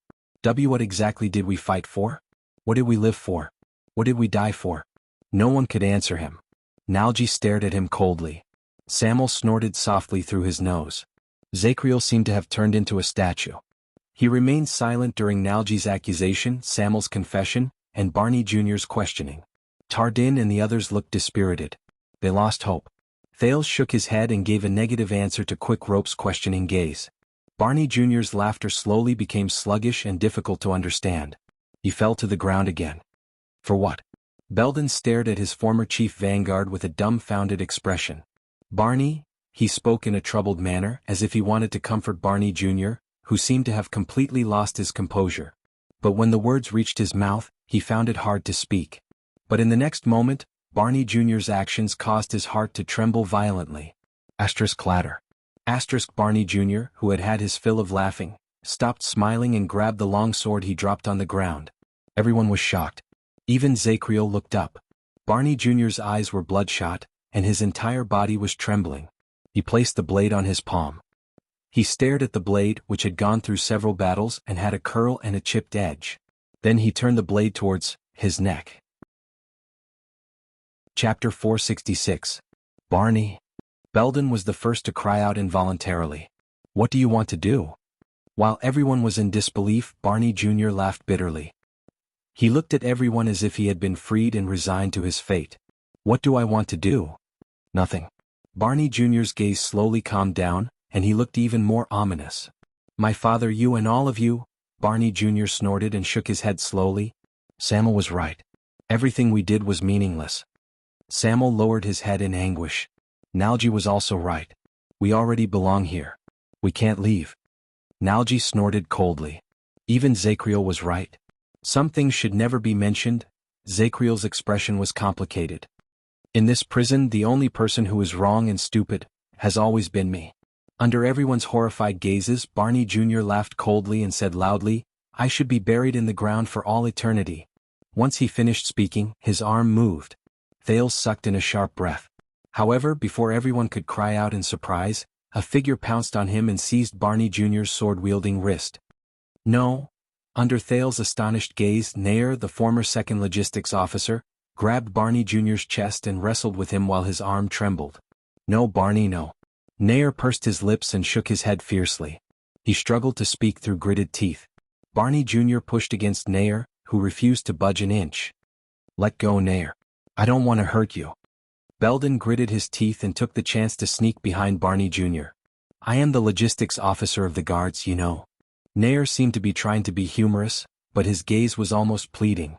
Non-combat casualties are my responsibility. Many people reacted to his words. Barney Jr. was stunned for a moment before he chuckled. Logistics officer, what? You don't even care about what little dignity I have left. In the next second, Barney Jr.'s expression changed and he shouted angrily, Are you going to take it all away? With Hell's senses, Thales saw Barney Jr.'s power of eradication surge. Nair's hand was instantly released, and his opponent turned around and threw him away. Dong. Nair crashed into Belden, who intended to seize the opportunity to launch a sneak attack and snatch the sword. He coughed up a mouthful of blood and grunted in pain. But the moment Barney Jr. grabbed his sword again, a third figure pounced on him and pressed down on his arm. This time, Barney Jr. stared at the person who stopped him in surprise. It's not that simple, Barney. Nalji sneered before Barney Jr.'s eyes. He seized Barney Jr.'s right arm from an ingenious angle. After such a long period of torture, you want to escape just like that? Like your coward father? Nalji said hatefully, No way. Barney Jr. furrowed his eyebrows at first, then his anger surged. But Nalji interrupted him. At least not in front of me. In the next second, against everyone's expectations, Nalji raised Barney Jr.'s arm with a cold smile. He faced the edge of the sword himself. There was a ripping sound. It was the sound of steel tearing through flesh, a sound that Thales had heard countless times. No. Thales cried out in surprise with his eyes wide open. No. It shouldn't be like this. It shouldn't be. He was not the only one who reacted this way. Most of the royal guards cried out in surprise. Asterisk clang. Asterisk the long sword fell to the ground. Asterisk thud. Asterisk with a languid smile that he had not shown for a long time, Nalji slowly let go of Barney Jr.'s arm. Endless blood gushed out from his neck. It reflected the light from the fire and it looked like lava in a volcano. The blood made the stunned Barney Jr.'s face turn scarlet. It was as if he wanted to vent all the grievances and resentment he had felt for the past 18 years. Nalji. Cannon, who was in the same cell as Nalji, rushed forward with a roar and grabbed Barney's body. Bruley pounced on him right after. Both of them were panicking. Cannon held Nalji, who was bleeding profusely from his neck. He pressed his palm against the terrifying wound in vain, and he began to mutter in fear. Help me, Bruley. No, this is an artery. I can't stop the bleeding, I can't. As he stared at Nalgie on the ground, Barney Jr. first froze on the spot like an ice sculpture. He then raised his bright red hands and wiped his cheeks, which were also covered in blood. His face was filled with disbelief. "What is this? What is this?" Barney Jr. started to tremble. Nalgie flashed a pale smile as if he had succeeded. He seemed to want to say something, but when he opened his mouth, he could only gurgle as blood gushed out of his mouth. In the end, with his life that was about to disappear, he shook his head slowly at the stunned Barney Jr. The sudden accident frightened everyone. Quick Rope, who was frightened, pulled Thales back with him. "CK, is this your plan? You want to turn them into dangerous lunatics?" Thales widened his eyes and stared at the scene in front of him. He stared at the blood that was slowly spreading on the ground. He remembered a long time ago when he was in an abandoned house. The blood on Quide's neck was also the same. It was bright red, surging, and did not seem real at all. It was like bright paint. It was all over his head and face. Or maybe they had been crazy for a long time and you just dug out their madness. This. Quick Rope stared at Nalgie in disbelief, who only wanted to die. Thales trembled. "No, this isn't what I want." "But, they want to commit suicide?" Thales thought in a daze. No.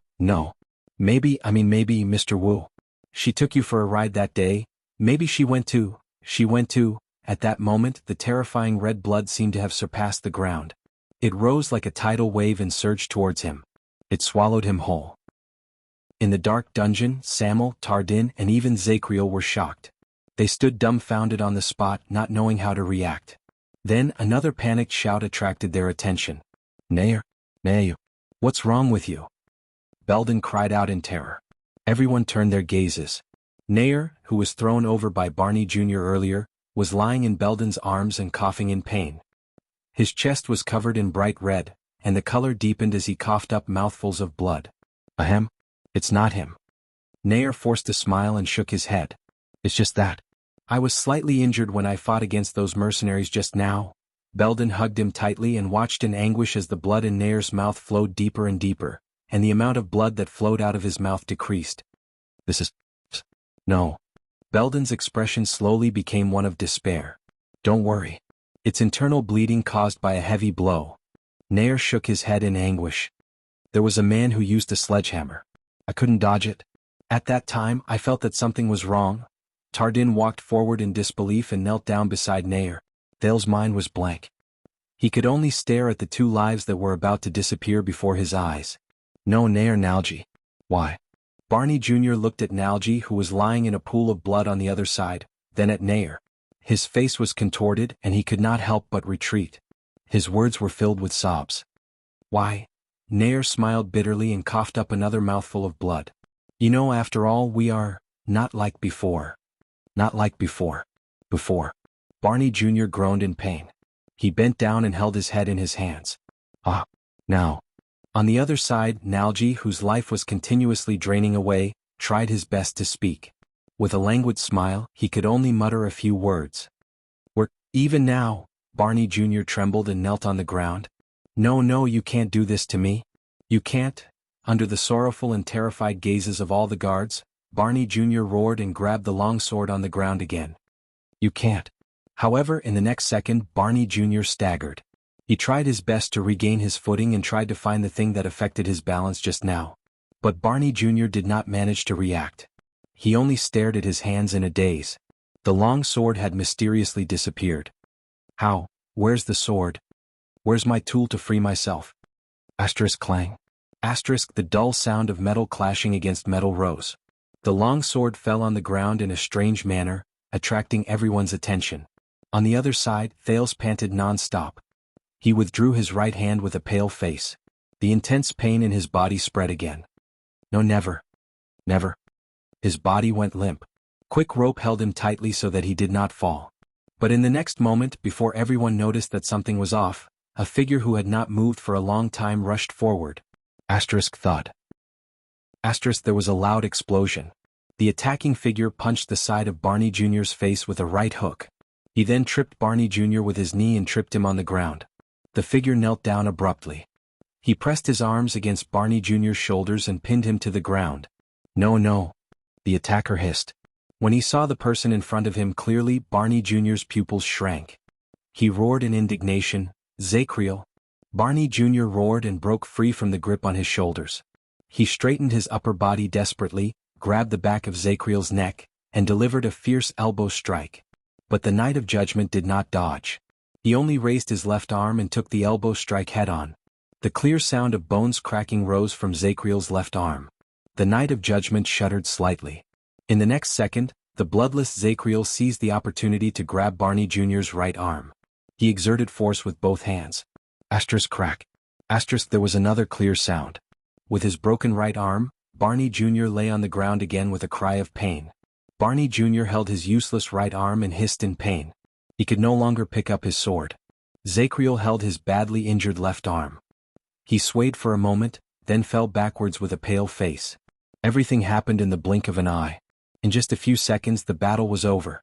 Even Samuel, who had picked up his weapon at the first moment, could only stare at the scene in front of him in a daze. What? Barney Jr. pounded the ground with the back of his head in pain and asked in agony, "Why? Why did you do this to me? Why?"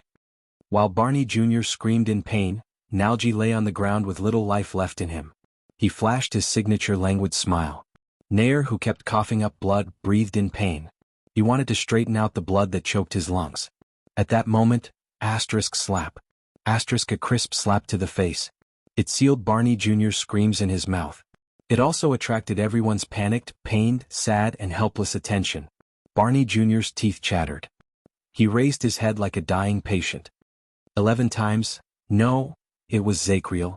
With wounds all over his body, he lay beside Barney Jr. He gritted his teeth and squeezed out a few words. 11 times, no more, his words trembled and his tone was sorrowful. Barney Jr. seemed to have sobered up a little. He stared blankly at Zacriel, who was convulsing. What, 11 times? Zacriel inhaled laboriously and exhaled even more laboriously. Then he slowly raised his head. He exposed his face to the light of the fire. Asterisk drip. Asterisk a tear rolled down from his wrinkled eye socket.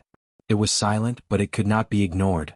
Zacriel knelt on the ground and raised his empty hands. His face was covered in tears. Enough, he said in a daze.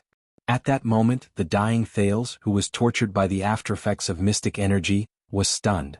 Zacriel, the Knight of Judgment, strong, steady, determined, callous, unparalleled, unstoppable, unshakable.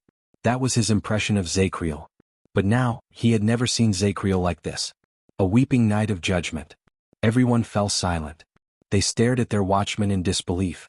11 times. Zacriel sobbed and trembled like a child who had done something wrong. He was filled with remorse and pain. Year 86 of the calendar of eradication, John I passed away on his journey. The 3 stars under him fought for the throne, and internal strife lasted for years. His tear-filled eyes stared into the air. From then on, the royal guard served their masters. Their comrades fought against each other with swords. Nalji's breathing quickened uncontrollably. Nair's coughing grew softer and softer. No one knows that in the Watchman's records, the royal guards of Constellation have already experienced 11 divisions and internal strife in the past 600 years. Zacriel closed his eyes in pain again. His hands trembled as if he was holding a huge rock weighing 10,000 kilograms, but at the same time, it felt as if he was holding nothing at all. The royal guards, 11 times in total, fratricide. Thale's gaze froze. I beg you enough. Zacriel turned his head around. With a sobbing tone, he begged everyone in front of him like a broken patient. Don't, I'm bleeding. The dungeon was getting darker and darker. There was only one torch left and it was still burning as if it didn't have much time left. It was waiting for the darkness that would eventually come. Samuel stared at him in a daze, Belden stared at him in shock, Tardin stared at him in grief, and Bruley stared at him in grief. Barney Jr. stared at him with an incredibly conflicted look. Thale struggled. He supported quick rope and used all his strength to stand up. Compared to my predecessors, I am the worst, the weakest, the most useless, the worst, and the most unbearable watchman in the history of the Royal Guards. Zacriel's confession continued. His tone was filled with remorse and self-blame that could not be dispelled for the rest of his life. I can't protect you, I can't lead you, I can't protect you. I can't even make my own choices. I can only watch everything happen, powerless and helpless. With tears in his eyes, he swept his gaze over his wounded teammates in a daze. In the end, his gaze stopped in the air, and he stared at the non-existent people. "I'm sorry, Your Majesty. I'm sorry, Captain. I'm sorry, everyone." The lonely and desolate Knight of Judgment swayed a little. His injuries were not light to begin with, and he seemed to have used up all his strength to support his knees. He slid weakly to the ground. "I can't do anything." Zakriel's tear-filled gaze was fixed on Thales. It was as if he was looking at another person. He was sad and in despair. "Anything." Chapter 467. Thump. Another heartbeat sounded like a heavy hammer. Bang. Excruciating pain. Thales struggled to stand with quick rope support. He was drenched in cold sweat. "No." Thump. Another heartbeat. After he forcefully snatched Barney's sword, the terrifying aftereffects attacked him again. Every breath he took and even every heartbeat was accompanied by an excruciating pain. Each time was worse than the last. It was as if the ferryman was summoning him to crush him inch by inch from head to toe. But that was no longer important. He could not fall. At least not now. Thales glanced at the 9 men in front of him, who were covered in wounds and had despair in their eyes. The former royal guards. Thump. After the next heartbeat, the nearly exhausted sin of Hell's River surged again, as if it had been saved from a desperate situation. It filled his limbs and surged towards his heart, which could not bear the heavy burden, and his body, which was on the verge of collapse. An unfamiliar yet familiar fluctuation attacked him, and the scene of him fighting against the Star Killer on the night of Dragon's Blood appeared again. The sin of Hell's River began to consume a large amount of energy to speed up the regeneration and recovery of the damaged tissues in his body. It was accompanied by an infinitely magnified pain. Thales began to tremble uncontrollably. But unlike before when he listened to Zakriel's confession, Barney Jr.'s sobs, the sound of Nalji gulping down blood, and Nair's increasingly chaotic breathing, Thales suddenly realized that he could ignore the pain that had once made him wish he was dead. Zakriel's words rang in his ears like it was a lifetime ago, but they were incredibly clear. The royal guards served their masters and comrades fought each other with swords. A total of 11 times, they fought against each other. Thump. The Knight of Judgment stared blankly into the darkness in Thales' increasingly dim vision. "I can only watch as everything happens, powerless and helpless." "I'm sorry," Zakriel said emptily. "I can't do anything." Thales subconsciously tightened his grip on Quick Rope's arm and closed his eyes. The sin of Hell's River was like a beast that had found its prey. It continued to roar in his body. But at that moment, Thales seemed to have returned to that night in the abandoned house. He lay powerlessly on the dilapidated floor. He heard Quide's maniacal laughter.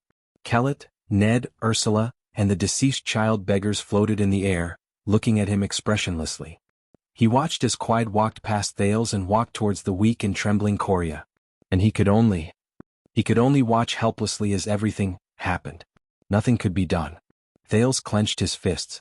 "Can't do anything?" "No." There seemed to be a voice whispering in his heart. "No." Thump. As if he was ordering his body, Thales trembled and let go of Quick Rope. He stood up straight in pain. The chaos and blood in Dragon Cloud City that night flashed across his mind. Do anything. No, do it. He suddenly understood. What he learned from Taurus teachings was not just the use of mystic energy, the mystic's contactor, or the thing's stage. It was something more important. Thales' eyes flew open. No. The youth's calm and resolute voice attracted everyone's attention. Quick Rope stared in surprise at the Prince of Constellation, who had relied on him to stand steadily just a second ago. At that moment, he was drenched in cold sweat as he walked forward. "This has nothing to do with what we can or cannot do." Thales staggered over Barney's sword and picked up the extinguished torch from the ground. He swung it in the air so that it could burn fully again. The light illuminated the dark storage room. Zakriel looked at him blankly. Barney Jr. was still lying on the ground, sobbing silently. Nalji, who was hovering at the edge of death, gradually lost focus. Nair's coughs became soft and silent. Instead, it depends on whether we have made the right choice when the time comes. Thales inhaled with all his might and forced himself to lock the after effects of mystic energy and the pain from the sin of Hell's River's treatment outside of his consciousness. He held the torch and walked towards the dark pool of blood in front of him. "No matter what you plan to do now, it's too late." Samuel snorted softly. His tone was filled with endless sorrow and mockery. "This is the truth." Thales shook his head and continued walking forward. Blood from Nalji's neck stained the soles of his shoes. It was just like that night when he stepped into the pool of blood in the abandoned house. Everyone's gazes were focused on the prince. Thales gasped as he stepped into the pool of blood. In the next second, the pain in his body suddenly increased. The teenager slipped. He could no longer support his weak body and knelt on one knee in front of Nalji and Cannon. "Thales?" Quick Rope cried out in surprise, but he was stopped by the prince, who raised his hand resolutely. "Now at least." Thales panted and took a few steps forward on his knees to get closer to Nalji. He met the man's almost dry gaze. "We can still do one last thing." "One last thing?" Quick Rope was stunned for a moment. "Idler Nalji of the Defense Division, right?" Thales endured the waves of pain and looked at the man in front of him, whose life was slipping away. With Cannon's support, Nalji glanced at Thales with a blank expression. Blood from his neck gushed out continuously through the gaps between Cannon's trembling fingers. Then Nalji shifted his gaze away while trembling. He avoided Cannon's gaze and looked weak, as if he did not dare to face the teenager with the surname Jade Star. I know what you've done." Nalji shuddered slightly. The light from the fire illuminated Nalji's face, which was about to leave. His face was sallow and dry, and it was wrinkled with despair and pain. Thales gritted his teeth and squeezed out a calm smile as he watched Nalji's neck bleed profusely. He tried his best to make his words sound calmer. "You participated in the conspiracy and civil strife. During the chaotic era, you wavered between your family and the royal power. In the end, you chose to deny the late king and pledge your loyalty to another Jade Star. You chose the future he represented. You were stained with a blood debt that cannot be washed clean, including that of your fellow guards." Nalji began to tremble while he lay in Cannon's arms. His eyes, which were already dark and gloomy, swept over Thales. They were filled with regret and pain. Thales watched him calmly. The sorrow in his heart momentarily overshadowed the pain in his body. "You paid the price for this. You were tortured by your conscience. You wore the brand of sin on your face amid guilt, indignation, and resentment. You struggled for half your life." The teenager sighed. "You wasted your time." Nalji opened his mouth in pain, but he could only make gurgling sounds as blood flowed from his throat. His gaze as he stared at Thales became more and more desperate. The guards stared at the prince with different gazes. Some of them were desperate, some were miserable, some were indifferent, and some were empty. But Thales ignored them. He only smelled the stench of blood that filled his nostrils. He stared at Nalji, who lay in a pool of blood, as though he wanted to stare at his only remaining soul. "But I also know." Thales forced out a weak smile. "I know that you refused to plead guilty and were imprisoned because of your own selfishness, but because you wanted to carry out your choice and cover up the Jade Star royal family scandal. That might have been a sad but respectable choice." When he finished speaking, the guards' expressions changed slightly. Cannon, who was still holding Nalji, even raised his head in surprise. Nalji's dirt-covered face struggled for a moment. He looked at Thales in disbelief and clenched his fingers into a fist. In the next second, Thales sighed. "But those are not important anymore." The teenager stared at Nalji seriously. His bruised and disheveled face was calm and indifferent in the firelight. "Because 18 years later, at the moment when you were about to escape from prison, when freedom and relief were within your reach, you chose to give up on hypocrisy and luck. You faced the nightmare, the pain, and the ugliness head-on. You faced your past self." Zacriel, who was listening quietly, swayed a little. Barney Jr. also calmed down. As he listened to Thales' words, Nalji's breathing, which had worsened due to his bleeding, started to become chaotic.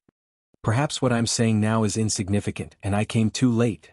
The weak Thales extended his left hand while trembling. He gently caressed the ugly brand of sin on Nalji's face. It was carved with the letters of the ancient empire. His touch seemed to have some sort of magic that made Nalji gradually calm down. Thales clenched his teeth gently. "But at least I want you to know. Even if the world does not know, even if the kingdom refuses to admit it, even if it will never be cleared up, at least I know in my heart." Thales took a deep breath and smiled. "I don't think you are a bad person, Nalji." At that moment, Nalji's pupils shrank abruptly. The way he looked at the prince changed just like his expression. "You are not a selfish, simple, and evil traitor." The teenager's voice was very soft, and it could only cause the dust to tremble. But it traveled in the dungeon, and it was incredibly clear. It traveled into everyone's ears. "On the contrary, you are a respectable person. You made your own choice, and then you bore the consequences without any complaints or regrets. You carried out your own principles." Nalji's breathing began to speed up, and it drowned out the sound of blood flowing out of his neck. He looked at Thales. His lips opened and closed and he let out intermittent grunts. But his slightly agitated words were buried in the surging blood. Thales smiled. I know, Nalji. I understand. The prince pressed gently against Nalji's forehead and closed the distance between them. Nalji's grunts continued, but they became weaker and weaker. So, at this moment during the last breath of your life. Thales realized that his voice was trembling, and it was even more than the trembling Nalji had when he was dying. Thales, Nalji. Thales breathed in a daze. Nalji's haggard face began to blur in front of him. In the name of the second prince, Thales Jadestar, the legitimate descendant of the Jadestar family, the only heir to the 9-pointed star crown. The teenager heard himself speak in a trembling voice. I forgive you. At that moment, the dungeon was terrifyingly quiet. Everyone stared blankly at the teenager who held the injured man and spoke softly. I forgive you for all the sins and wrongs you have committed, may have committed and did not commit. The prince's voice faded away. At that moment, it was as if nothing had happened. The dungeon was as quiet as ever. But a few tenths of a second later, Nalji's chest began to rise and fall violently, as if he was struggling to get up. Ugh! Finally, like a dam that had been holding up for a long time, Nalji collapsed at the last moment. His eyes had lost focus, but he still stretched out his powerless left hand while trembling violently. He scratched the air in vain. His lips twisted and twitched. He let out violent sobs and whimpers at Thales, as if he wanted to say an endless number of things. Ugh! Nalji's violent reaction caught Kanan off guard while he pressed down on Nalji's wound. He could only try his best to control Nalji so that his helpless situation would not worsen. Thales put down the torch and ignored the blood all over his body. He held Nalji's empty and helpless palm tightly and bent down to hug the man who was about to die. No matter who you betrayed, no matter who you were loyal to, no matter what your heart is, no matter what your body is, no matter how you treated yourself in the past and today. He pressed his cheek against Nalji's forehead so that Nalji's struggles gradually calmed down as he spoke. I hope that you will no longer be trapped in sin, conflict, torture, and guilt. Be free from now on. Thales panted and fought back the stinging sensation in his nose. I hope that your past will vanish into thin air, and that your nightmare will end now. Rest in peace from now on. No one made a sound. At that moment, the only sound in the dungeon was Nalji's slowly calming and weakening breathing. 1 second, 2 seconds, 3 seconds. After an unknown amount of time, Nalji's struggles finally calmed down. Thales exhaled, patted the frozen cannon and let go of Nalji. He lowered his head in a daze. At some point in time, the person in his arms had already closed his eyes. He no longer moved. He's gone. Thales said to himself bitterly. After 18 years of torture. He's gone. But Thales immediately moved. An endless amount of crystalline tears slid down Nalji's lifeless face. Tears gushed out of his eyes, and they surpassed the blood flowing from his neck. Thales felt his heart ache. Thank you, Your Highness. Kanan sobbed while still holding his comrade's body. Thank you, Your Highness. Nalji. Nalji? Thales raised his head and stared at him in a daze. Nalji's tear-stained face was contorted into an arc. He seemed to be suffering from intense pain. But Thales knew. It was not pain. It was something that Nalji had not shown for 18 years. A smile. Thales froze for a moment in his bewilderment. Then he staggered to his feet and raised the torch again. It was only then that he realized that at some point in time, everyone in the dungeon was staring at him. They were either surprised, excited, worried, or sad. It was as if the teenager was the main character on the stage at that moment. Even Zakriel stared at Thales in a daze. He did not move. Quick Rope was silent. There was a hint of meaning in his gaze as he stared at Thales. Thales took a deep breath and moved his gaze away from Nalji. He walked to the other side. He did not know whether the aftereffects of his mystic energy had let him go, or whether the sin of Hell's River had finally recovered. The pain in his body began to become numb, and it was not worth mentioning in his current state. With weak steps, Thales approached Belden, who was still holding Nair. Nair coughed in pain. As he stared at Thales, his eyes reflected the light from the fire and brightened. Your Highness, we. As he watched Nalji, who was no longer breathing, Belden suppressed the emotions in his chest. He was just about to speak when Thales raised his right hand and stopped him. Wait. The teenager shook his head. Belden immediately closed his lips.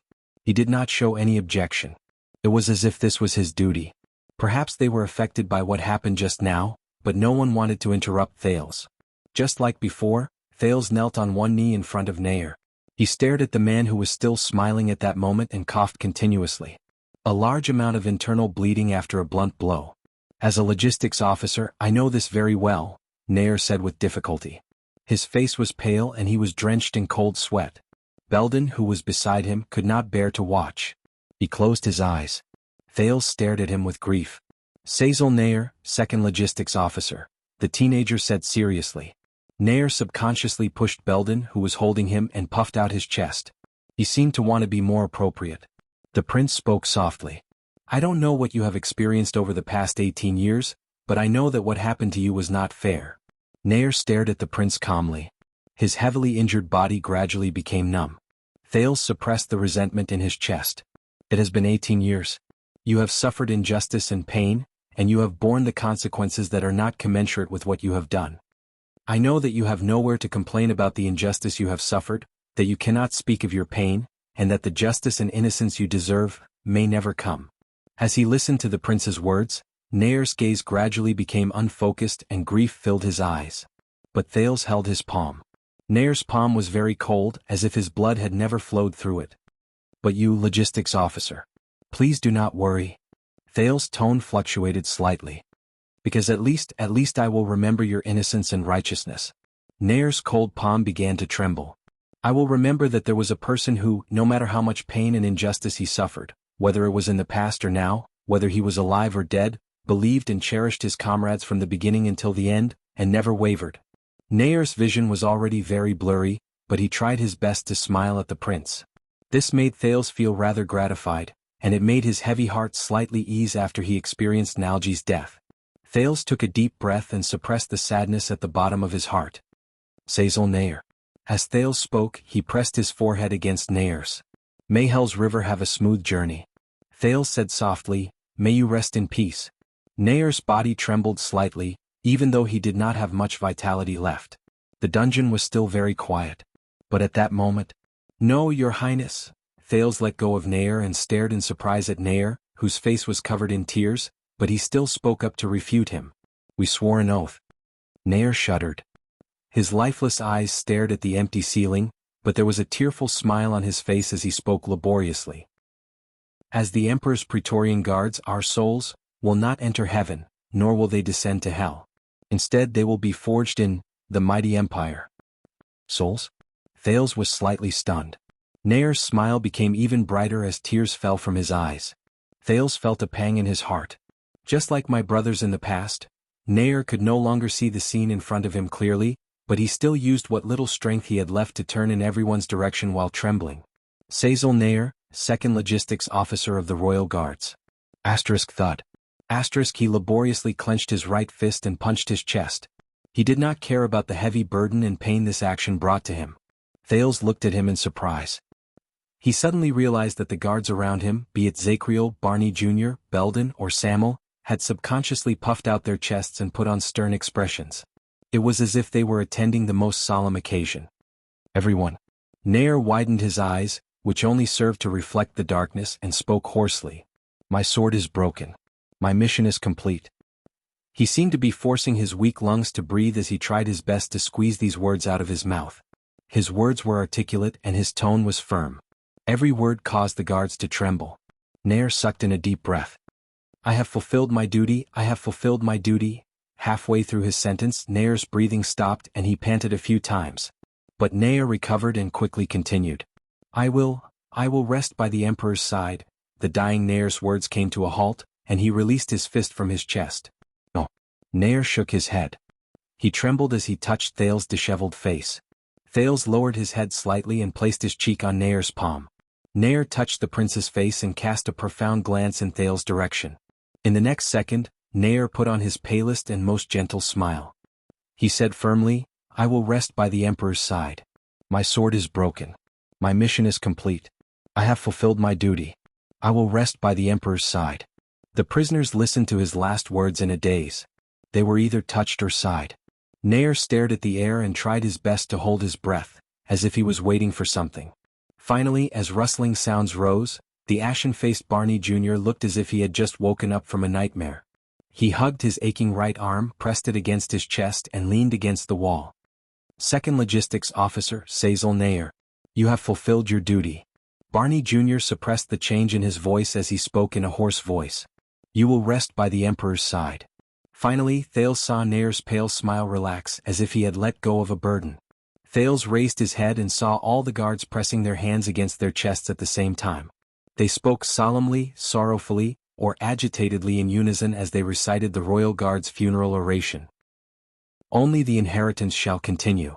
Witness eternity. The moment he finished speaking, in the next moment, Nair's hand, which was supporting the teenager's face, loosened. It fell abruptly and powerlessly, and Thales caught it.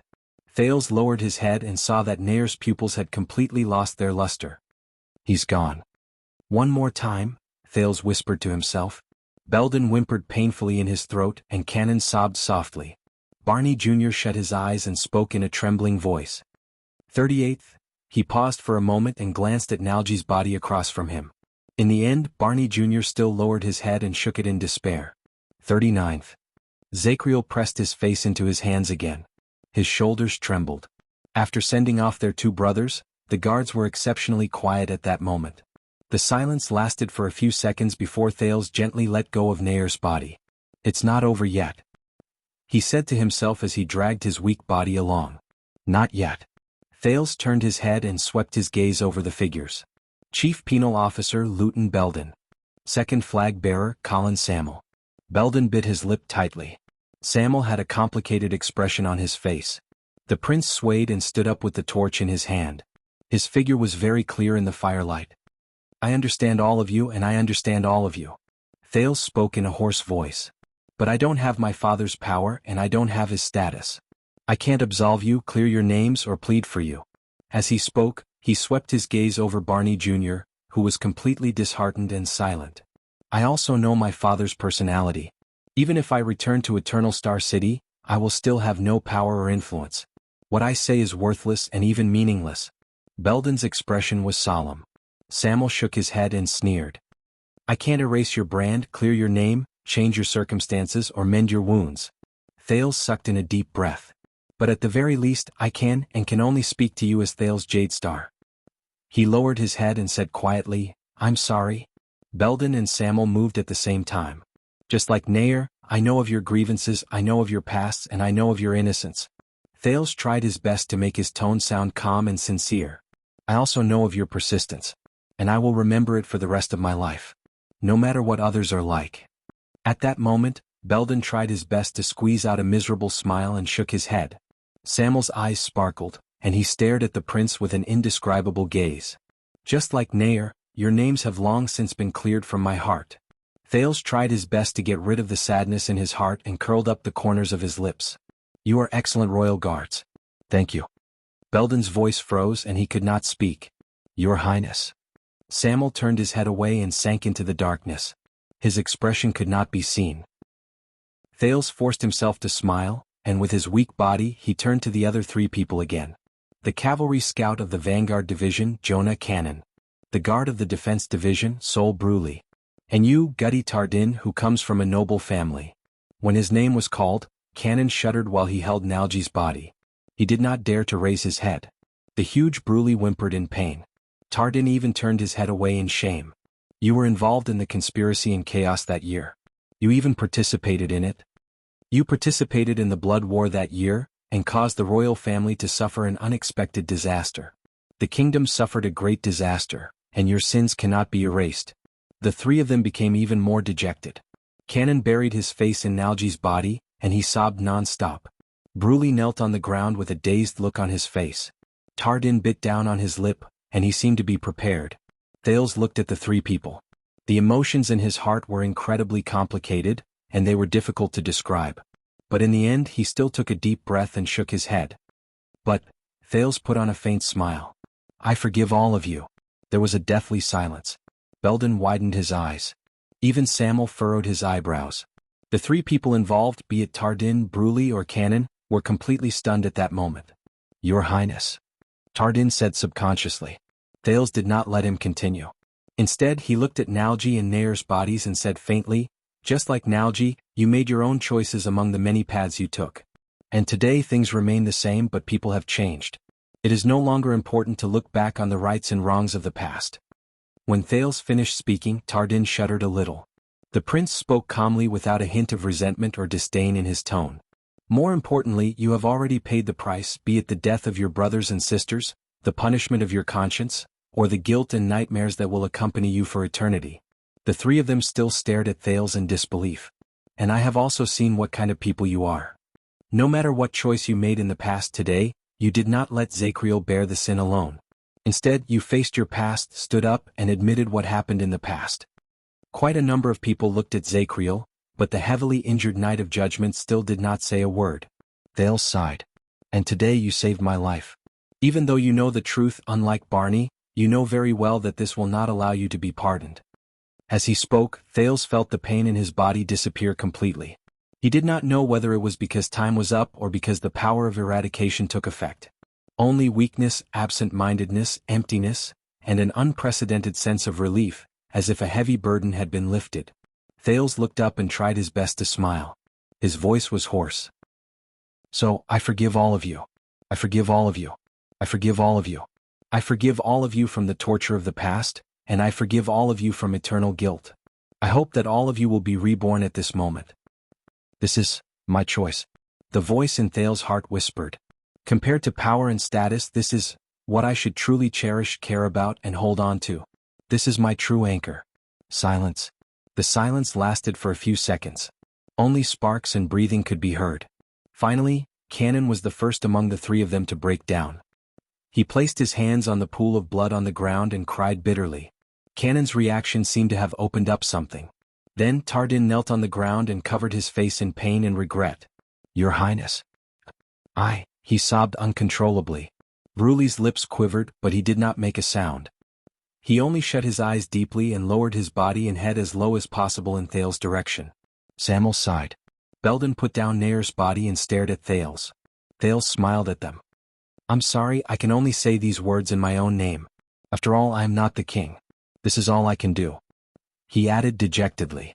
Belden shook his head and met the prince's smile with his most grateful and restrained one. No, what you did was far more than that. More than that. Once he finished speaking, Thales sucked in a breath and looked at Barney Jr. on the other side. Quick Rope, who stood by the side, watched everything in a daze.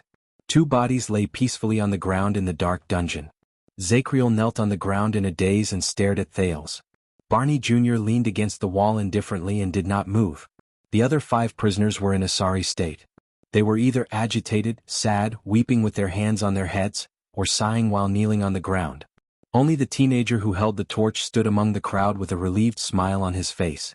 His thin and weak figure, under the illumination of the fire, seemed tall and strong. What is he doing?